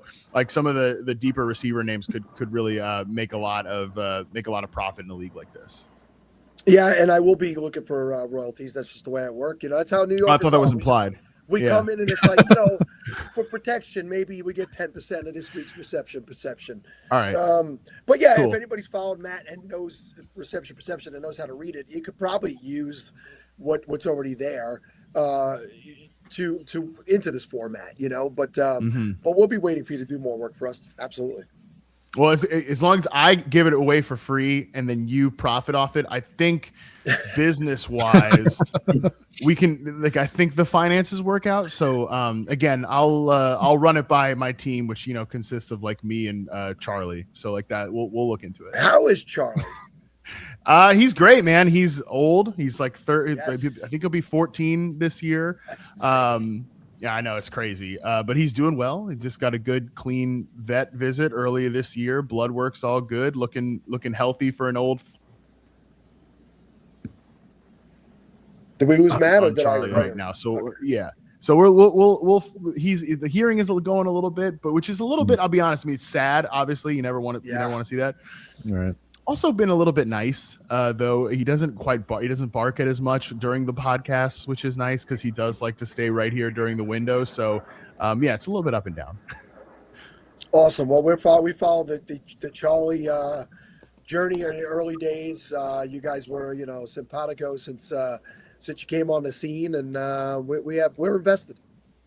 Yeah, me too. I'm very invested. So things are going really well, and we're lucky that he's as healthy as he is. So I appreciate you asking. He will appreciate being asked. It's he doesn't get talked about enough. I think that's probably like a source of tension in him and I's relationship is that, you know, as more has been put on my plate from a content perspective, there's just not nearly enough Charlie posting. So that's another thing we'll have to look into. Can we touch on something? Let's be realistic, because I once was married. You also have gotten married, and you have a whole other life going on. And you know, he's had to contend for attention now that there's other people and maybe even other animals that are around. So, second dog, yeah, no, you're right. You're 100% right about that. It is really funny. Like he never was never had any sort of like behavior issues at all, except when my wife and I, my wife, girlfriend at the time, moved in together in the house in El Segundo back in California. Then he starts acting up. I'm like, what is this? And everybody's like, yeah, he's splitting attention here. He doesn't like that. It is definitely a real thing. You let the dog get, you know, run the roost a little bit, then someone, you know, comes up the pecking order. It can be a source of tension for sure. 100%. 100%. Yeah, my son and my dog, my new or soon to be 2-year-old, when he was doing tummy time once, we captured the perfect picture where he's smiling into the camera, but my dog Penny is like throwing mad shade his way. Like, what is this other human still doing here? I thought he was only here temporarily, and I'm like, oh, okay, well. So, but they get along. I thought we were just watching him for the weekend, you know, type. Yeah, no, I really believe that. Yeah. So this is an actual thing. Huh? This one's not going away. Exactly. That's exactly the look right there. Now, Jorge, if I'm right, you adopted, correct? Yes. We adopted back in the dog didn't even get the opportunity to see like 9 months of pregnancy. Like he wasn't even like, hey, I know something's coming. I can get comfortable with this kid. You know, I go over there, you know, because we know that when the ladies are pregnant, sometimes the dog can sense that and they kind of grow. No, he just showed up one day. So it's even more crazy than that, because we were expecting our son to be born the beginning of November, and he was born at 34 weeks. So we immediately headed down to where he was born in Tampa, and my sister-in-law's husband came down to pick up our dog, and we were gone for about 2.5 weeks. So now, you know, she's not in her home. She's with, you know, quote unquote strangers, even though they're family. They bring her back, you know, and then we show up that day. And so all these changes are happening, and all of a sudden, boom, brand new human being that's not leaving, you know. So that was a huge adjustment for Penny there. So kudos to Penny for adjusting now. How old is your dog, Jorge? She is going to be 5, so she's 4 right now. Yeah, so she had a few years where it was all about her. Yeah. Yep. It's not 100%. easy. Not easy one bit. I tell, like, I don't have any pets now. When I did live home, I had a little Cavalier King Charles, who was my guy. Like, I loved him. His name was S'mores. And he passed away right before COVID. We had to put him down a week before the world closed. We put him down. And I remember telling, you know, my ex-wife and my kids, just take a little bit of time, you know. But next time I come over, they got a dog, you know. And they got this dog, and I'm like, all right, you got the dog. Maybe just let him enjoy it. 2 years later, they got another dog. I'm like, no, he's on his territory now. Like, he's not even competing with other children. You're all adults at this point. You went and got another dog. I'm not like, I don't like that 2-dog house. I like to let the dog have his castle, you know. So when I go over there now and I see the much smaller dog annoying the original guy that was there, I feel so bad for him. I want to take him with me. I'm like, you want to get out of here with me? I mean, it's not that I don't pay the mortgage of the house you live in now, even though I don't live there. Do you want to come live in the other place that I live? That was my way of saying I still pay for my old house I don't live in. Way of sneaking that in there. Well, that's why you need the royalties for reception perception. You need, you're paying a mortgage, man. It's just to survive at this point. I mean, have you seen gas prices? It's getting up there.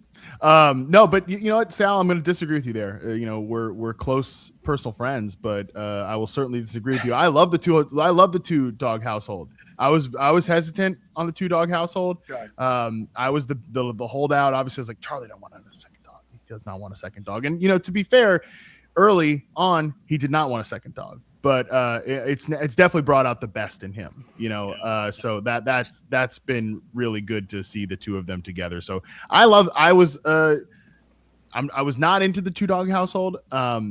I don't know if I want to do it again, but I've loved this version of Charlie with the second dog, Peach, who we kind of the inverse of your situation, or I guess maybe similar situation where we adopted Peach like 3 days before the world shut down for COVID. So we didn't try to have a COVID puppy like a lot of people were doing in Los Angeles at the time, but we ended up with one. So they've been really good together. So I like the 2-dog household. Yeah, I think when I go over to the dogs do actually appreciate each other. It's just me reflecting on them. Fair. Yeah. That's what we normally do with our dogs is we're reflecting ourselves onto them. Yeah, and it's weird because I haven't lived in a house since either one of those dogs were brought into the home, but they still feel kind of sort of like my dogs in a way because they belong to my children, and I do, I go by the house. I've spoken about this, Matt. You know me for many years. There was definitely a period of time where I did not have a good relationship with my ex-wife, and it's actually in a very good place right now. And if you could come back to that, I say this: normalize respecting the person who gave birth to your children. Like that, there's the woman that gave birth to all three of my children, and whatever issues we had when we had them, we've worked them out. Like staying angry for long periods of time, it makes no sense. The stress levels and the years you take off of your own life being angry, I'm telling you, I have come to this place in life where I just understand life so much better. And there were times our daughter went to school upstate New York, the one that just graduated a month ago. And we would take trips up there together, just the two of us in a car. We could not be in the same room with each other for 10 minutes at a point. Now we're doing 4-hour each way round trips because it became about the kids. It became about what makes sense. I mean, we created these people. So I go over there. I'm there often enough that I feel like those are my dogs. And I look at them, I'm like, I would like to take you guys with me, but I got a little apartment in the city. So it's not going to happen.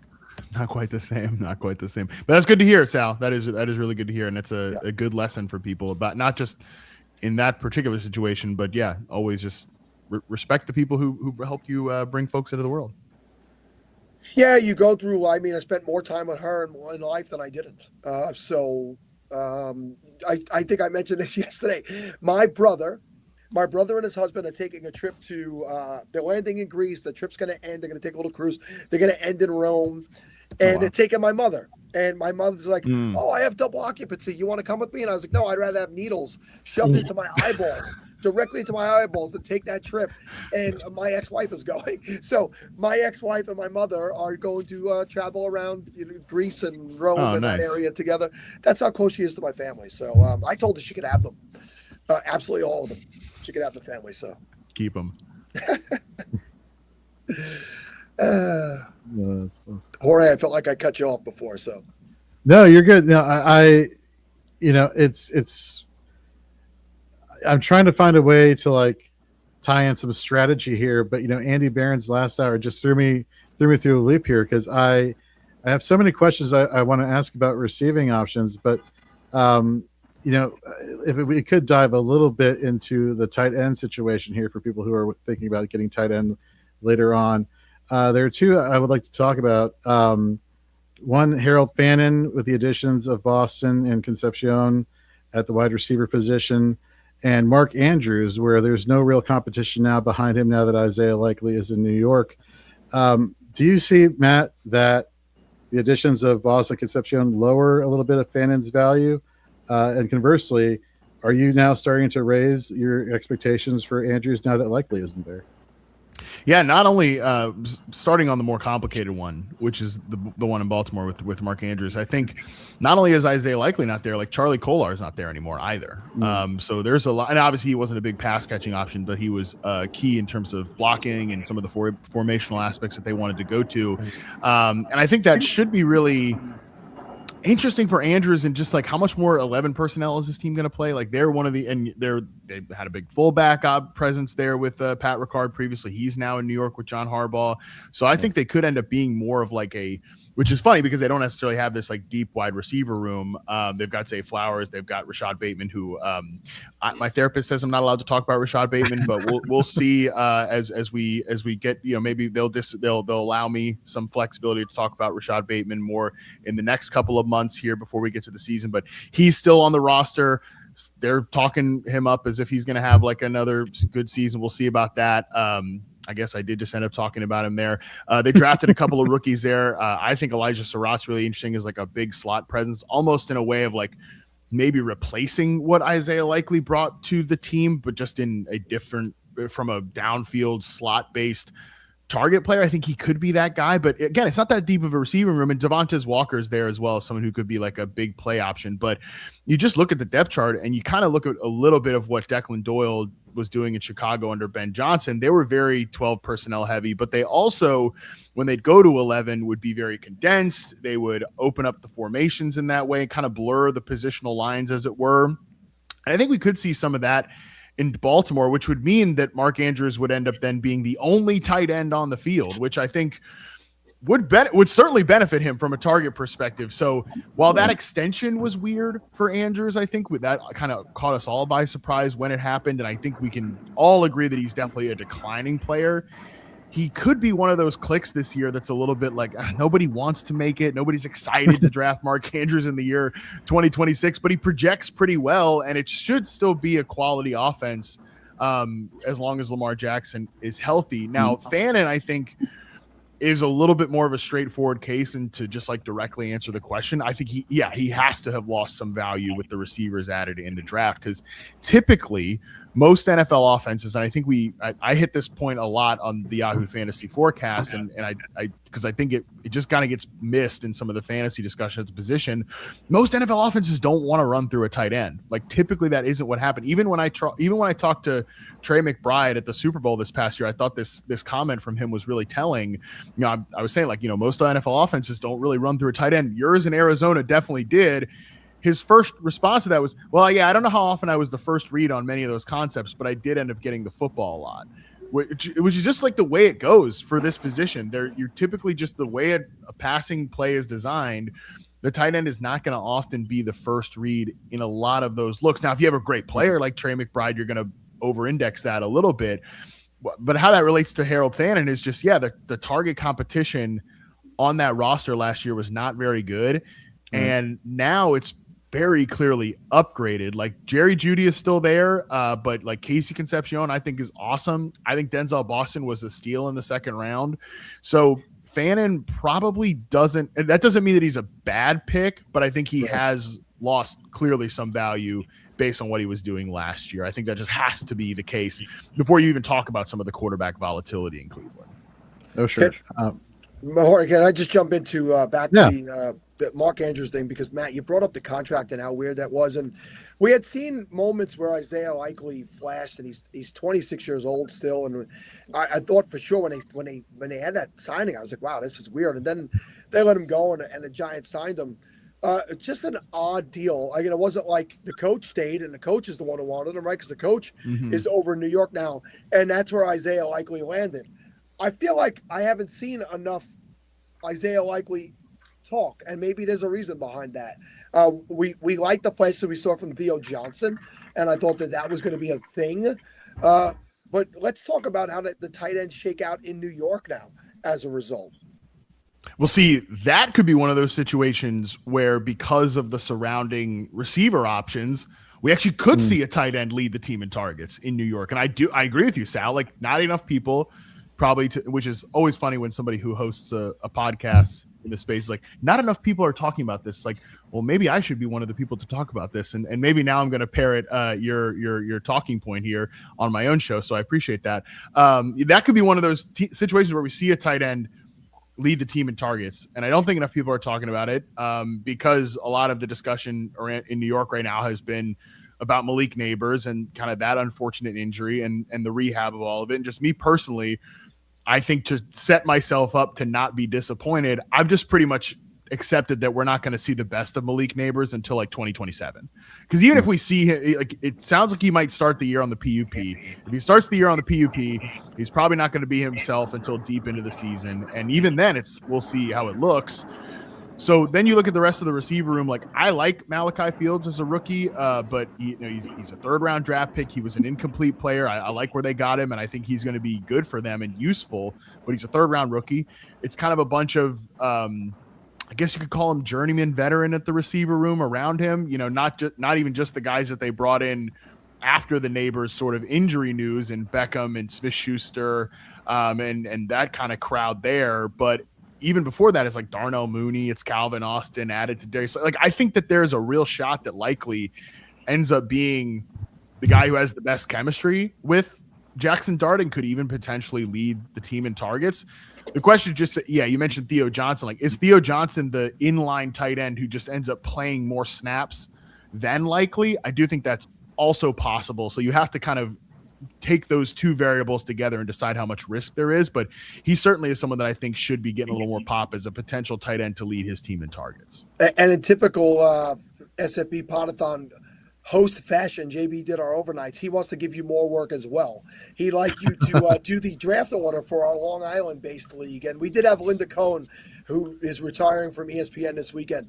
She did our draft order last year, and she definitely insulted me as a guy named Sal from New York. But she's from New York, so she had the New York thing. So she took some amazing shots at some people. So JB's looking for you to work even harder by now doing draft orders. Right. Well, that sounds like something that's a little bit less work intensive than maybe using reception perception to find SFB sleepers. I think picking the order could be a little bit easier potentially on my workload there. So we'll see. Well, I'll pass up on my royalties if you give me the 101 pick. Oh, okay, perfect. All right, great. Let's look the corruption out in plain sight here on the SFB Podathon. Yeah. The cameo discount basically is what we're going with. Are you on Cameo? Have we gotten there? Wait, I might be on it, but I haven't used it. Did anybody see the Antonio Brown video that the guy made recently? Some guy came out and said, "No. When I'm bored, I like to send random prompts to celebrities on Cameo." And I recently sent this one to Antonio Brown. And basically he told Antonio Brown he's been catfishing someone as a woman for the last 2 years. And he'd like Antonio Brown to send the video to this man, letting him know that he's a man and not a woman. And it was a spoof. It wasn't a real thing. And Antonio Brown recorded the video, and it's oh my god, it's gold-ish. I'll tell you, it's gold-ish. It's out there on socials. You could definitely look that up. But that's where Antonio Brown is at, folks. Good to know. Good to always get. Good to is get. It, good to, is it good to know? Is it no? It came across my feed the other day. I figured I would share it. Matt, we're up against it here with you again. The first time we spoke was 2016. So man, it's been a decade of getting to know you, and it is crazy because both of our lives have changed so much, and I think for the better for both of us. Happy to see where you're at. Happy to see where you've settled in. You're a good guy all around. I always love getting to see you over the summer at the expo. Will you be there this year? Yep, I will be there. All booked and confirmed, so I will definitely be there. Hope to see you, Sal. Hope to see everybody else as well. It's going to be fun. Yeah. Awesome, my friend. We'll speak to you soon. Be well. All right, good to see you guys. Appreciate it. See ya. Take care. All right. So Sal, I'll have to head out. Baby duty calls, but just want to thank you all very much for having me on and helping out with the Podathon this year. Thank you for no problem. I'm also going to remove Bob's version of the Podathon chair that he's left there for a little while. But Jorge, thank you for everything. I don't know if you're making it back before the end of the show or not. But probably not. Yeah, you've been tremendous, my friend. Way to take the overnights into the morning and get me some rest because I am definitely not young anymore and I needed it. But you're a stud, bud. Thank you. Happy to do it. You all take care. All right. Be well. Wow, Russ, we got the 2-hour warning, I think they call it, right? Should we go over anything? I guess we should probably go over some of the things that we're pushing here on the it's the glass campaign, right? We got this out there, and all these things are at fantasycares.org. I saw somebody say put a link in the chat earlier. We don't have like producers in the background or anything, so it's hard to stop and type all those things, but all things through fantasycares.org. Just go to fantasycares.org. You'll see all these campaigns that we have there. A couple of the specials that we've been running during the Podathon, the SFB 16 Podathon Challenge, where if you donate $100 over these 24 hours and now you only have 2, you've wasted 22 hours. You could get a signed Scott Fishbowl mini helmet signed by Scott himself, not by me. You're welcome for that. That's for a $100 donation anytime during these 24 hours. And we've had some people use the promo code SALKONG, SALKONG20 for the SFB 16 Podathon exclusive 20% discount on merchandise at the Fantasy Cares store. So that's shopfantasycares.com. You could also get there from fantasycares.org, by the way. If you go to fantasycares.org, there's a drop-down link to get to the merch store. So like I say, all paths do derive from the fantasycares.org site. But if you want to go directly to shopfantasycares.com and use SALCONG20 You got 2 more hours. That promo code, I believe, will come down at the end of the Podathon. So it's a great time to load up on so many of the great shirts, the ones that have been out there for a couple weeks, and the ones that Bob continues to develop during the show. And there's been multiple, at least 4, maybe more during the show that have come out. So, Russ, how you feeling, buddy, with 2 hours left? I'm feeling pretty good. I'm feeling pretty strong. I got a solid 5 hours of sleep in, which is not nearly enough, but it's enough for me to sit here while you talk. So I think I'm doing pretty good. Well, according to my my Apple Watch, I got 6 hours and 18 minutes. So that means I'm fresh as a daisy for JJ Zachariasen, who's here with us on a Sunday morning. What is up, our good old friend JJ?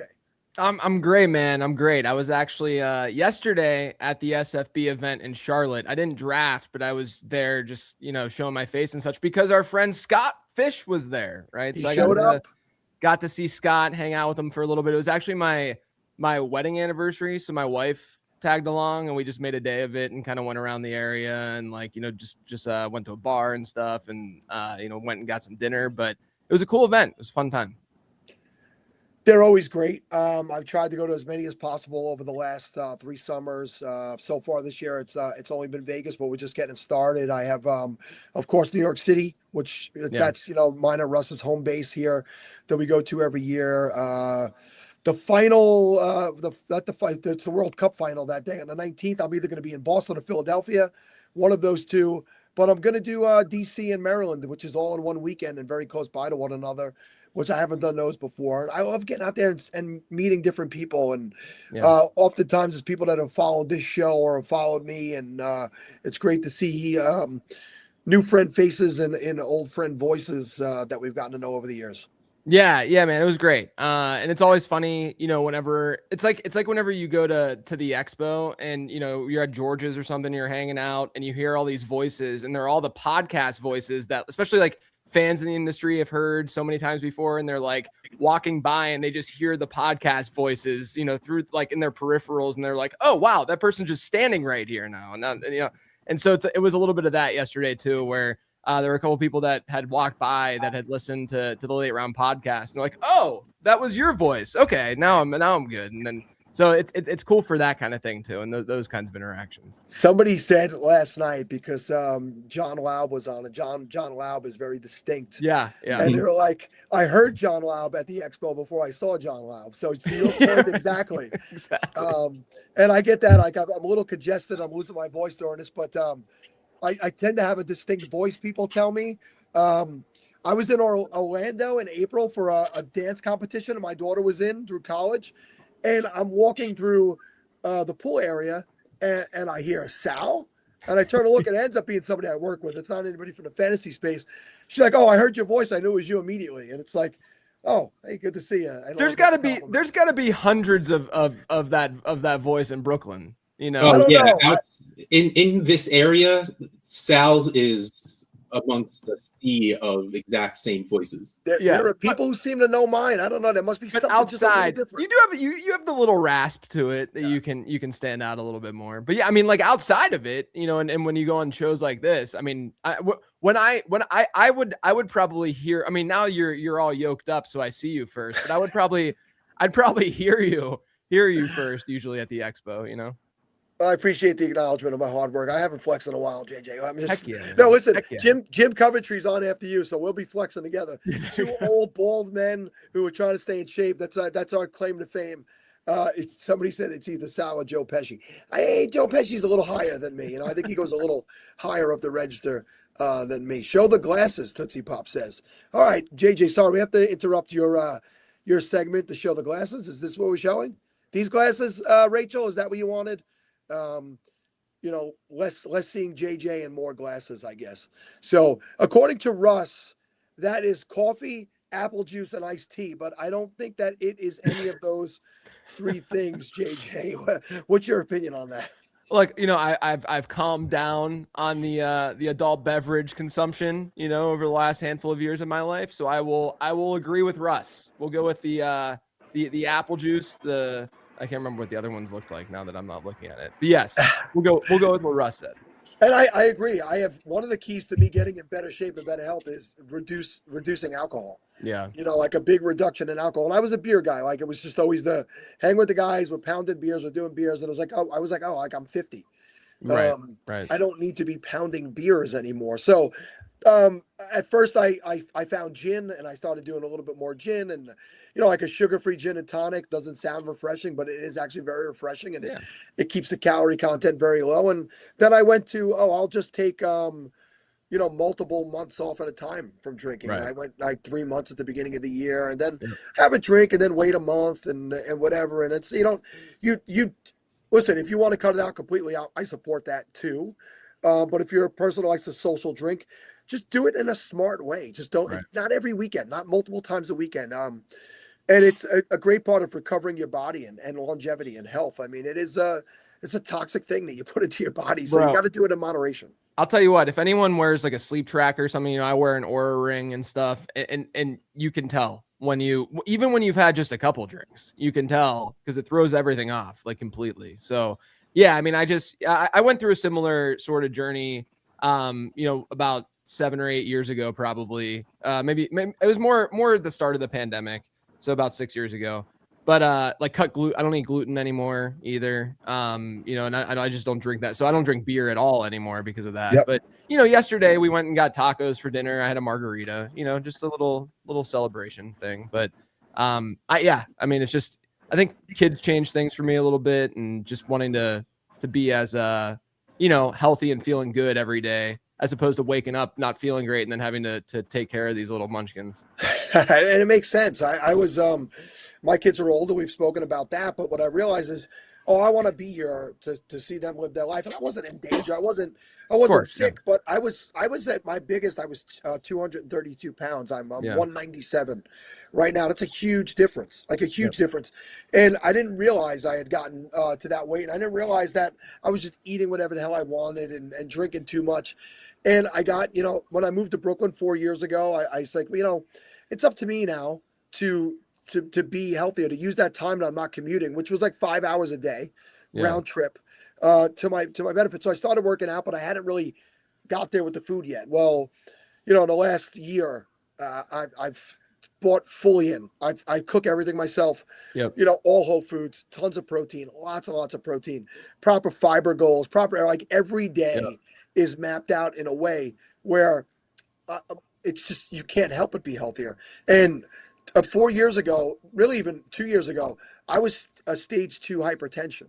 And I got put on medication. And I took myself off that medication just to see where I was at. And my blood pressure is right where it needs to be now, just naturally, because it just changed those habits. So you could easily get to those places. Andy Barron said he didn't want to talk too much football, and I said it's organic. We talk about where we go. So if we're talking about this, we touched on GLP-1s at a point, and I think it's a dangerous place that we're at, where people are just using it because it's a quick fix to what's going on. It should be administered by a doctor. It should be looked at by a doctor for people who are in very, very dangerous situations. But what's happened is people who are 20 and 30 pounds overweight are like, I don't got to do the work. What you don't realize is you're not only losing fat, you're also losing muscle. Muscle is a key part to longevity and health and like life length. You should really do your research into them and do them carefully. And the GLP-1 could still be used if you work out correctly and eat properly.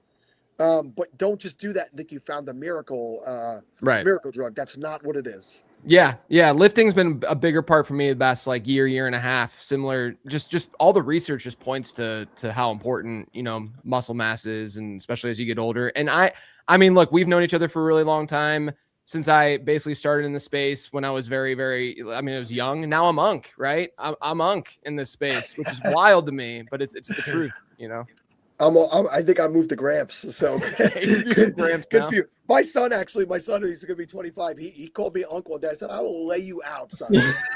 At no point have I ever unk to you. He's so funny. But JJ, how old are the kids? Is it? Yeah. I got two. I got my daughter will be 8 at the end of July, and my son is 3.5. So we're in the thick of it right now. It's so much fun though, because like now, especially because my son's a little bit older and not in that like baby phase, and like he can now when we go on trips, we don't need to bring the pack and play and stuff like that. So it's a little bit easier to just like move around and get around and do fun things. So it's a really, really fun age. So you're not quite bruh yet, is what we're talking about. You know, Sal got called Unc. I get called bruh all the time by my 13 and 11-year-old. Yeah, I'm not quite there. Although my daughter has some sass to her, so she'll throw stuff like that out sometimes. You know, one of the things I love is following certain people, and I get to see your videos you post with you and your kids on Instagram, and it's always fun. I know we follow each other there, and it's great. I love. You know, I had my kids young, so you know, like I'm going to be 52, and they're all out of college. And while I absolutely love that, there's times where I'm like, man, I would give a day to go back and just remember what it was like to just be pushing them on the swings and doing that stuff. It happened so quick, but I get to do that by watching, you know, guys like yourself and some of my friends who you started a little bit later than me, and it's great. I mean, it's the talk about longevity in life. Family. I mean, family and closeness. There's nothing more that's gonna extend your life than being good and close with your family. Yeah, man. You know, part of the reason why I went out on my own with late round fantasy football is because I just wanted to be able to dictate things on my terms, you know, and be able to have the work life balance that I wanted, you know, as opposed to, you know, it was nothing wrong with like my previous jobs or anything like that, you know, working at FanDuel or, you know, with Number Fire pre-FanDuel, you know, before we were bought by them and stuff. But like, it's, you know, I feel incredibly lucky to not only be doing what I want to do, but also being able to, you know, my daughter had a dance competition. She had nationals last week, and I was able to go over, you know, it was like a 3-hour drive, and we took a little break and a little vacation for it and stuff. And I was able to say, okay, look, yeah, I got to do a little bit of work up front before I go, but I'm able to have that flexibility and do those things that I will never miss. I tell my subscribers that all the time too. It's like, guys, I'll be there for you every Sunday. I'll be there for you for what you need with your draft needs, et cetera, answering questions, being part of the Discord. But that's still my number 2 priority at the end of the day. You know, like I'm still always going to make time for, like, I'm never going to miss my daughter's dance stuff. You know, when my son starts playing more sports and whatnot, like I'm never going to miss those things because it's so much more important to me than, you know, and the greatest part is that, like, I think from a content creator standpoint and like a human standpoint, the people that you want supporting you understand that, right? And also it just builds a really nice relationship with your audience in general too, right? Like they have the same values, like they get it, they understand that. And so, you know, if anyone has a problem with it, then maybe I'm not the right person for them, and that's fine, you know. But it's the truth. I was going to say that actually, and you closed with it, is like, I think the people that follow you are going to understand that, because it's not the way you create content and the way you interact with people. It's personal, right? So it's kind of a personal delivery and touch that you have, and the people that are going to be drawn to that are going to be people that's what they're looking for, and that's what they understand. So I want to connect with people who I can actually connect with, not just on the football level or on the you know, gambling advantage level that they could give me, but you know, what's the relationship? And I think that's what's changed so much. I go back to the days where there used to be a phone number in the newspaper you'd call up to get the, you know, right. Yeah, like I talked really fast, and usually it was nonsense and full of BS. But yeah, you will find that, and if not, they'll probably stop paying for the service and not come back anyway, and you're probably not going to be worse off for that. Yeah. I mean, like, look, I working a lot, you know, but a lot of that is like, oh, the kids are in bed right now and my wife is passing out on the couch watching a television show. Like, sure, I'll go work for a couple hours and try to, you know, work on the draft guide or whatever the case may be. You know, there's a lot of research and work that goes into it, but at the same time, you know, if there's something major that I want to be at for my kids, I'm not going to be sitting here updating my dynasty rankings when you can get that 6 hours later. You know, there's just no reason to be doing that. And if you can't understand that, that's fine. You know, there's other people out there. You've been successful, so I'm sure it's not hurting you. And I think honesty and authenticity is what people look for. Before we jump back into anything else, there's this question here. What's the story behind a shirt I just found on a shop called Sal Wind? So here it is. Well, we're back to doing video games, which SFB 9 was also video game theme. So there was the retro shirt of Scott Fish as Super Mario with the football helmet on. And my favorite shirt of all time was the SFB 9 Sega shirt. Mhm. And I have 2 of them, and they're getting a little old now because they're 7 years, and I've worn them in rotation like crazy. And I kept complaining to Bob, and he came up with an SFB 16 version of it today, and he posted it. So he named it It's Here because Sal whined about it.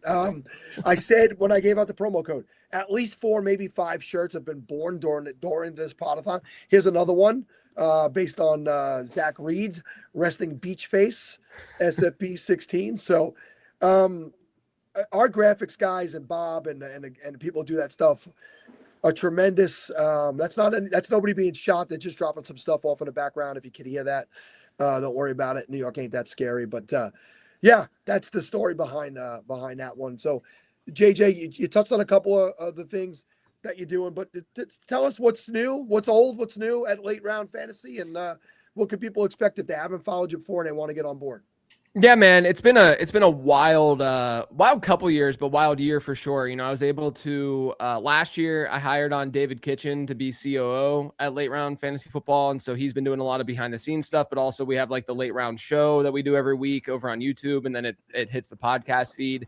And then in January this year, I hired Brandon Gadula, who I worked with at Somebody like that. That's the most New York thing. Oh my gosh. I was up there like a couple weeks ago for a guys weekend, and I'm like, I love this place for 3 days. You know, it's great for that period. I'm numb to the rest of it, but I got back to Charlotte and I immediately cut my grass. Like that was like my way of just like coming back to reality. But no, so I hired Brandon Gadula, who I'd worked with at FanDuel and NumberFire for like a decade, and he had become available. So I wanted someone to support some of the data stuff that I've been doing, and that's what we've been doing. You know, like the draft guide, the late round draft guide that I've been. I mean, it's June for most fantasy analysts is time off. This is one of the busiest months of my year just because of the draft guide. A lot of game theory and research stuff and whatnot. But so that's coming out July 10th, but Brandon Gadula and I developed a new metric called Market Score recently, which basically takes average draft position and it adds some previous season inputs, like data points. And then it looks at player situation and it basically projects how well a player is going to perform in the upcoming season by utilizing what the market's saying, essentially, right? So players' scores can shift and move, but it's just another way to sort of like use ADP to our advantage, because ADP is not a terrible thing to just kind of reference and have in your back pocket, but this basically enhances it and it's more predictive than what ADP can be. So we're doing a lot of like the proprietary data stuff now, coming up with new metrics and whatnot. It's a blast. It's a ton of fun.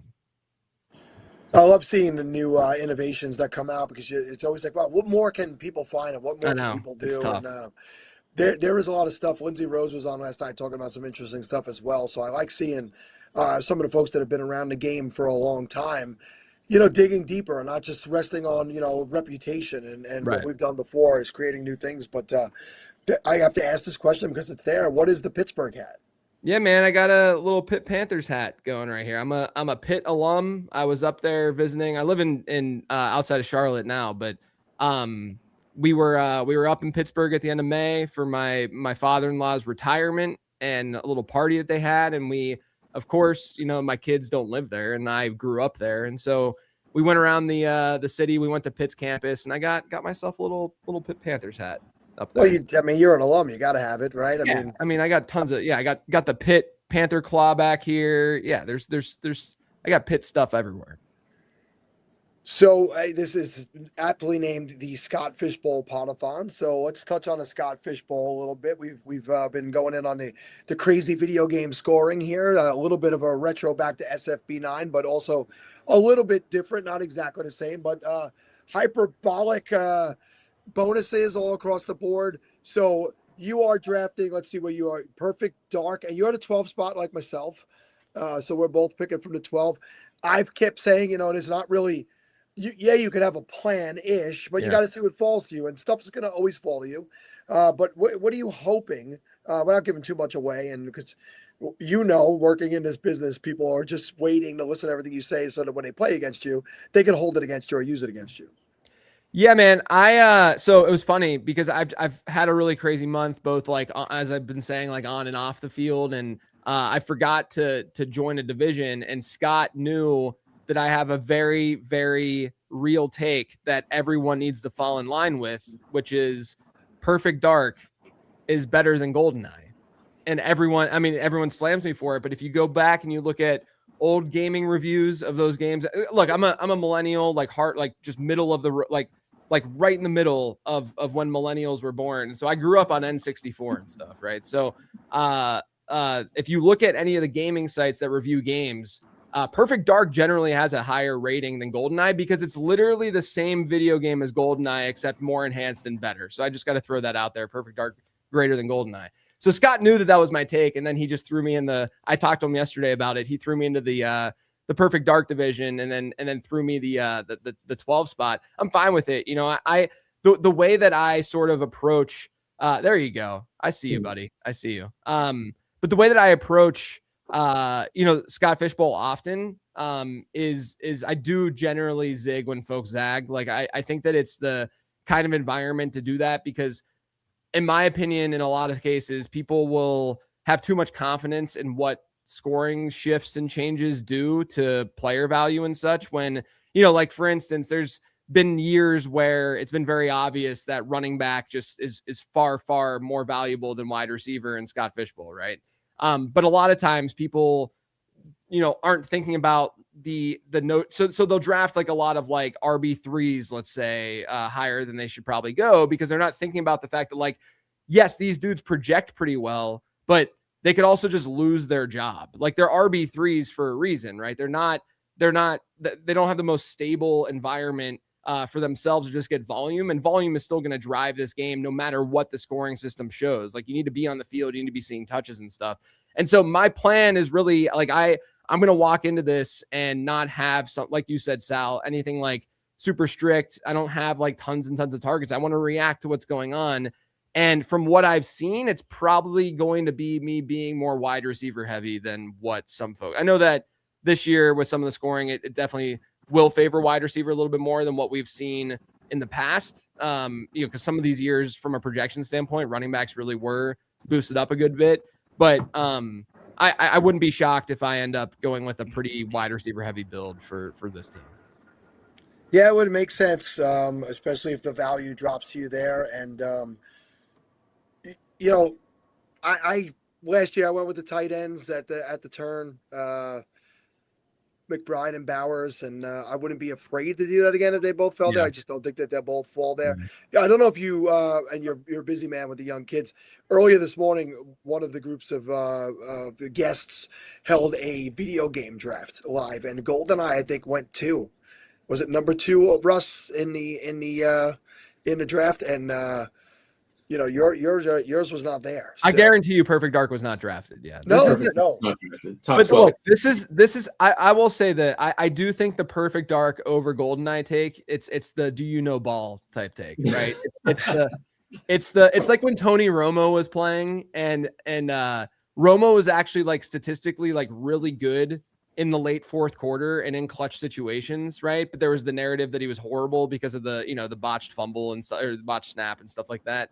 And so like the do you know ball question was like, is Tony Romo clutch? Or the do you know ball question is Jeff Fisher a good head coach? That was the one that I used to always use as like a litmus test for people because clearly the dude was not that fantastic. He was just really good at being mediocre. And so the do you know ball question with video games here is Perfect Dark versus GoldenEye.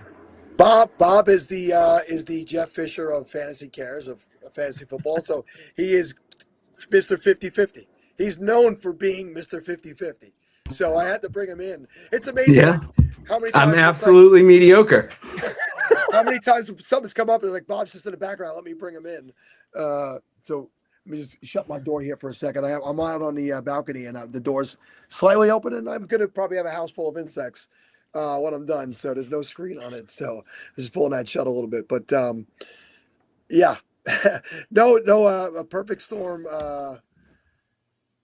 Perfect Dark, I meant to say, did not get drafted. It was only a 4-rounder, but there was some questionable ones in there.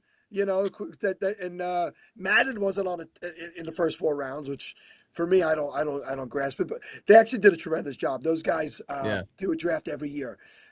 We've done sandwiches with them one year. I I forget what the other one was. This year was video games. It's usually theme, on theme with them. But if we remember, they I tried to believe pass pizza as a sandwich. they tried to make pizza as a sandwich at one point. So Canadians. And I think we had the debate about is a hot dog a sandwich at that time. Yeah. So, which is an old one. How about what do you put on a hot dog? Is it acceptable to put ketchup on a hot dog? Well, I'll say that. I got to tell a little story about this. When I was in New York a couple weeks ago.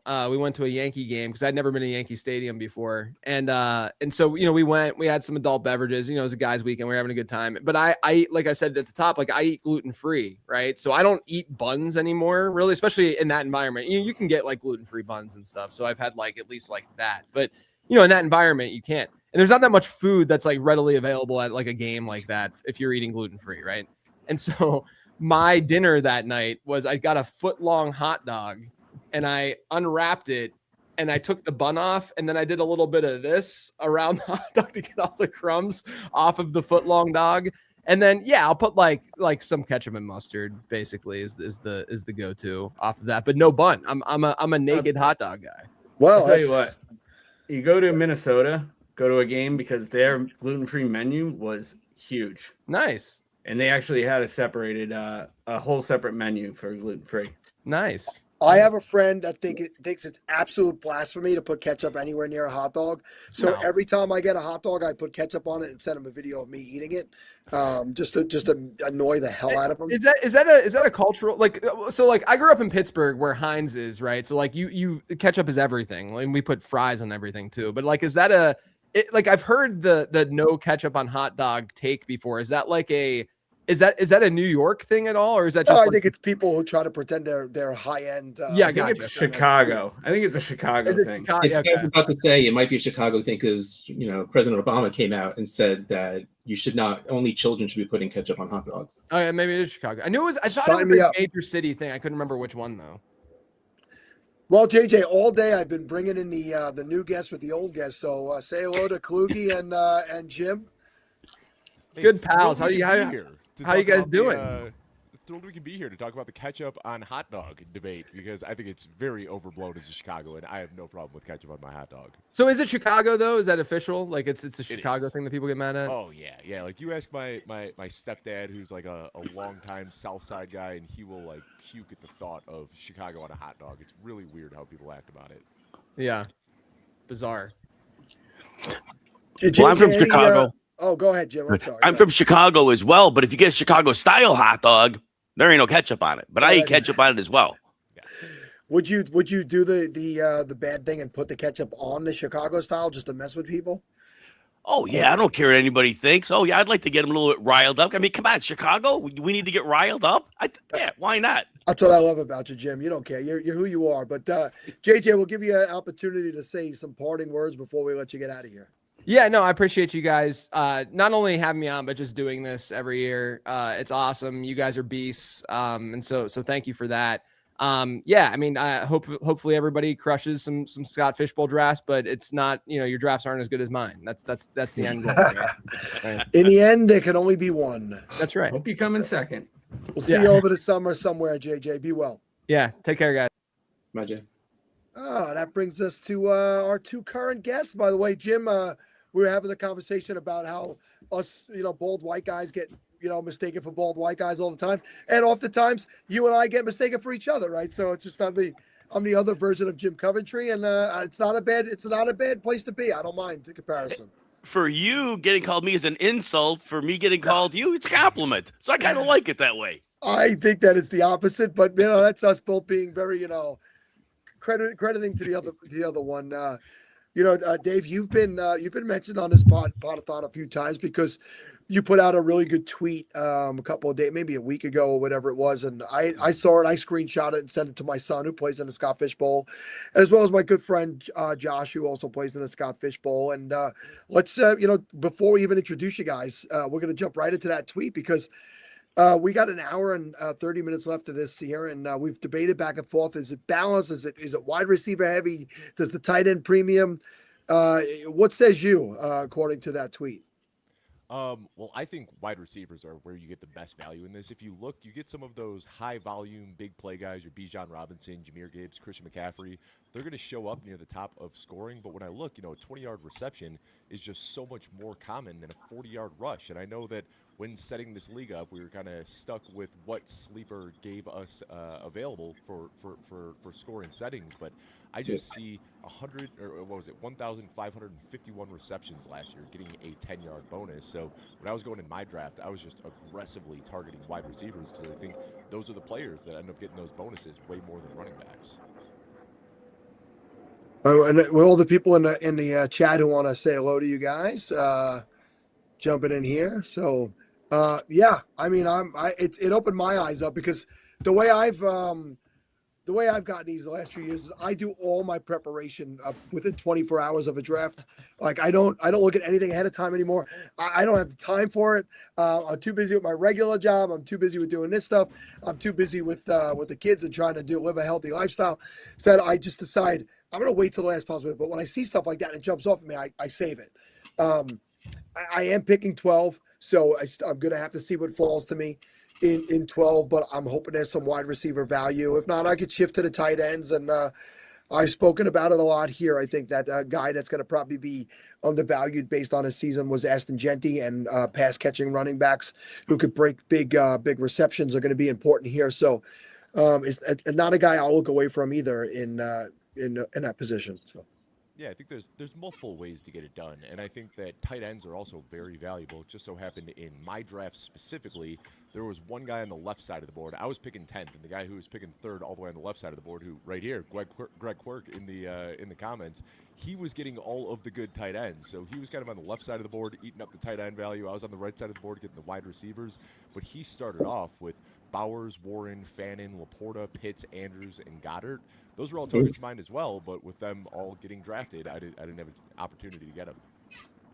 Yeah, that's don't stay on the run. Just go in a different direction because there is balance to be found here with the way that the roster construction is wide open essentially for you to play as many of whatever position that you want. Jim, what do you feel about all that? Yeah, so I mean, first of all, the exciting thing, which is more fun sounding than is in reality, is these bonus scoring. It sounds great, but like Dave said, with the running backs, you get, so let's say you get Jameer Gibbs. You're not getting a 40-yard touchdown every week. You're getting a couple a year maybe, or a 40-yard run. So I just think the 40-yard one, it's fun because we're going to draft it and say, oh my gosh, I got this explosive playmaker. And at the end of the year, you got 3 of them. But the scoring's fun. This could not be even more enjoyable to do. Yeah, with the amount of leagues that all of us are playing in and the different types of leagues that we're playing in, this one staying fun and being different, it keeps it exciting for us. We're drafting so early in the season. We know it's inevitable that there's going to be a player, possibly 2, that are not going to make it by the time the season starts. I go back to a few years ago when my first 2 running backs were Cam Akers and J.K. Dobbins, and if you remember that offseason, they both didn't make it to week 1, and I was out of Scott Fishbowl before it even started that year.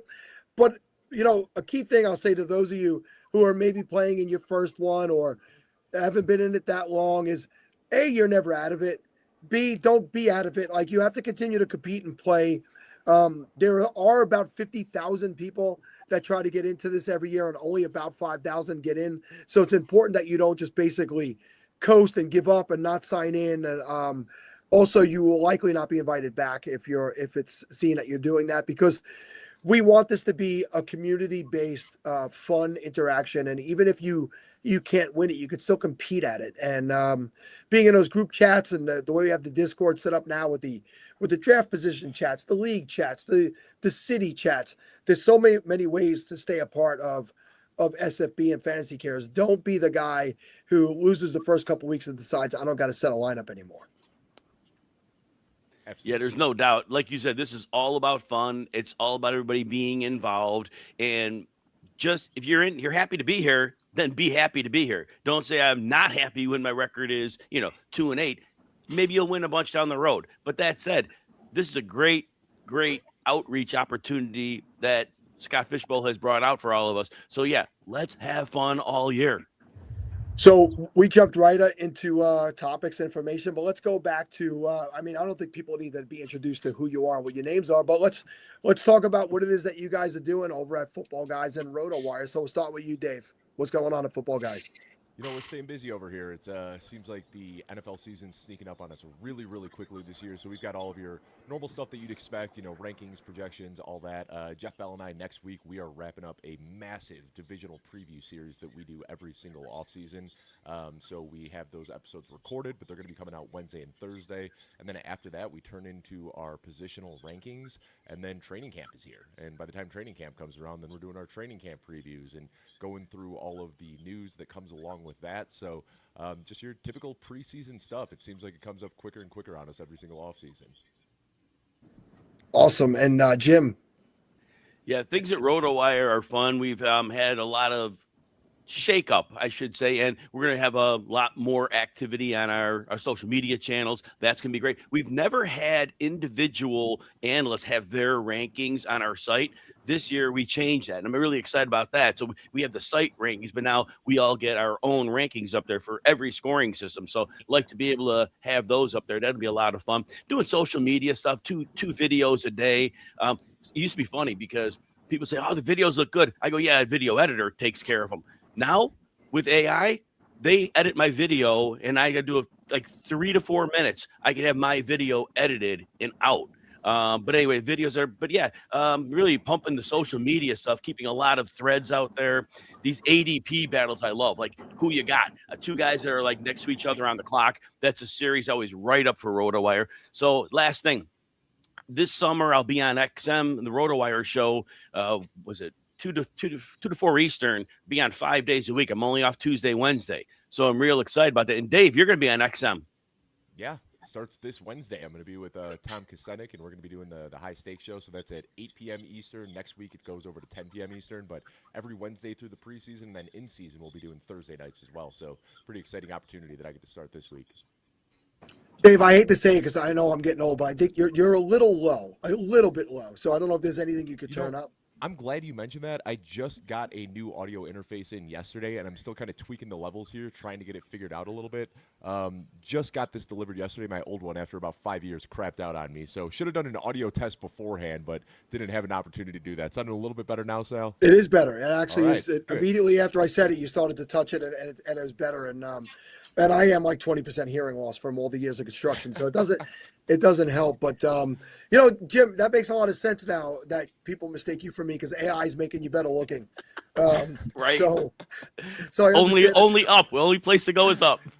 I understand it totally. I mean, I've talked about this a few times over the Podathon, and one of the things I've started to really love in the last few years is I've been out on the road more, and I've got to meet both of you guys in person, and like you're both good people. Like I want to start this thing called Fantasy Football Ambassadors, right? Because there's a lot of people around us that just show up to the events. Not you guys. You're working in the industry. You're working full time in the industry, but I love the ambassador concept of people who go to these events, these live events, and getting to meet good people. Like you're both really good people. You're genuine people, and I love that about both of you. So I'm a better person for having gotten to meet you guys in person. And I appreciate you always coming back every year and doing a show and being a part of this as it's grown over the years. But how have things changed for both of you guys now that there's really so much fan or player interaction with the folks that work in the industry? Jim, go ahead. Dave, go ahead. All right. I mean, it's something that I'm still kind of getting a little bit used to, right? Like when we do go to the Scott Fish Bowl and people want to take pictures and whatnot, that's something that like I'm not 100% comfortable with, but it's something that I'm getting used to. But man, it is so much fun getting to meet people. Like, and you guys know how it is when you're creating content. You see those same people that are on the YouTube videos in the comments like every single week. Getting to meet those people in real life is great. And you say we're good people, and thank you for that. But I think almost everybody in this industry, when I first got into this industry, there was so much like toxicity on social media, and I was terrified to go to Canton for the first time. And then I found these people that were jerks to me on social media that ended up actually being really nice in real life. And I think some people just don't really know how to handle the online communication.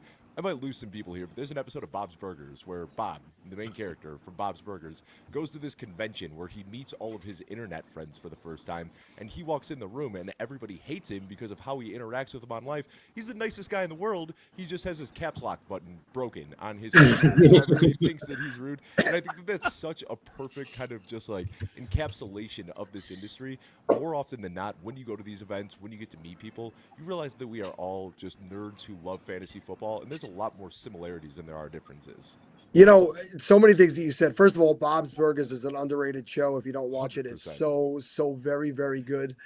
You know, I remember when I first met you, and I'll say this, you know, respectfully, I felt like you were a little drawn in and hesitant a little bit. You know, I used to be a very aggressive person online. I don't think I ever was towards you, but I mean in my early iterations of just being on here, because like it's just a natural reaction. Sometimes you realize, oh, you know, like don't be a douche, you know. And I've grown so much in the years to read. I'm actually like a very gentle, kind person in person, and sometimes that could be misconstrued. But what I've come to find is that the people that do show up, you realize they're nicer, but the real jerks don't show up to things like that because they know who they are. The people that are hiding behind the keyboard and the phone, that's their safe place. Their safe place is to be protected by that distance. So more often than not, they're not showing up to places like that. And if they were, they'd get weeded out quickly, and it'd be a larger group of people that will isolate them and tell them, you know, you're not welcome here. In so many words that won't maybe say it directly, but we'll ice them out. So, Jim, what's your take on the live events? Yeah, so the live events, like I said, the first thing, everybody wants to be there. And so from a social perspective, I know everybody wants to be there and they're happy to be there. So yeah, they're there to draft, but you know, part of it's a social event. Hopefully, like for me, most of it's a social event with a draft that happens to be there. But last year I was in the Madison, Wisconsin live draft, and I live in Chicago, but I drove by the home office RotoWire, and I pretty much made it a point to say hello to everybody in the room at some point. And it was a great opportunity. Like there probably were 70, 80 people there, but it was great. And everybody seemed to be pretty engaging back and forth. Obviously not long conversations because we're having a draft, but I just love the way it was. Nobody had to sit at a table for that draft. You could basically just move around and mingle. It was like a draft party. It literally was a draft party. And then he said live events, even like the expo, when we go there, people want to be there. So it's easy to say hello because most people want to have hello said to them. I tell this story all the time. Like my first time in Canton, like two people that I knew well, Pat Fitzmaurice and Andrew Behrens, knew well as in like watching their content over the years. And I see them sitting at the bar at the DoubleTree, and I'm just like shaking like a leaf, like so nervous to meet these guys. And then they were so warm and kind and just like generous with their time right off the bat that any anxiety I had about that weekend was just completely gone within 5 seconds. And then everybody I met for the rest of the weekend treated me the same exact way. Like it is just like nice, kind people. And I really think, you know, Scott Fish has it in his Twitter bio or his banner or whatever. Like I think you need to be a good person to make it long-term in this industry. You see a lot of people that try to cut corners and find other ways to grow in the industry, and those people flame out pretty quickly. The reality is a lot of people who have been doing this for a long, long time are there because they're good people and they treat people the right way. Yeah, you've said that clearly. You'll get weeded out. And Scott has delivered messages like that since day one. And one of them is to be a good person, but also to do something charitable through fantasy football. I mean, this entire thing started with Scott basically just telling people, donate one of your league fees to charity. Fantasy Cares didn't exist back then. It was, you know, it was an idea, but it wasn't a reality. And it was just, you know, get that word out to people to do something charitable through fantasy football, and what it's grown now into. And, you know, the 12 years or so that I know Scott, but he started this 16 years ago, clearly, as we're in Scott Fishbowl 16. You know, good people will get other good people to follow behind them, or make people maybe were teetering on the fence. I mean, you made comments to something. I go back to the Fantasy Life app days, right? In 2015, Fantasy Life app, which then Matthew Berry will close out the show in about 45 minutes from now. I was going through a period of my life where I was still living home, but my marriage was over, and I had all this free time. My kids were getting a little bit older, like teenage years at the time, and they were social and busy, and they didn't need me as much. But you know, I was there waiting on the couch for them when they came home, and I was in a little bit of a dark place, really, because life was changing for me. It wasn't what I thought it would turn out to be. So I had found a Fantasy Life app, and I went on there and I found a group of people, which, by the way, became Falafel, right? So Fantasy Life app, Fantasy Football League, which was my original podcast that I used to do, and Matthew had come on, and Matt Harmon came on, and Mike Wright came on, and Liz Loza came on. All people were friends of mine today, like good friends of mine today. And I was kind of like a lost person in a lost space, and I found that there. But what we created on there was this community that organically grew to 15,000 people. And naturally, that came with people that hated us. And on the app, they created the anti-falafel groups. They would get pictures of us off of other social media and our family and do derogatory things to them. Like, we were nobodies. And I don't feel like I'm a somebody today. I feel like I'm in a better place today, and I'm a part of a group. And I don't ever like to think I'm a somebody, because I think we sit amongst a group of somebodies, you know. But we were really nobodies in the fantasy space. But because we started to get attention and we started to build a group bigger than anybody, there was a group, and it was mostly younger guys. You know, I was probably in my late 30s at that time, early 40s, who just thought it'd be funny to attack us. So you're always going to have people that do that. I don't see any of those people in the fantasy industry today, right? Here I am, you know, 12 years later, 11, 12 years later, and I've found my group of people. And I found this group of people because of what I helped create over there on Fantasy Life app. So, you know, to your point, and I haven't cursed a lot on this Podathon, but shitty people will find their way out the door. Yeah. It is true, and it needs to be that way. And you know, I said earlier, everybody wants to be a part of something. And when we're a part of something good, like what we're doing now, it's got Fishbowl, Fantasy Cares, and all other events in the community. It really is. People want to be a part of that. It's a really positive energy. It can be a very big escape from, like you had mentioned earlier, Sal, the tough points in your life you went through. But sometimes this community is an escape from that, and we need that. The football itself is an escape, but the community, sometimes we need an escape because life isn't easy. Yeah, I had Matt Harmon on earlier, and as I said, back when Matt used to do Backyard Banter, the 50th episode he was doing, he asked for people to send in a clip of what they learned from listening to the show. And what I sent in was, hey, I'd like to come host that show with you. What I learned was to ask. It doesn't hurt to ask. And he brought me on, and in those first 10 minutes, I talked a lot about what I just talked about. And that was still fresh, because it was only about within a year of when I had started this. So I wasn't, you know, the divorce didn't go through yet. I hadn't moved out of the house. I was still home. It was still very fresh, but I was lost. I was absolutely lost. And I couldn't speak to people in my personal life. I had this block where I couldn't go to people, you know, and I eventually went to therapy. I'm a huge proponent of therapy.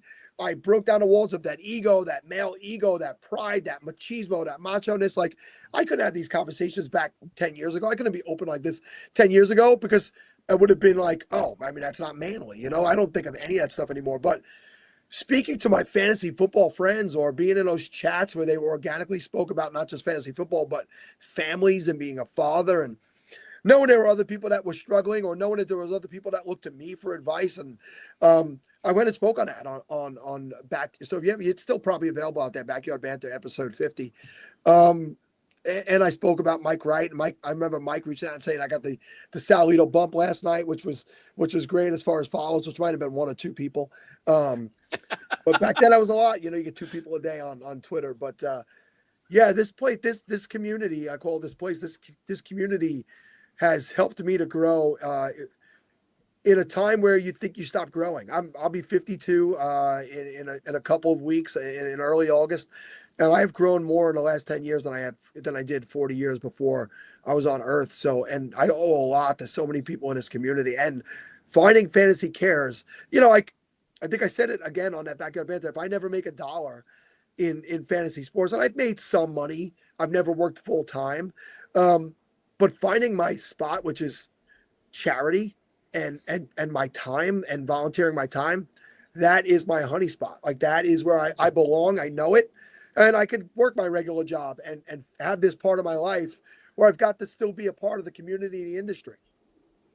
Yeah, and I think, there's a lot of different ways to find fulfillment in life, but I think one of them, like doing charitable acts for other people, is one of the best ways to just give yourself a fulfilling life. Like, it doesn't take a lot from you, but it just fulfills you. It makes other people feel better, and I think that's what this is all based on in Fantasy Cares. Yeah, and I'm going to turn to Russ to speak on it, because I do all the talking, and Russ knows. He says he knows his place, which is just let me ramble on when I want to. But Russ, this has been so much a part of your life these many years that we've been doing it as well, and you're more dedicated than it to me. I know that, because you guys are behind the scenes doing a lot of stuff with the money and making sure it goes to the right places and all that stuff. I just get to show up to stuff and pretend that I work hard. So, we've spoken about it before over the 24 hours, but let's remind people again, what does this mean to you?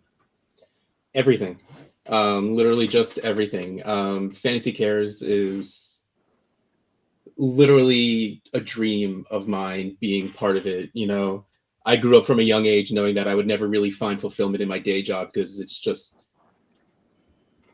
maybe not the smartest move of my life. But in a job interview in my late 20s, someone asked me what my ideal job position would be. And without thinking, I accidentally said someone paying me to sit on my couch and watch Netflix all day. Like, that's not really what you tell a person. I really ended up getting the job, but Well, maybe they like your honesty. Yeah. But I always knew that, like, my day job would never really, like, lead to fulfillment, because I never really cared about, any of that. And then now I find my way somehow working for a charity that does this much good in the world. And it's just like, okay, 20-something-year-old Russ. I mean, it may have taken 20 years, but you found your way to the right place. And it really just is, every day seeing how much good the fantasy football community does in the world.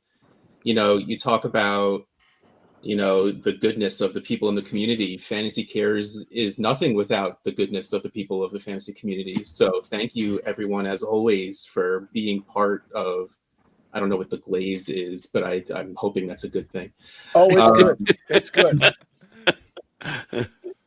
But yeah, so, really, thank you, everyone out there, with all of the good you do that helps us do so much good. Yeah, and we are scraping the tip. We haven't even gotten there of what Fantasy Cares is going to grow into, right? It is not just doubling year after year. It's growing faster than that, and we haven't really expanded it as far as it can go. It might take more people to get in here and help us to do it. I mean, we have so many tremendous volunteers in every city. And again, 48 cities that are not all in the United States. Some of this is going on outside of this country. I think 7 or 8 of them are outside of this country. So I am just here in a sheer amazement of what it's become so far, where it's going, and getting to be a part of it. Like you don't have to pay me to do this. I would almost pay to be a part of this, because it's that special. And Joey put this in there, and yes, once again, doubling 2027. Him and Liz Loza have discussed this, being at the Dublin draft in 2027. And we don't want to be the only 3 Americans to go there. We want a group of Americans to come with us. So I think that, this is building some momentum, even though it's only a week old that we had this conversation in Vegas last week. But, we'll get there. This is true. I was trying to say scratch the surface, and I was saying scrape the tip. I did say it that way. I was letting that go. I guess the chat wasn't as nice about it. The National Urologists of America support this message. I can't even afford to scrape the tip. I mean, that would be detrimental to my success. Blaze is slang for compliments. We got a pause. We got a big pause. What's coming next? Scrape the tip. This show got PG-13 real quick. Yeah, that's it. Wait, look at this. This guy's checking back in. This is my son. Final hour, finished strong. And my son, are you in Boston still, or are you way back to New York? I don't know. He went for a trip with his buddies to Fenway Friday and Saturday, and he probably saw the Yankees lose twice to the Red Sox, one of which game that this guy was at right here Bob, Nodding Bob, was at the game on Saturday as well. And then I like that Russ I and always Bob right now look like two of the same people. It looks like just like alternate universes of each other. Like just lean in the blue shirts. Yep, that is the standard. Hold on. Oh The standard fantasy cares lean. We over call it the here. Sal bookend. Oh, I say that's right, guys. My son says they're getting back in the car and heading home soon. Okay, so he survived, didn't get beat up by any Bostonians. I I appreciate mean, that. we're Boston. just trying to keep the place standing while Sal tears it down. That is true. We did discuss a lot of my snipping. There was a snipping shirt last year, a snipping shirt idea that Scott came up with last year because I am vasectomized, and the world doesn't need to know that the vasectomy is a good thing. There it is. It's me and my fingers. Boy, I was definitely heavier in that picture. What a difference in my face and my neck in that picture. But Jim, I'm down 20 pounds since January. So I at my biggest, I was 232. That was like 4 years ago. I got down to like 205, and then I would go back up to like 215. I got back from Mexico in January, and I'm like, you know what? I want to buy in fully to proper nutrition. And so I really didn't change my workout patterns tremendously. I changed my nutrition and like consistent tracking, cooking whole foods, really. And I am 197 pounds. I've not been under 200 pounds in 2 decades. I feel tremendous. I feel like I've added years to my life. And when you do this stuff, it becomes a lifestyle. It doesn't become a fad. I'm over that hump of it being something I'm going to do. We spoke with JJ in a session before this about reducing alcohol, cut beer almost completely out, really reduced alcohol. There was 3 months at a time where no alcohol, where I made my largest gains or my biggest losses, which are also gains in a sense. And I'm loving a healthy lifestyle. I know, Dave, you got on board with healthy lifestyle there, and you've posted about that as well. Jim, no doubt you live a healthier lifestyle as we get older. Muscle mass, not massive muscle mass, maintaining and retaining muscle is direct correlation to the longevity and length of your life. Lift weights. You don't have to lift heavy weights, but lift them. Do some kind of weight lifting or lifting of something above your body weight every week, and it'll extend your life without a doubt. But it all happens in the kitchen. One addition, and you are very right. It does increase longevity. No, seriously. Cognitive decline, muscle mass, direct correlation of fighting off cognitive decline, because longevity, like Sal said, is great, but the double benefit of lifting weights is you have much higher percentage of staving off the cognitive decline, because you don't want to live a long life if you don't have the cognitive ability. So yes, lift weights. And to that point is, if you're going to live longer, live better years while you live. You don't want to live long and not to push anything. We've talked about GLP-1s. Creatine, which is like the most studied supplement, also has cognitive benefits. It's not just to retain water in your muscles and to make you look bigger. It has been proven to have long-term brain repairing functionality. So look into it. The studies are out there. We did shift over to something that, by the way, I plan on shifting over to in my life as far as content and stuff. There's so much fantasy football out there, and I think that I want to start talking about long-term health and longevity and health. So that's something I'm going to be looking forward to doing in the future. But we're up against 11 o'clock. So Dave, do your parting words, my friend. Yeah, you can find me on Twitter at Dave Kluge. Of course, all of my content over at footballguys.com. You can find rankings, articles, shows, all that good stuff there. We just announced our magazine. It won the FSWA award for best publication last year. You can get yours now. We are doing a $5 off all pre-order sales. So you can find that on the Football Guys website.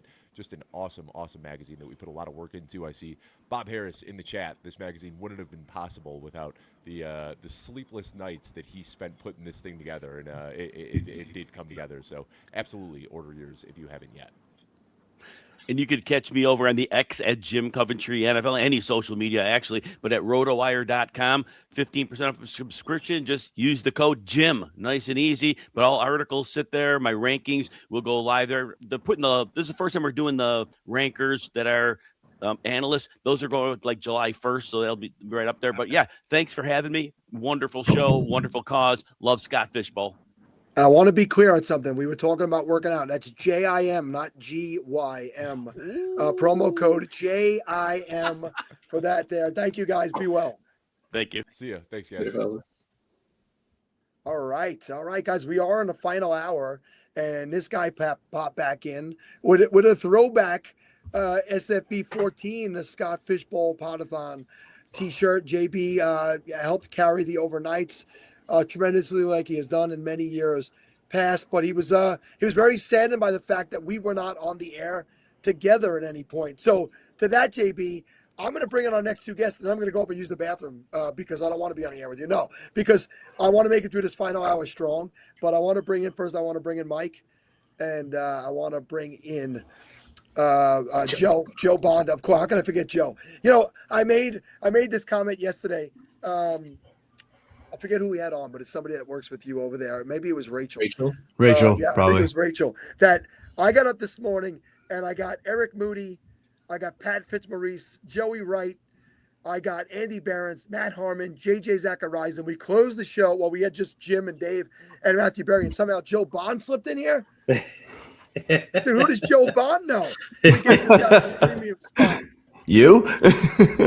No, listen, Joe, you have been a tremendous supporter. You help run the DC Live, right? Am I correct about that? Correct. With Jeff So, Lambert. which, by the way, I'm coming to. I don't know if you know that. Bob. Jeff dropped the news to me last night. That was pretty cool, man. So looking Bob forward to and I seeing will you. be there in tandem, and you deserve to be in this spot. I tease because you've been around here for a while, and you've been a Podathon supporter for a while, and in the days when we did sponsorships and stuff on this Podathon, you sponsored as well. So you're an OG to what we do here, and you've earned your spot in the community and definitely on the show. So thank you, man. Welcome aboard, fellas. Good morning. How you feeling? How did you guys sleep? I slept great. I had the Podathon on, and I heard y'all complaining about, having to stay up all night. And I was like, I'm just going to go to bed. This is perfect.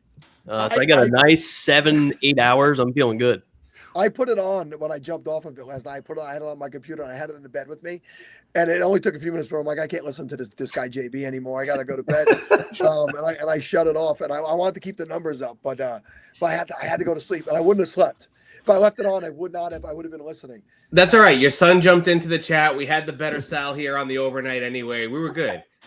He has become known as the better Sal, but I tell people all the time that my dad is also Sal. So everybody's insulting my father when they say that. And just want to make sure you guys know that. Senior Sal. To be clear, we didn't say the best Sal. We said the better Sal of the two that we know. So, all right. I'm going to have to get my dad on the show next year.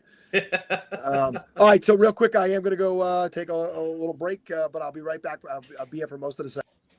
I'm just glad he didn't bring me on for that last one, guys. Like, bring the fat guy in while they talk about fitness and BLPs and weightlifting. And I was really glad that they just did not bring me into that one because that would have been a great segue. Like, if you don't do that, look at this fat guy you could be like. So I'm happy to be here with you guys. Joe Bond, we go way back. Oh, man. Voice of Division, represent. Yes, sir. BTM. Yes, sir. What are you in this year? What division are you in? What pick do you have? The Zelda, man. I got to bring out the dad Zelda shirt for it. Nice. My son was like, why are you wearing a Zelda shirt? I was like, that's a bit of a story you're not going to understand. But I got to go, by the way. That's like my son asking me why I had Sal as Donkey Kong on my shirt yesterday. It's just that you can't explain Scott Fishbowl stuff to anybody. Mike, what division are you in? What pick do you have? I'm in the live Richmond draft here. Oh, cool. I think I've got the 6th spot. This is my first year doing it, so I am playing it by ear. Just trying to listen and learn as much as possible, and we'll see. We'll see what happens. All are, man. Don't worry about it. I love it. So, Joe, what would you tell him as like your biggest word of advice for a first timer? Just pick who you like, man. Like, have fun with it for one. Like it's so. The scoring format, the setup of the league is meant to be chaos. Have fun with it. And especially if you're in a live draft, Mike, like that's what this is all about, right? This is a charity tournament that we're supporting good. We're donating to charity. We're hanging out with all of our fantasy football friends. Like this is about a good time. There's 5,000 people to beat. If you win, God bless, congratulations. But if you don't win, you win because you're going to meet great people. You're going to have a good time. You're going to feel good about yourself. You're going to support good causes. And that's what this thing's all about. So especially at the live draft, dude, go out there and have some fun. Russ, are you coming to New York City again this year? Of course, I'm coming to New York City this year.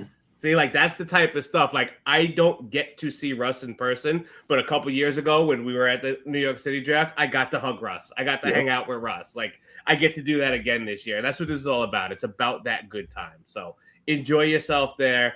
Joe, you run the live draft, so you know how hard it is to draft at the live draft when you're running the draft. So you choose not to do that. Yeah, I no longer do that. But it's about that good time, man. It's about getting everybody together and enjoying yourself. So any type of strategy from early in the draft, Joe, I know we had Kendall on about midnight last night. She's drafting from the same area as you, and she was thinking about going quarterback early. And then we've had the debate wide receiver, running back, this entire Podathon. What's your strategy out of that early spot? Yeah, man, I don't know. I'm really debating what to go with. Like, obviously, Josh Allen would be a huge get there at 3. I'm picking 3.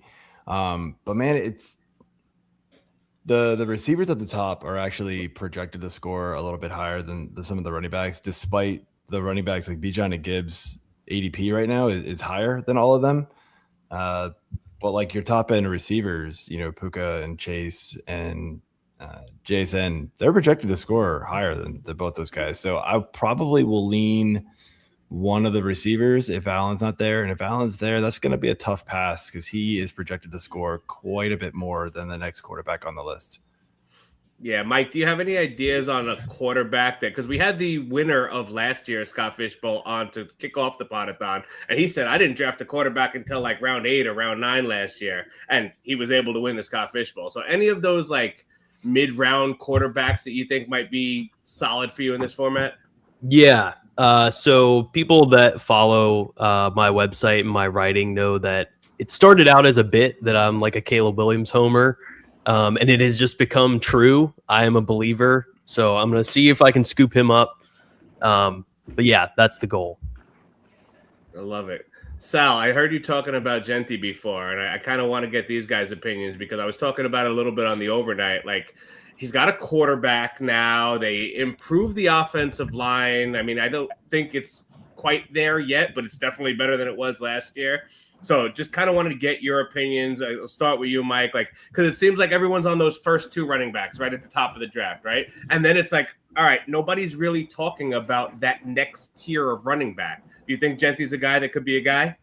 I love Genty. I tend to watch more college football than NFL. So a lot of times that hurts me with like, I kind of get locked into opinions and stuff, but just watching Genty in college, I'm like, this guy's unstoppable. And of course, getting a better quarterback, hopefully. But yeah, like I said, I'm kind of here more to just have a good time. I wouldn't take any of my advice. I'm just going to draft who I like. I'm going to take Joe's advice. So people say the Raiders can't stop a good running back. Well, they figured out a way to stop Genty. I'm a Broncos fan, so I'm here for all the Raiders hate. I'm a Raiders fan. Damn it, Mike. Joe, your opinion on Genty, and I like him in this format because I do think he's going to be getting a ton of receptions this year. Yeah, I mean he's definitely up there for me. The thing I worry about with him is just the touchdowns holding it back. Like we still don't really like expect the Raiders to score a ton of points. Bowers, hopefully healthy all season, is going to take a good bit of those. Hopefully Genty's better this year. Hopefully the offensive line does improve and he can get in the end zone a bit more. But I think just the offensive just struggling in general. Even if they do get Mendoza in there, I think that the quarterback position is going to be a struggle for them, to some degree, and that's going to hold them back. So, to where I like him, he's not like a huge target of mine. Yeah, we've talked about the Raiders probably because I'm a Raider fan more than any other team during these 24 hours. And there's no wide receivers there. There's 0 to speak about on this team. I would like to see them keep Mayer involved in the offense with Bowers healthy. I think it would be a huge mistake not to feature both tight ends because the double teams and attention that Bowers is going to draw. You're going to leave another guy who's a phenomenal receiver to single coverage and the opportunity to make big plays, and then Genty comes in. So I do like getting Mayer late in a draft like this in a Scott Fishbowl with the premiums. And you could flex out as many tight ends as you want, really. So, that's my homerism coming through. I will not probably have either one of the quarterbacks on rosters this year. Maybe in some deep super flexes where, I want a bench guy. I'll have Kirk to start the year. I do think that Kirk will make the offense better. And I do think he'll play a decent amount. They'll have to get really out of it for them probably to bring Mendoza in. And there's always the chance with the Raiders that they're really out of it. Yes. Not to talk about the Raiders more, and we'll tie a bow on this because nobody wants to, but I'm going to draft the Malik Benson as like my last pick of this draft with this, because with the big play bonuses, he could be a big play receiver, and that wide receiver room, like you said, is barren. It's wide open. So if he's impressing the way he is in the OTAs, he's a rookie, 6th round pick, I think he was, but he's a speedster. He's a guy that could take the top off. So if he earns himself a role in a format like this, that might be a last round sleeper. And if he doesn't, guess what? He's droppable. No big deal. By the way, I am having a little beef stick, which is a throwback to a previous year's segment that people loved here, but it's not one of the ones we had. It's not barbecue alligator. No, it's not. Nope. JB, you brought up the big play bonuses, right? And I feel like what's going to happen a lot is exactly what you're talking about. People are going to like reach. And not maybe reach, but like people are gonna like see these big play guys, right? Like the Alec Pierce is the example I keep using. Yeah, well, but I think his role is a little more solidified than that. I'm thinking of I'm totally blanking on his name. Went from the Saints to the Seahawks. Shaheed, right? Like the Shaheeds, right? Like I feel like we're gonna get that like best ball mentality where it's like, oh, you just need it for like one good week, but it's like. Best ball is a slightly different because you don't have to know when to start him. Yep. Here, like, when are you throwing these dudes in your lineup to hope he gets like a 40-yard touchdown reception? Yeah, that's going to be the tricky part, right? Because I feel like people are going to over lean into that, attempt for a bonus. And I had Murph on in the overnight at like 3 a.m, and he made a really good point. Is that especially towards the end of the draft, like when you're in those mid to late rounds and people are just looking for those Shaheed type guys. Like if he gets you 1, maybe 2 weeks that he has those blow up games with the bonuses, like maybe he's not even in your lineup to your point, right? Do you feel comfortable putting him in versus a guy who might be an RB2 that's a pass catching back that's going to kind of chip away every week and just give you a solidified floor. Say that 5 times fast. But like to your point, like I think people are going to overdraft because of the bonuses, those type of players, and it's going to leave value on the board. I agree. Mike. Don't mind me. I'm just looking at my credit. Sorry, I didn't realize you had beef stick in your mouth. So, Mike, talk to me a little bit about that DC area that it seems like you're drafting in. One of those guys to kind of segue what I was talking about. Rachaad White is that type of guy that like is in an ambiguous backfield. He's a pass catching back that could get more work than we think. I think a guy like that would be more valuable in a format like this, don't you?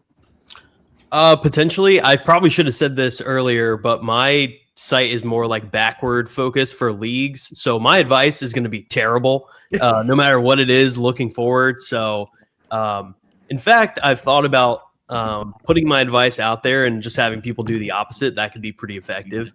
So George Costanza. Yeah, do the opposite. I'm unemployed and I live with my parents.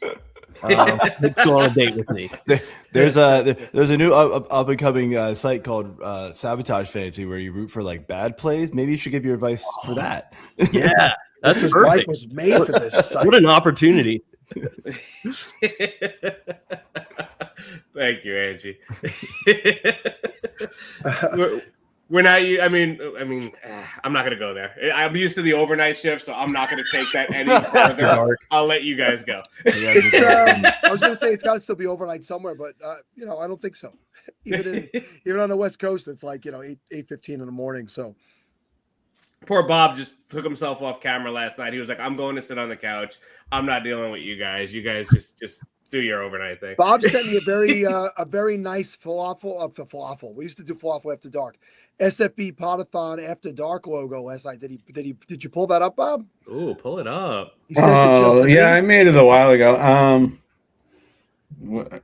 It's We probably used to in the have text, right? falafel after dark back in the chat back in 2015, 2016. It got a little ruckus back then in the day, but you know, like bad info is what we do here.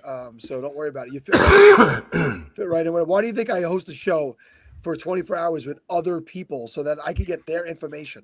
If I had any good information, I would speak myself. You know, I saw somebody write, I've seen Sal more over these last 14 hours than I do all year.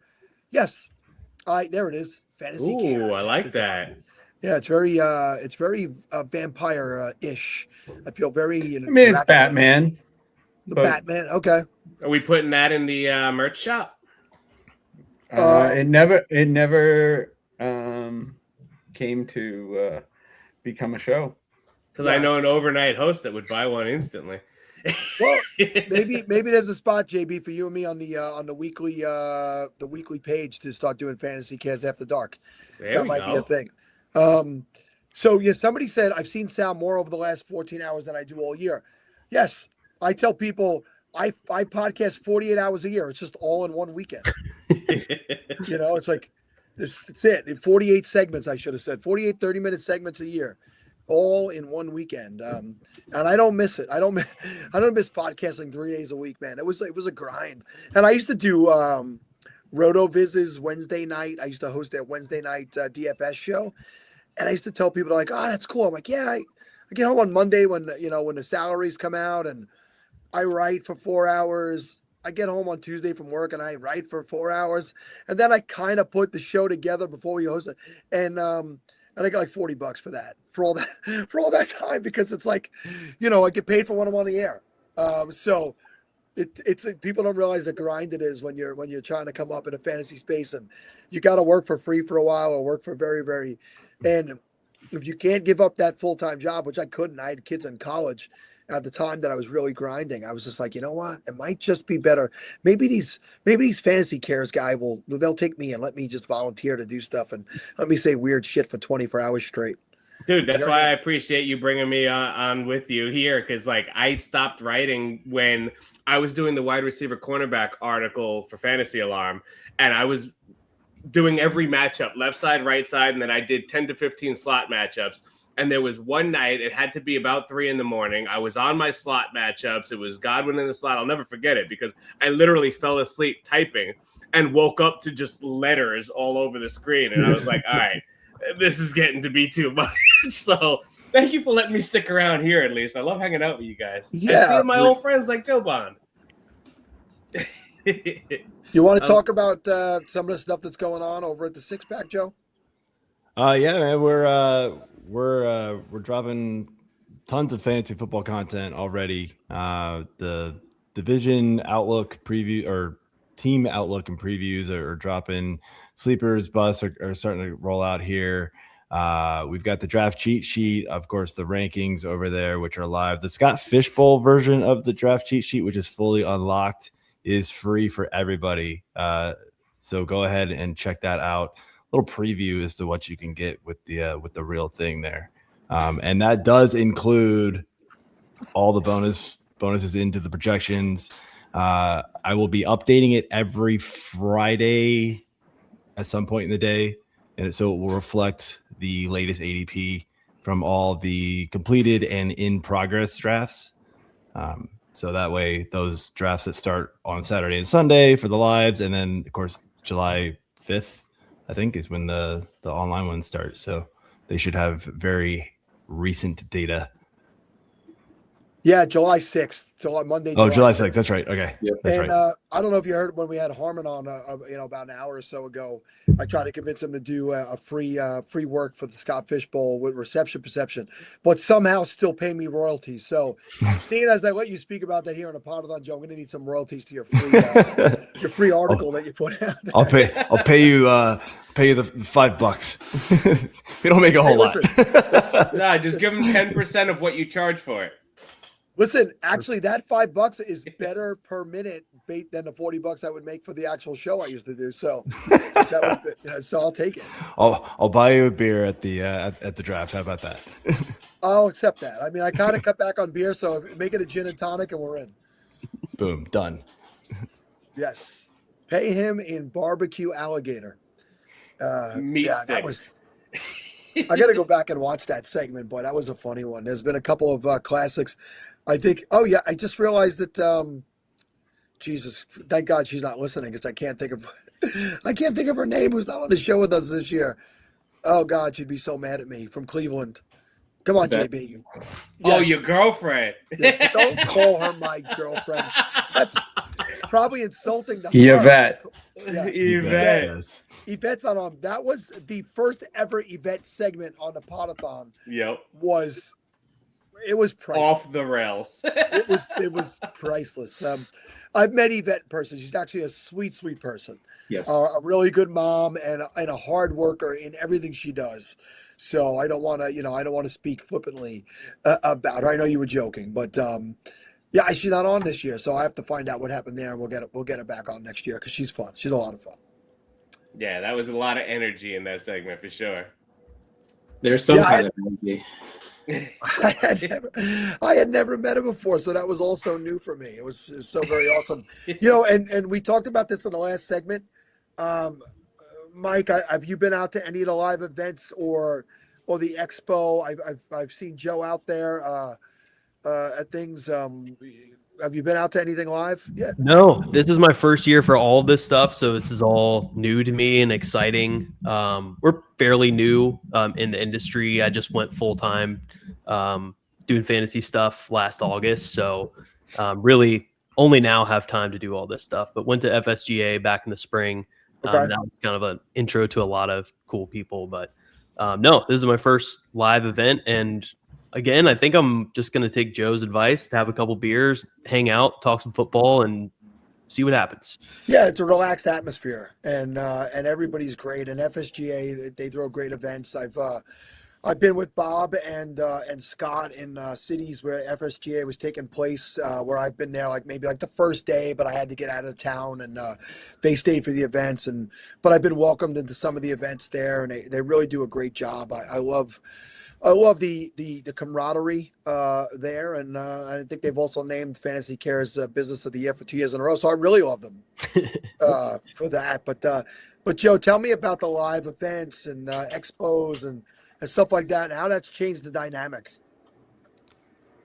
The dynamic for the site, you mean, or just in general, for I feel like we got so far removed from in-person stuff with COVID and everything, and then it's 5 to 6 years later and everything's kind of back to normal. But if it's had an effect on the site, speak to that. But just in general for you as a person. Yeah, no, I mean, I never actually really got to meet anybody in person even before COVID. So going to the expo that first year it opened after COVID was amazing. Just being able to see everybody, and you saw the explosion on Twitter and that was pre-Blue Sky, right?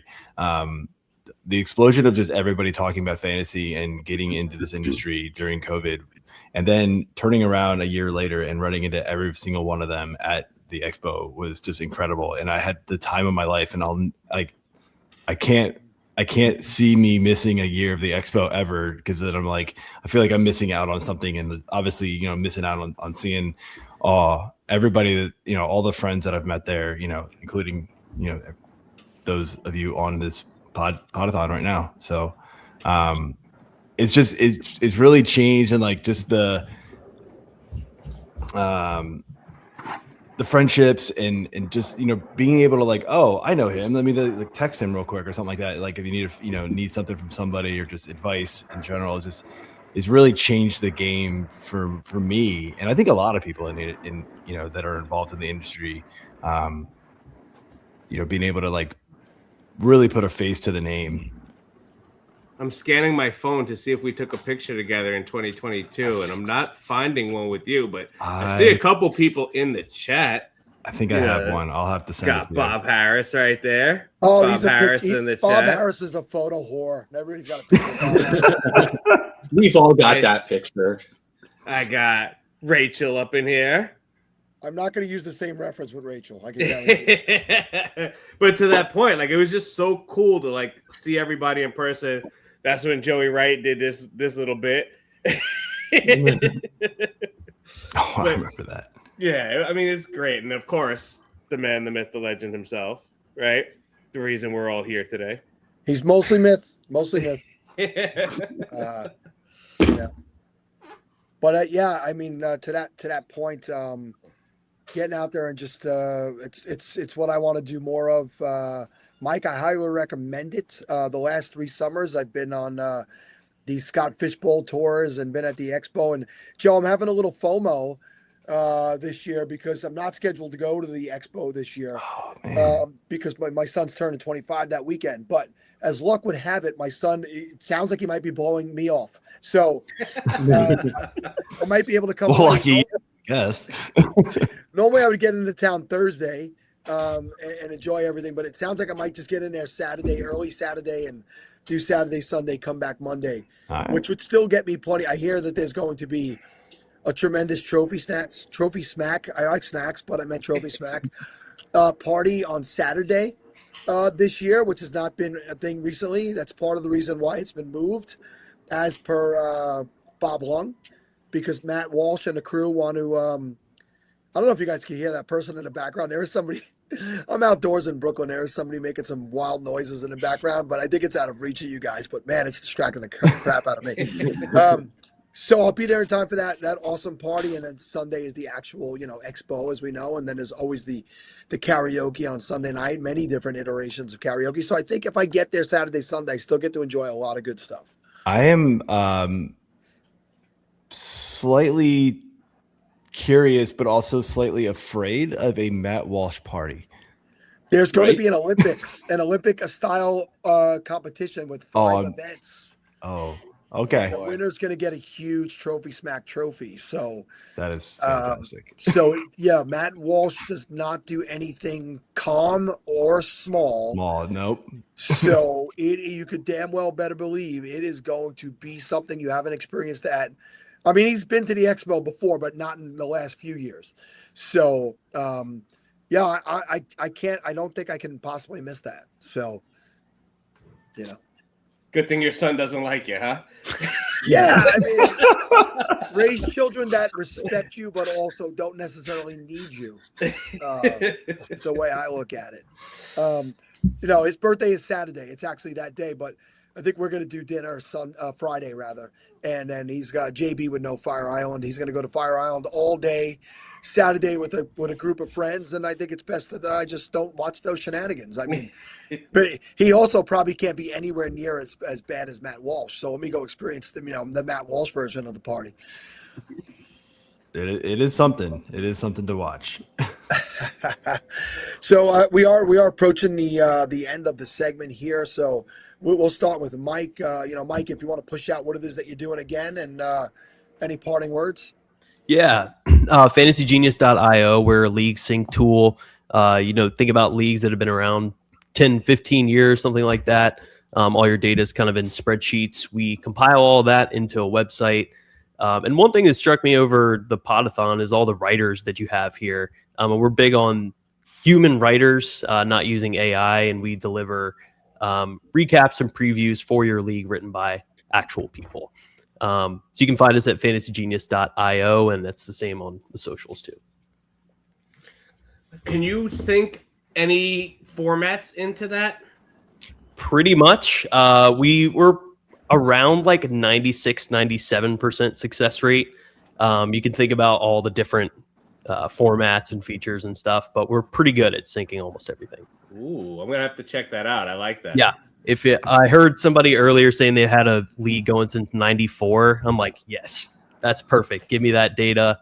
You can make some really cool stuff. Yeah, me and Dave earlier, we both started playing in '94. His league's still going. Mine ended during COVID. So, and there's no data because my cousin refused to ever put it anywhere near online. That was pen and paper from day one to the last day. So, Joe, parting words from Joe. No, I mean, just obviously go donate Scott Fishbowl, Fantasy Cares.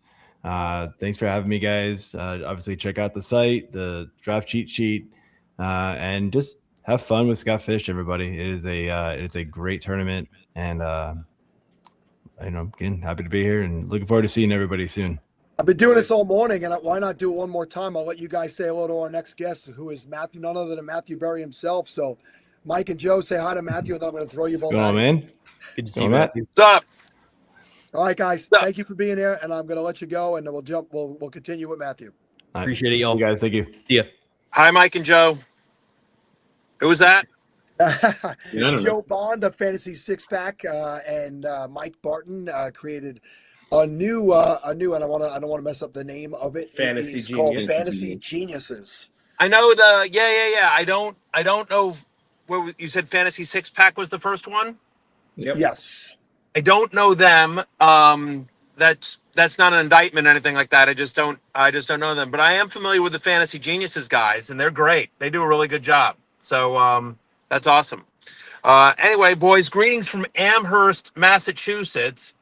My daughters are among, I believe, and this is not an exaggeration, 8 billion teenage girls lacrosse players that are here from the greater New England area. It's this massive thing. They play at noon, and you know, both my daughters, I have teenage daughters, 14.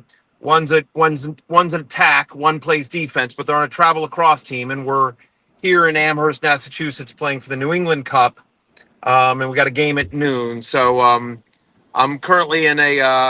I don't want to get you guys jealous, but I'm currently in the parking lot of a Cumberland Farms getting gas in Amherst, Massachusetts. How are the prices on the gas? You know what?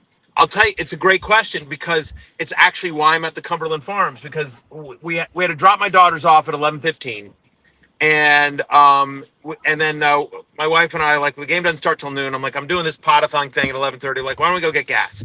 So I'm looking for gas, and I don't know if you guys do this with Waze at all, but you can put in gas, and Cumberland Farms, it's like $3.84 a gallon, whereas like the other place that was like right next to it, like that was like a little bit closer, was like $4.87 a gallon. And I'm like, all right, so yeah, we literally came to Cumberland Farms because it was $3.84 a gallon. Wasn't bad, because I got to drive all the way back to Connecticut as soon as these games are over. So I'm getting out so my wife can drive. You can see I'm telling the truth. I'm at a freaking gas station. This is the second Cumberland Farms reference in the last 12 hours, too. Like, we had a whole section of a segment in the overnight, right about midnight, that we were talking about Cumberland Farms and Sheets and all these places that I don't have here on Long Island. So they were talking about, I don't remember, Bob, do you remember the type of nuggets that they had at Sheets that everyone was raving about? They were making up gas stations that are down in like the South called Wawa and like No, Wawa's right in New Jersey. I mean, it's not that far. Buc-ee's. That's south of Massachusetts. It was Buc-ee's that had some sort of weird nuggets. They were like No, was Bob it? Harris. It is not like the Buc-ee's of the Northeast, because there is no such thing as a Buc-ee's of the Northeast. If you've ever been to Buc-ee's, which is like a mecca, which is like think about like a Walmart, but like it's a nice Walmart and it has gas. Like, that's what a Buc-ee is. People have heard about Buc-ee's, but until you actually walk in a Buc-ee's, and I have, until you actually walk into a Buc-ee's, you don't understand or appreciate just what you're dealing with there. Like, you're like, oh, let me go to the gas station and get some brisket. That's what everyone kept saying, Matthew, and I looked it up because I wanted to experience. The closest one to us, Sal, is in South Carolina. So, well, I have been to Love's. Love's is another place like this, Loves, which is very similar to a Buc-ee's. Maybe not on a Buc-ee's level, but I've been to Love's before, and they literally have laundromats inside of the Love's. It's wild. Beaver nuggets, Bob Harris. Yeah, Beaver Cumberland nuggets. Farms is a gas station. It's a perfectly nice gas station with apparently cheap gas here in Amherst, Massachusetts. But it's just a gas station. It's not. There's Buc-ee's is an otherworldly experience. I will tell you something about Buc-ee's real quickly. So my son is anyone that follows me on social media may be aware of this. My 21-year-old son Connor is heading into his senior year at Alabama, Roll Tide. And so anytime we go to visit him in Alabama, it's hard to get to Tuscaloosa. And the easiest way to get to Tuscaloosa is you either fly into Birmingham and you drive an hour, or you fly into Atlanta and you drive like 2.5 to 3. And generally, what my wife and I have done over the last couple of years is we fly into Atlanta. Because usually I'm flying during a football season, and so I need to make sure I can get back for Sunday, and Atlanta gives you more options. But also because there's a big old Buc-ee's on the way. It's like a really nice kind of stop there in the middle. So it's just a little insight into the glamorous life that I lead.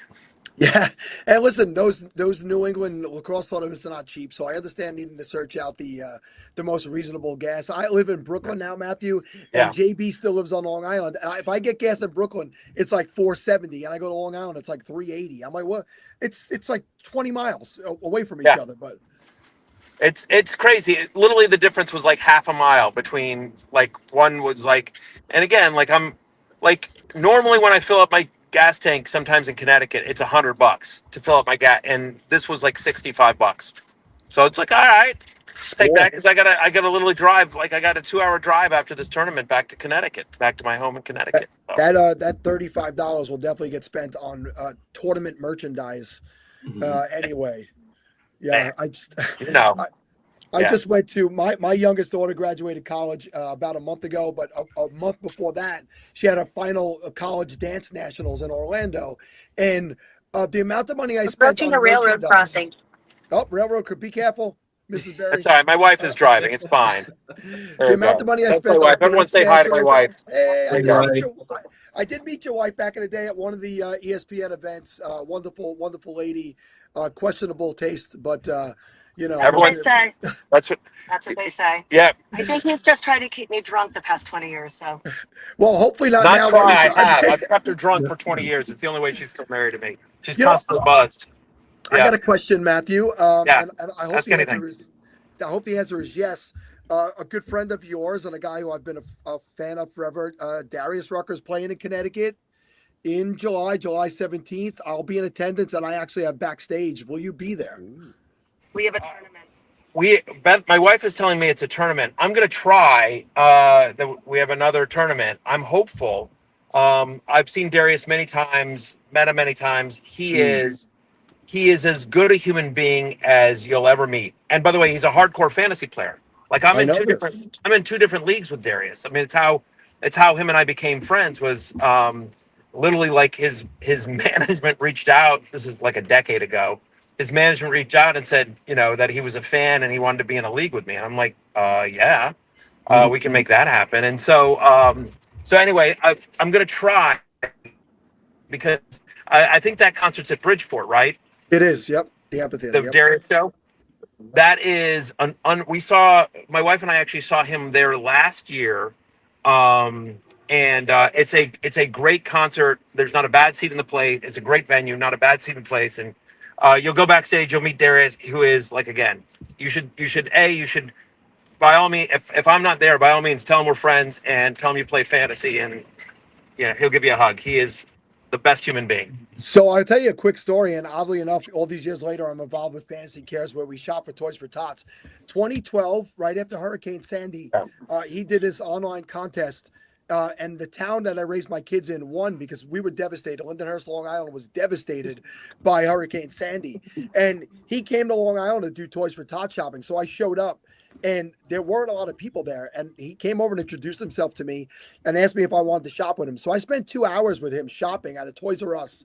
And we talked about family, football, other sports, music. I mean, you are 100% right. You've spent more time with him. But that alone, those 2 hours meant so much to me. And I would love the opportunity to meet him again, which is why I got the backstage. And but I'll definitely bring up that we know each other. And I'll pretend we know each other better than we do. But, You wouldn't be the first to do that. That's fine. Sorry? I dropped your name before when I met Gary from Howard Stern. I said, we have a friend in comedy. He's like, who? I said, Matthew Berry. He's like, how do you know Matthew? I said, well, I'm a kind of a big shot in the fantasy football industry, which is not true. But no, I did mention to him that week. But another great guy, Gary Del Bonte, that I met. Gary's awesome. Yeah, he's a good dude. So he's a very good dude. Yeah. I had dinner with Gary, I don't know, 4 or 5 months ago, or whatever, and we texted a decent amount. And same with Darius. They're both quality human beings. Both are top-notch human beings.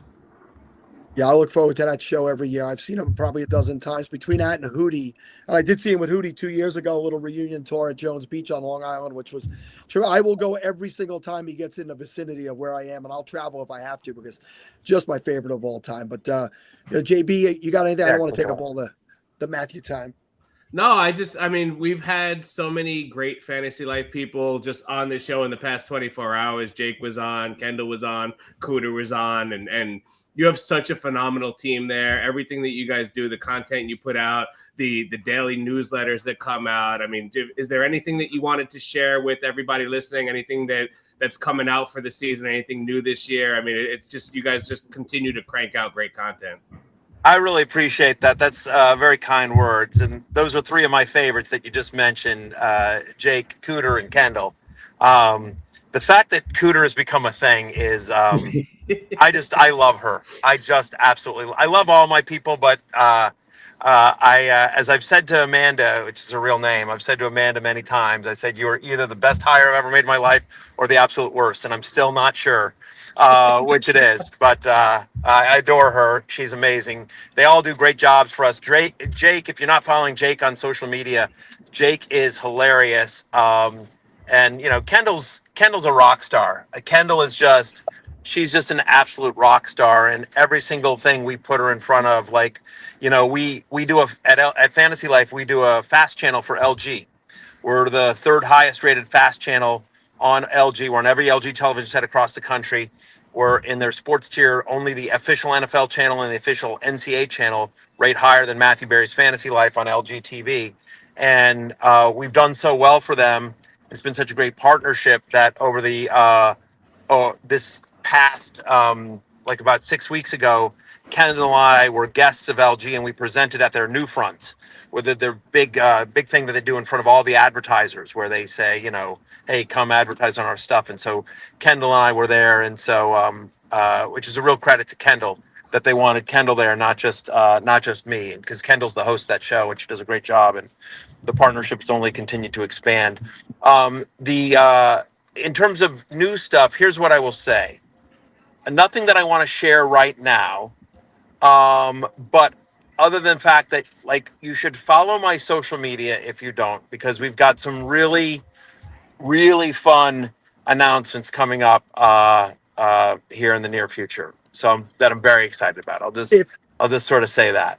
If history dictates, for some of you may remember a few years ago, Matthew was on the Podathon with us, and then the next day announced he was going to NBC. So that literally happened the day after. So if history dictates anything, there's big announcements, and it might be very soon. I did get to meet Kendall in Las Vegas last year at the Scott Fishbowl live draft.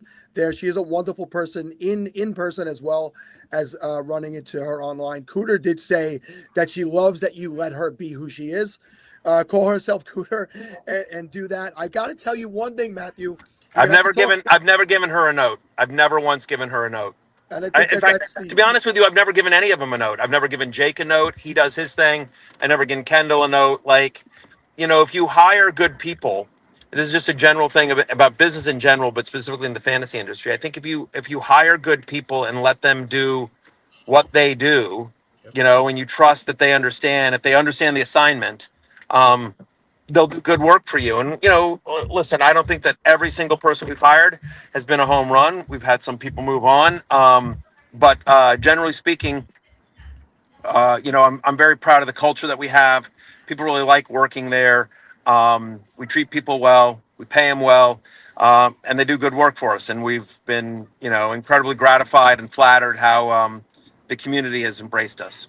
Yeah, and you know how I feel about Elliot. He wasn't with us this year, but you know how I feel about it. But I got to tell you, there's one guy I need you to have a conversation with, because in a show, 24-hour show, somebody's not going to show up. And Lawrence Jackson missed his appearance this year. He was scheduled to be here. He missed it. That never used to happen when he was just Lawrence Jackson, roadside content provider. So I want you to give him a good stern talk. I will yell at him. I will yell at him. That's outrageous. I will yell at Lawrence. But I will wait until we're on air together to do it, so that it's the maximum amount of embarrassment. So, but Lawrence is a good dude. He's a dedicated family guy.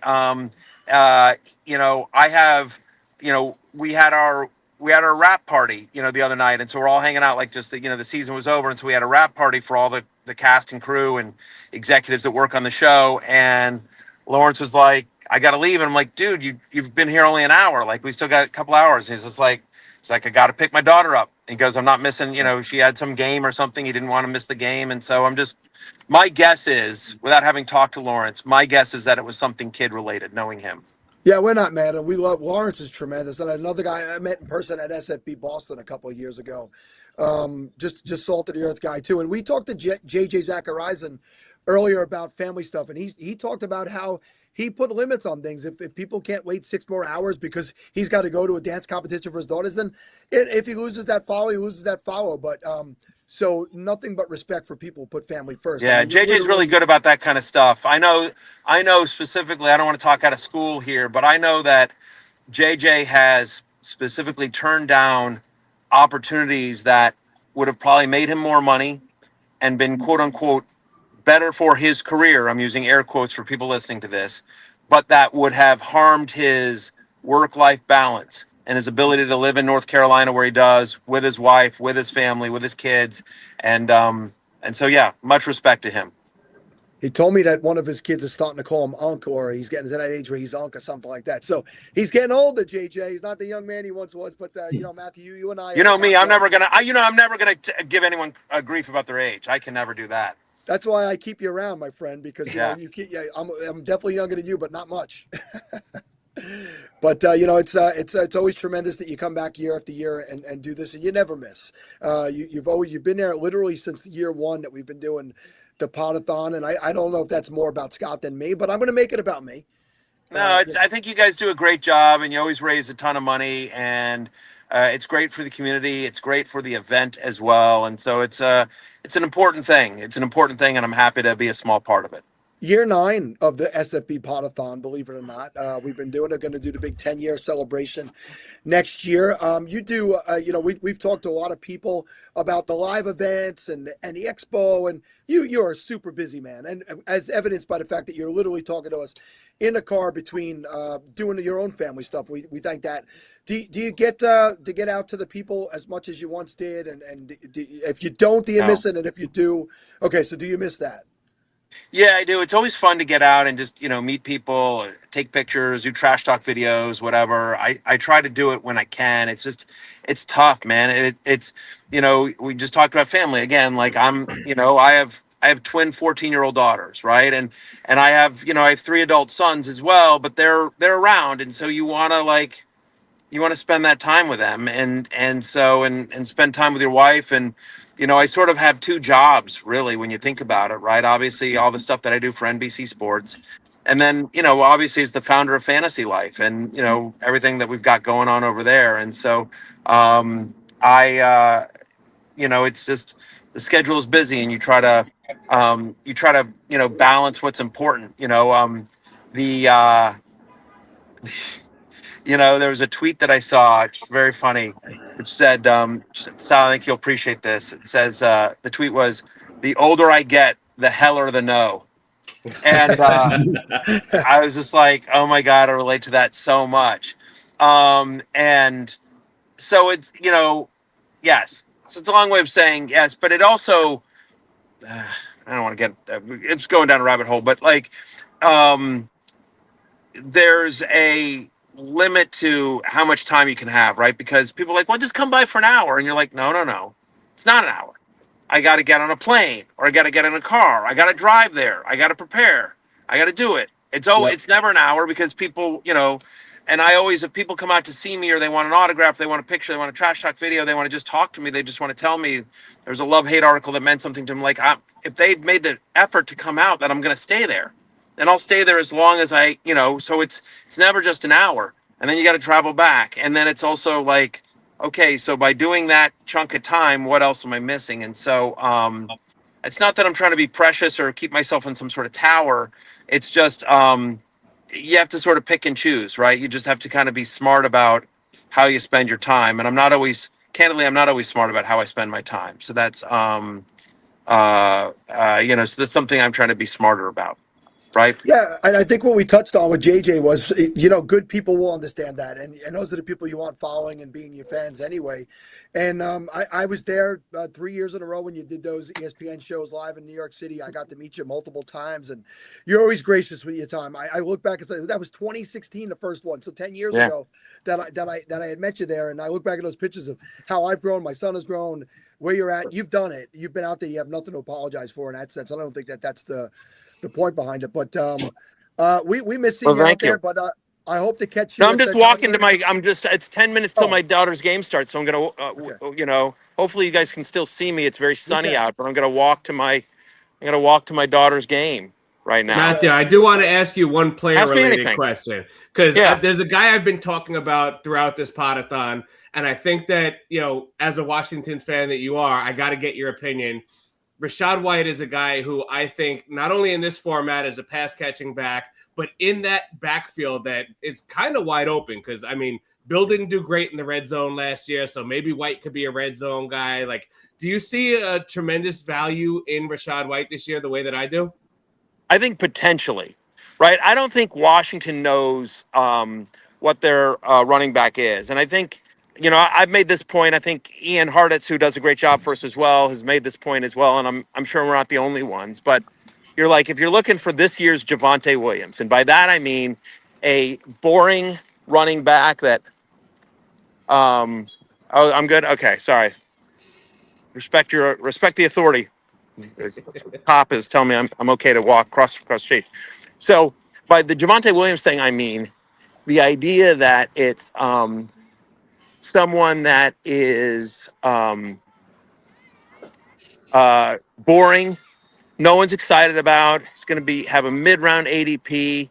There's a little bit of uncertainty about his role, and so I think that there is, there's, but that could wind up scoring 15 touchdowns or whatever and being, a borderline top 12 running back. Like Rachaad White fits that profile, right? There's opportunity there. It's just, there's, let's say it's him, it's Ja'Cory Krosky-Merritt. It's, why am I forgetting the Penn State rookie? Why am I blanking on his name? The rookie running back that they Oh, who's got it? Hayden. I'm completely blanking on his name for some reason because I'm out of lacrosse fields, whatever. But and there's Chris Rodriguez has moved on. I'm trying to think about. There's two other running backs I'm forgetting about. It's Allen, right? Katon Allen, I think. Katon Allen, yes. Yeah. Okay. All right. And so he's kind of a sleeper, and then I guess the Jeremy McNichols. So they have one of the the offense in Washington is going to be Ben Johnson's offense. So David Blau is their new offense coordinator, and he's going to run Ben Johnson's offense. So you think about that. What's Ben Johnson's offense, right? It's you want to run the ball to set up the pass. I think Antonio Williams has a chance to have that Amon-Ra St. Brown role. You've got Terry McLaurin, obviously, but 31 on the wrong side. I know a lot of people, and I'm one of them, like Chiga Okonkwo is kind of a tight end 2 sleeper. But getting back to your question so there's just uncertainty about this offense. And when there's uncertainty, there's opportunity to exploit, especially when you're in a competition like Scott Fishbowl, where you've got so many teams and you're one of 5,000. So you've really got to think about, unique builds and everything like that. And so there's a non-zero chance that Rachaad White is the lead running back on a pretty good offense, right? There's also a chance that it's Ja'Cory Krosky-Merritt, or it's a committee, or that with a Ben Johnson type offense, that there's a thunder and lightning type role there. But you're absolutely right. I know that they want to use the running backs in the passing game more than they have previously, and they don't really feel like JCM can be that guy, at least at the moment. So yeah, I think. Listen, no one likes Rachaad White. He's boring. He was inefficient in Tampa Bay. Washington, it's just sort of like, it's a running back by committee. But I think when there is uncertainty, there's opportunity. And that's, I think, what you're hinting at here. And so, yeah, I definitely think if you're asking me who's this year's Javonte Williams, I think he's randomly, he's on the list. he's potentially a guy that could qualify. JB's also a Buccaneers fan who can't let go. So that Fair might be a enough. line of questioning. Matthew, you're getting closer to the field. Do you get recognized at these events? Is that a thing for you, where you got to kind of I like? do. I do. I do. I don't. Listen. Generally speaking, my hairline, such that it is a as I'm follically challenged, as some of the gentlemen on this call are as well.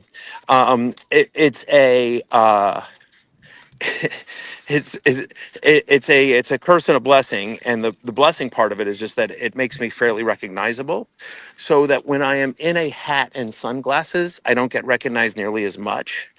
But if I am, so it's just sort of like, but if I'm walking around without a hat, it's all the dads, yeah. The comments we've gotten is that you're a Marvel superstar and a movie star. Of course, you get recognized.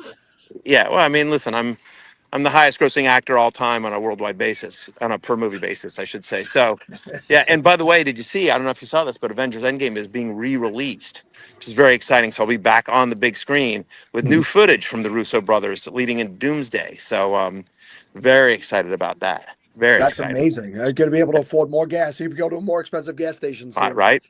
Yeah. I'll get there. Eventually, I'll get there. Save my pennies. We're up against closing out the entire show, Matthew. So we want to thank you again for taking your time always, year after year, especially under the circumstances where you're at. No, it's my pleasure, guys. Thanks for having me. Thanks for working with me. Thanks to everyone for appreciating the unique circumstances. And I'm excited that we actually talked one football question. It's rare. I think that might be the first football question we actually talked about over my 9 Podathon appearances. I think there might have been a time where it was a little tighter lip on you being allowed to talk, right? Or you've been more free the recent years, I would say. Well, listen, I had a great run at ESPN. Nothing bad to say about it. Really enjoyed my time there. It's awesome. Still have a lot of great friends there. But, at the time that I was there, it was owned by Disney. And going to NBC, they're not as corporate. I mean, and by the way, I don't blame Disney. I mean, the Disney brand, the Walt Disney brand, and some of the brands underneath that umbrella, Marvel and Pixar. I mean, it's some of, if not the most valuable IP in the world, and so it's understandable that they would try to protect that. ESPN as a brand is incredibly valuable, and so they're very conscious of that, and I don't blame them for that. But and so that's no disrespect to NBC, and not saying their IP isn't valuable either, but just anyway, yeah, it was a looser over on Peacock, or as I like to call it, the cock. Things were a little bit looser than they were at. Yeah, if you didn't know, Matthew, I was also on NBC last week. I was a contestant on NBC's Password, so I am also on Peacock right now. So, JB, please There you say go. that you're on the cock. Say it correctly. You're on the cock. Come check me out on the cock.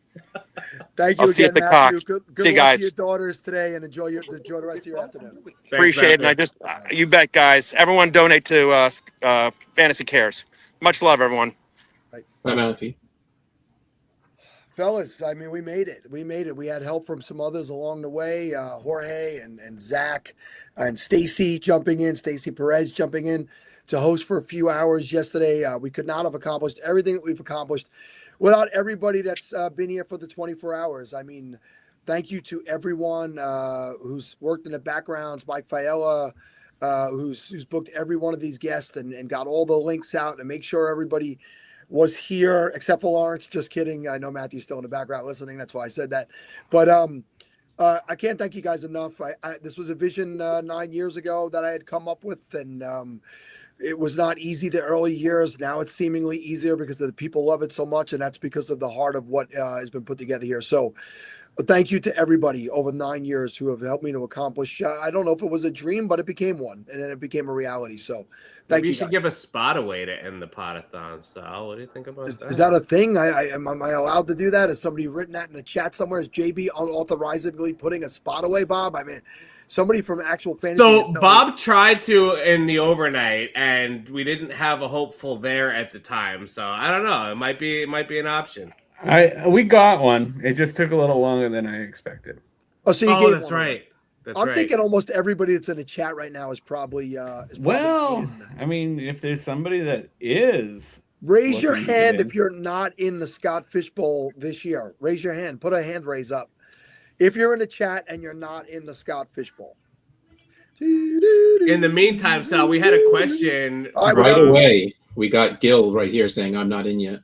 We had a Gil, question are you asking if the registered? 36 hours, Sal, for the 10-year No. anniversary. Nope. Ah, I'll get 10-year back to that in a anniversary. second. I want to ask Gil. We are need you Gil. registered? Hold on. Gil, what's are you- your Twitter or Blue Sky handle? Yeah. Maybe is that it? Or Ken going Griff- to, Is that a Ken Griffey Jr.? I mean, which is Scott's favorite baseball player. So if you're really fishing for it, get it fishing for it. You're fishing up the right river. So there you go. Let Gil in. All right, Angie, calm down, Angie. We know you're in. Relax over there, Angie. We'll get him in. It is. I'm big on fantasy baseball. Well, we will not judge you on that. Fantasy baseball is while it was fun for about a week, can be a lot in a season. But let's go around the horn with who's left here. We'll start with JB. Parting words, JB. Yeah, just as always, man, appreciate you letting me tag along with this. You know, this is always one of the highlights of my year. You know, I'm not writing anymore, so like being able to sit in one of the co-host chairs for this Podathon is you know, a highlight of my fantasy season. Getting to hang out with all the great guests, the other great personalities here that I love seeing in these. I get to see you guys live at the New York City this year, so that's going to be great. Bob, I think you said you were going to be around for that too, aren't you? So I get to see all of you guys this year, and I'm excited for that. But, you know, just being able to sit here, chop it up with all these great people, talk Scott Fishbowl, and talk whatever random nonsense, like random gas stations that we talked about throughout the overnight. So I appreciate you, and thank you for keeping me around for this, man. Over the course of 24 hours, we're going to have a certain amount of nonsense. I think I mentioned Jorge when I mentioned the other co-host, but again, Jorge carried it for some hours there by himself overnight, and couldn't have gotten through a full 24 without him. Bob, any parting words or stuff you want to direct people towards? No, I mean, we can talk. I'm going to leave that promo code open till the end of today for the shirts. If you want to show that graphic, Gil can check his email. Yeah. Making dreams happen at the end of the Podathon. Look at that. This is what dreams are made of. Lizzie McGuire? Nobody? no, thank you. It's weird that I know that, but my daughter is that age. I That think would have made sense. Tactic Assassin 13. Does he have an invite yet? Oh God, he's a jerk. He is a jerk. Let me put that on his account here while I'm in here. Full on jerk, Zachary. Hall of Fame jerk, by the way. Got the invite confirmed. Hall of Fame. Nice. Welcome, Gil. All right, and Russ, of course, you said some nice stuff recently, but one more shot at it. Just thank you, everyone, for letting us do this. I mean, not that you could stop us, because it's not like, we could do this whether we want to or not. Well, whether you want us to or not.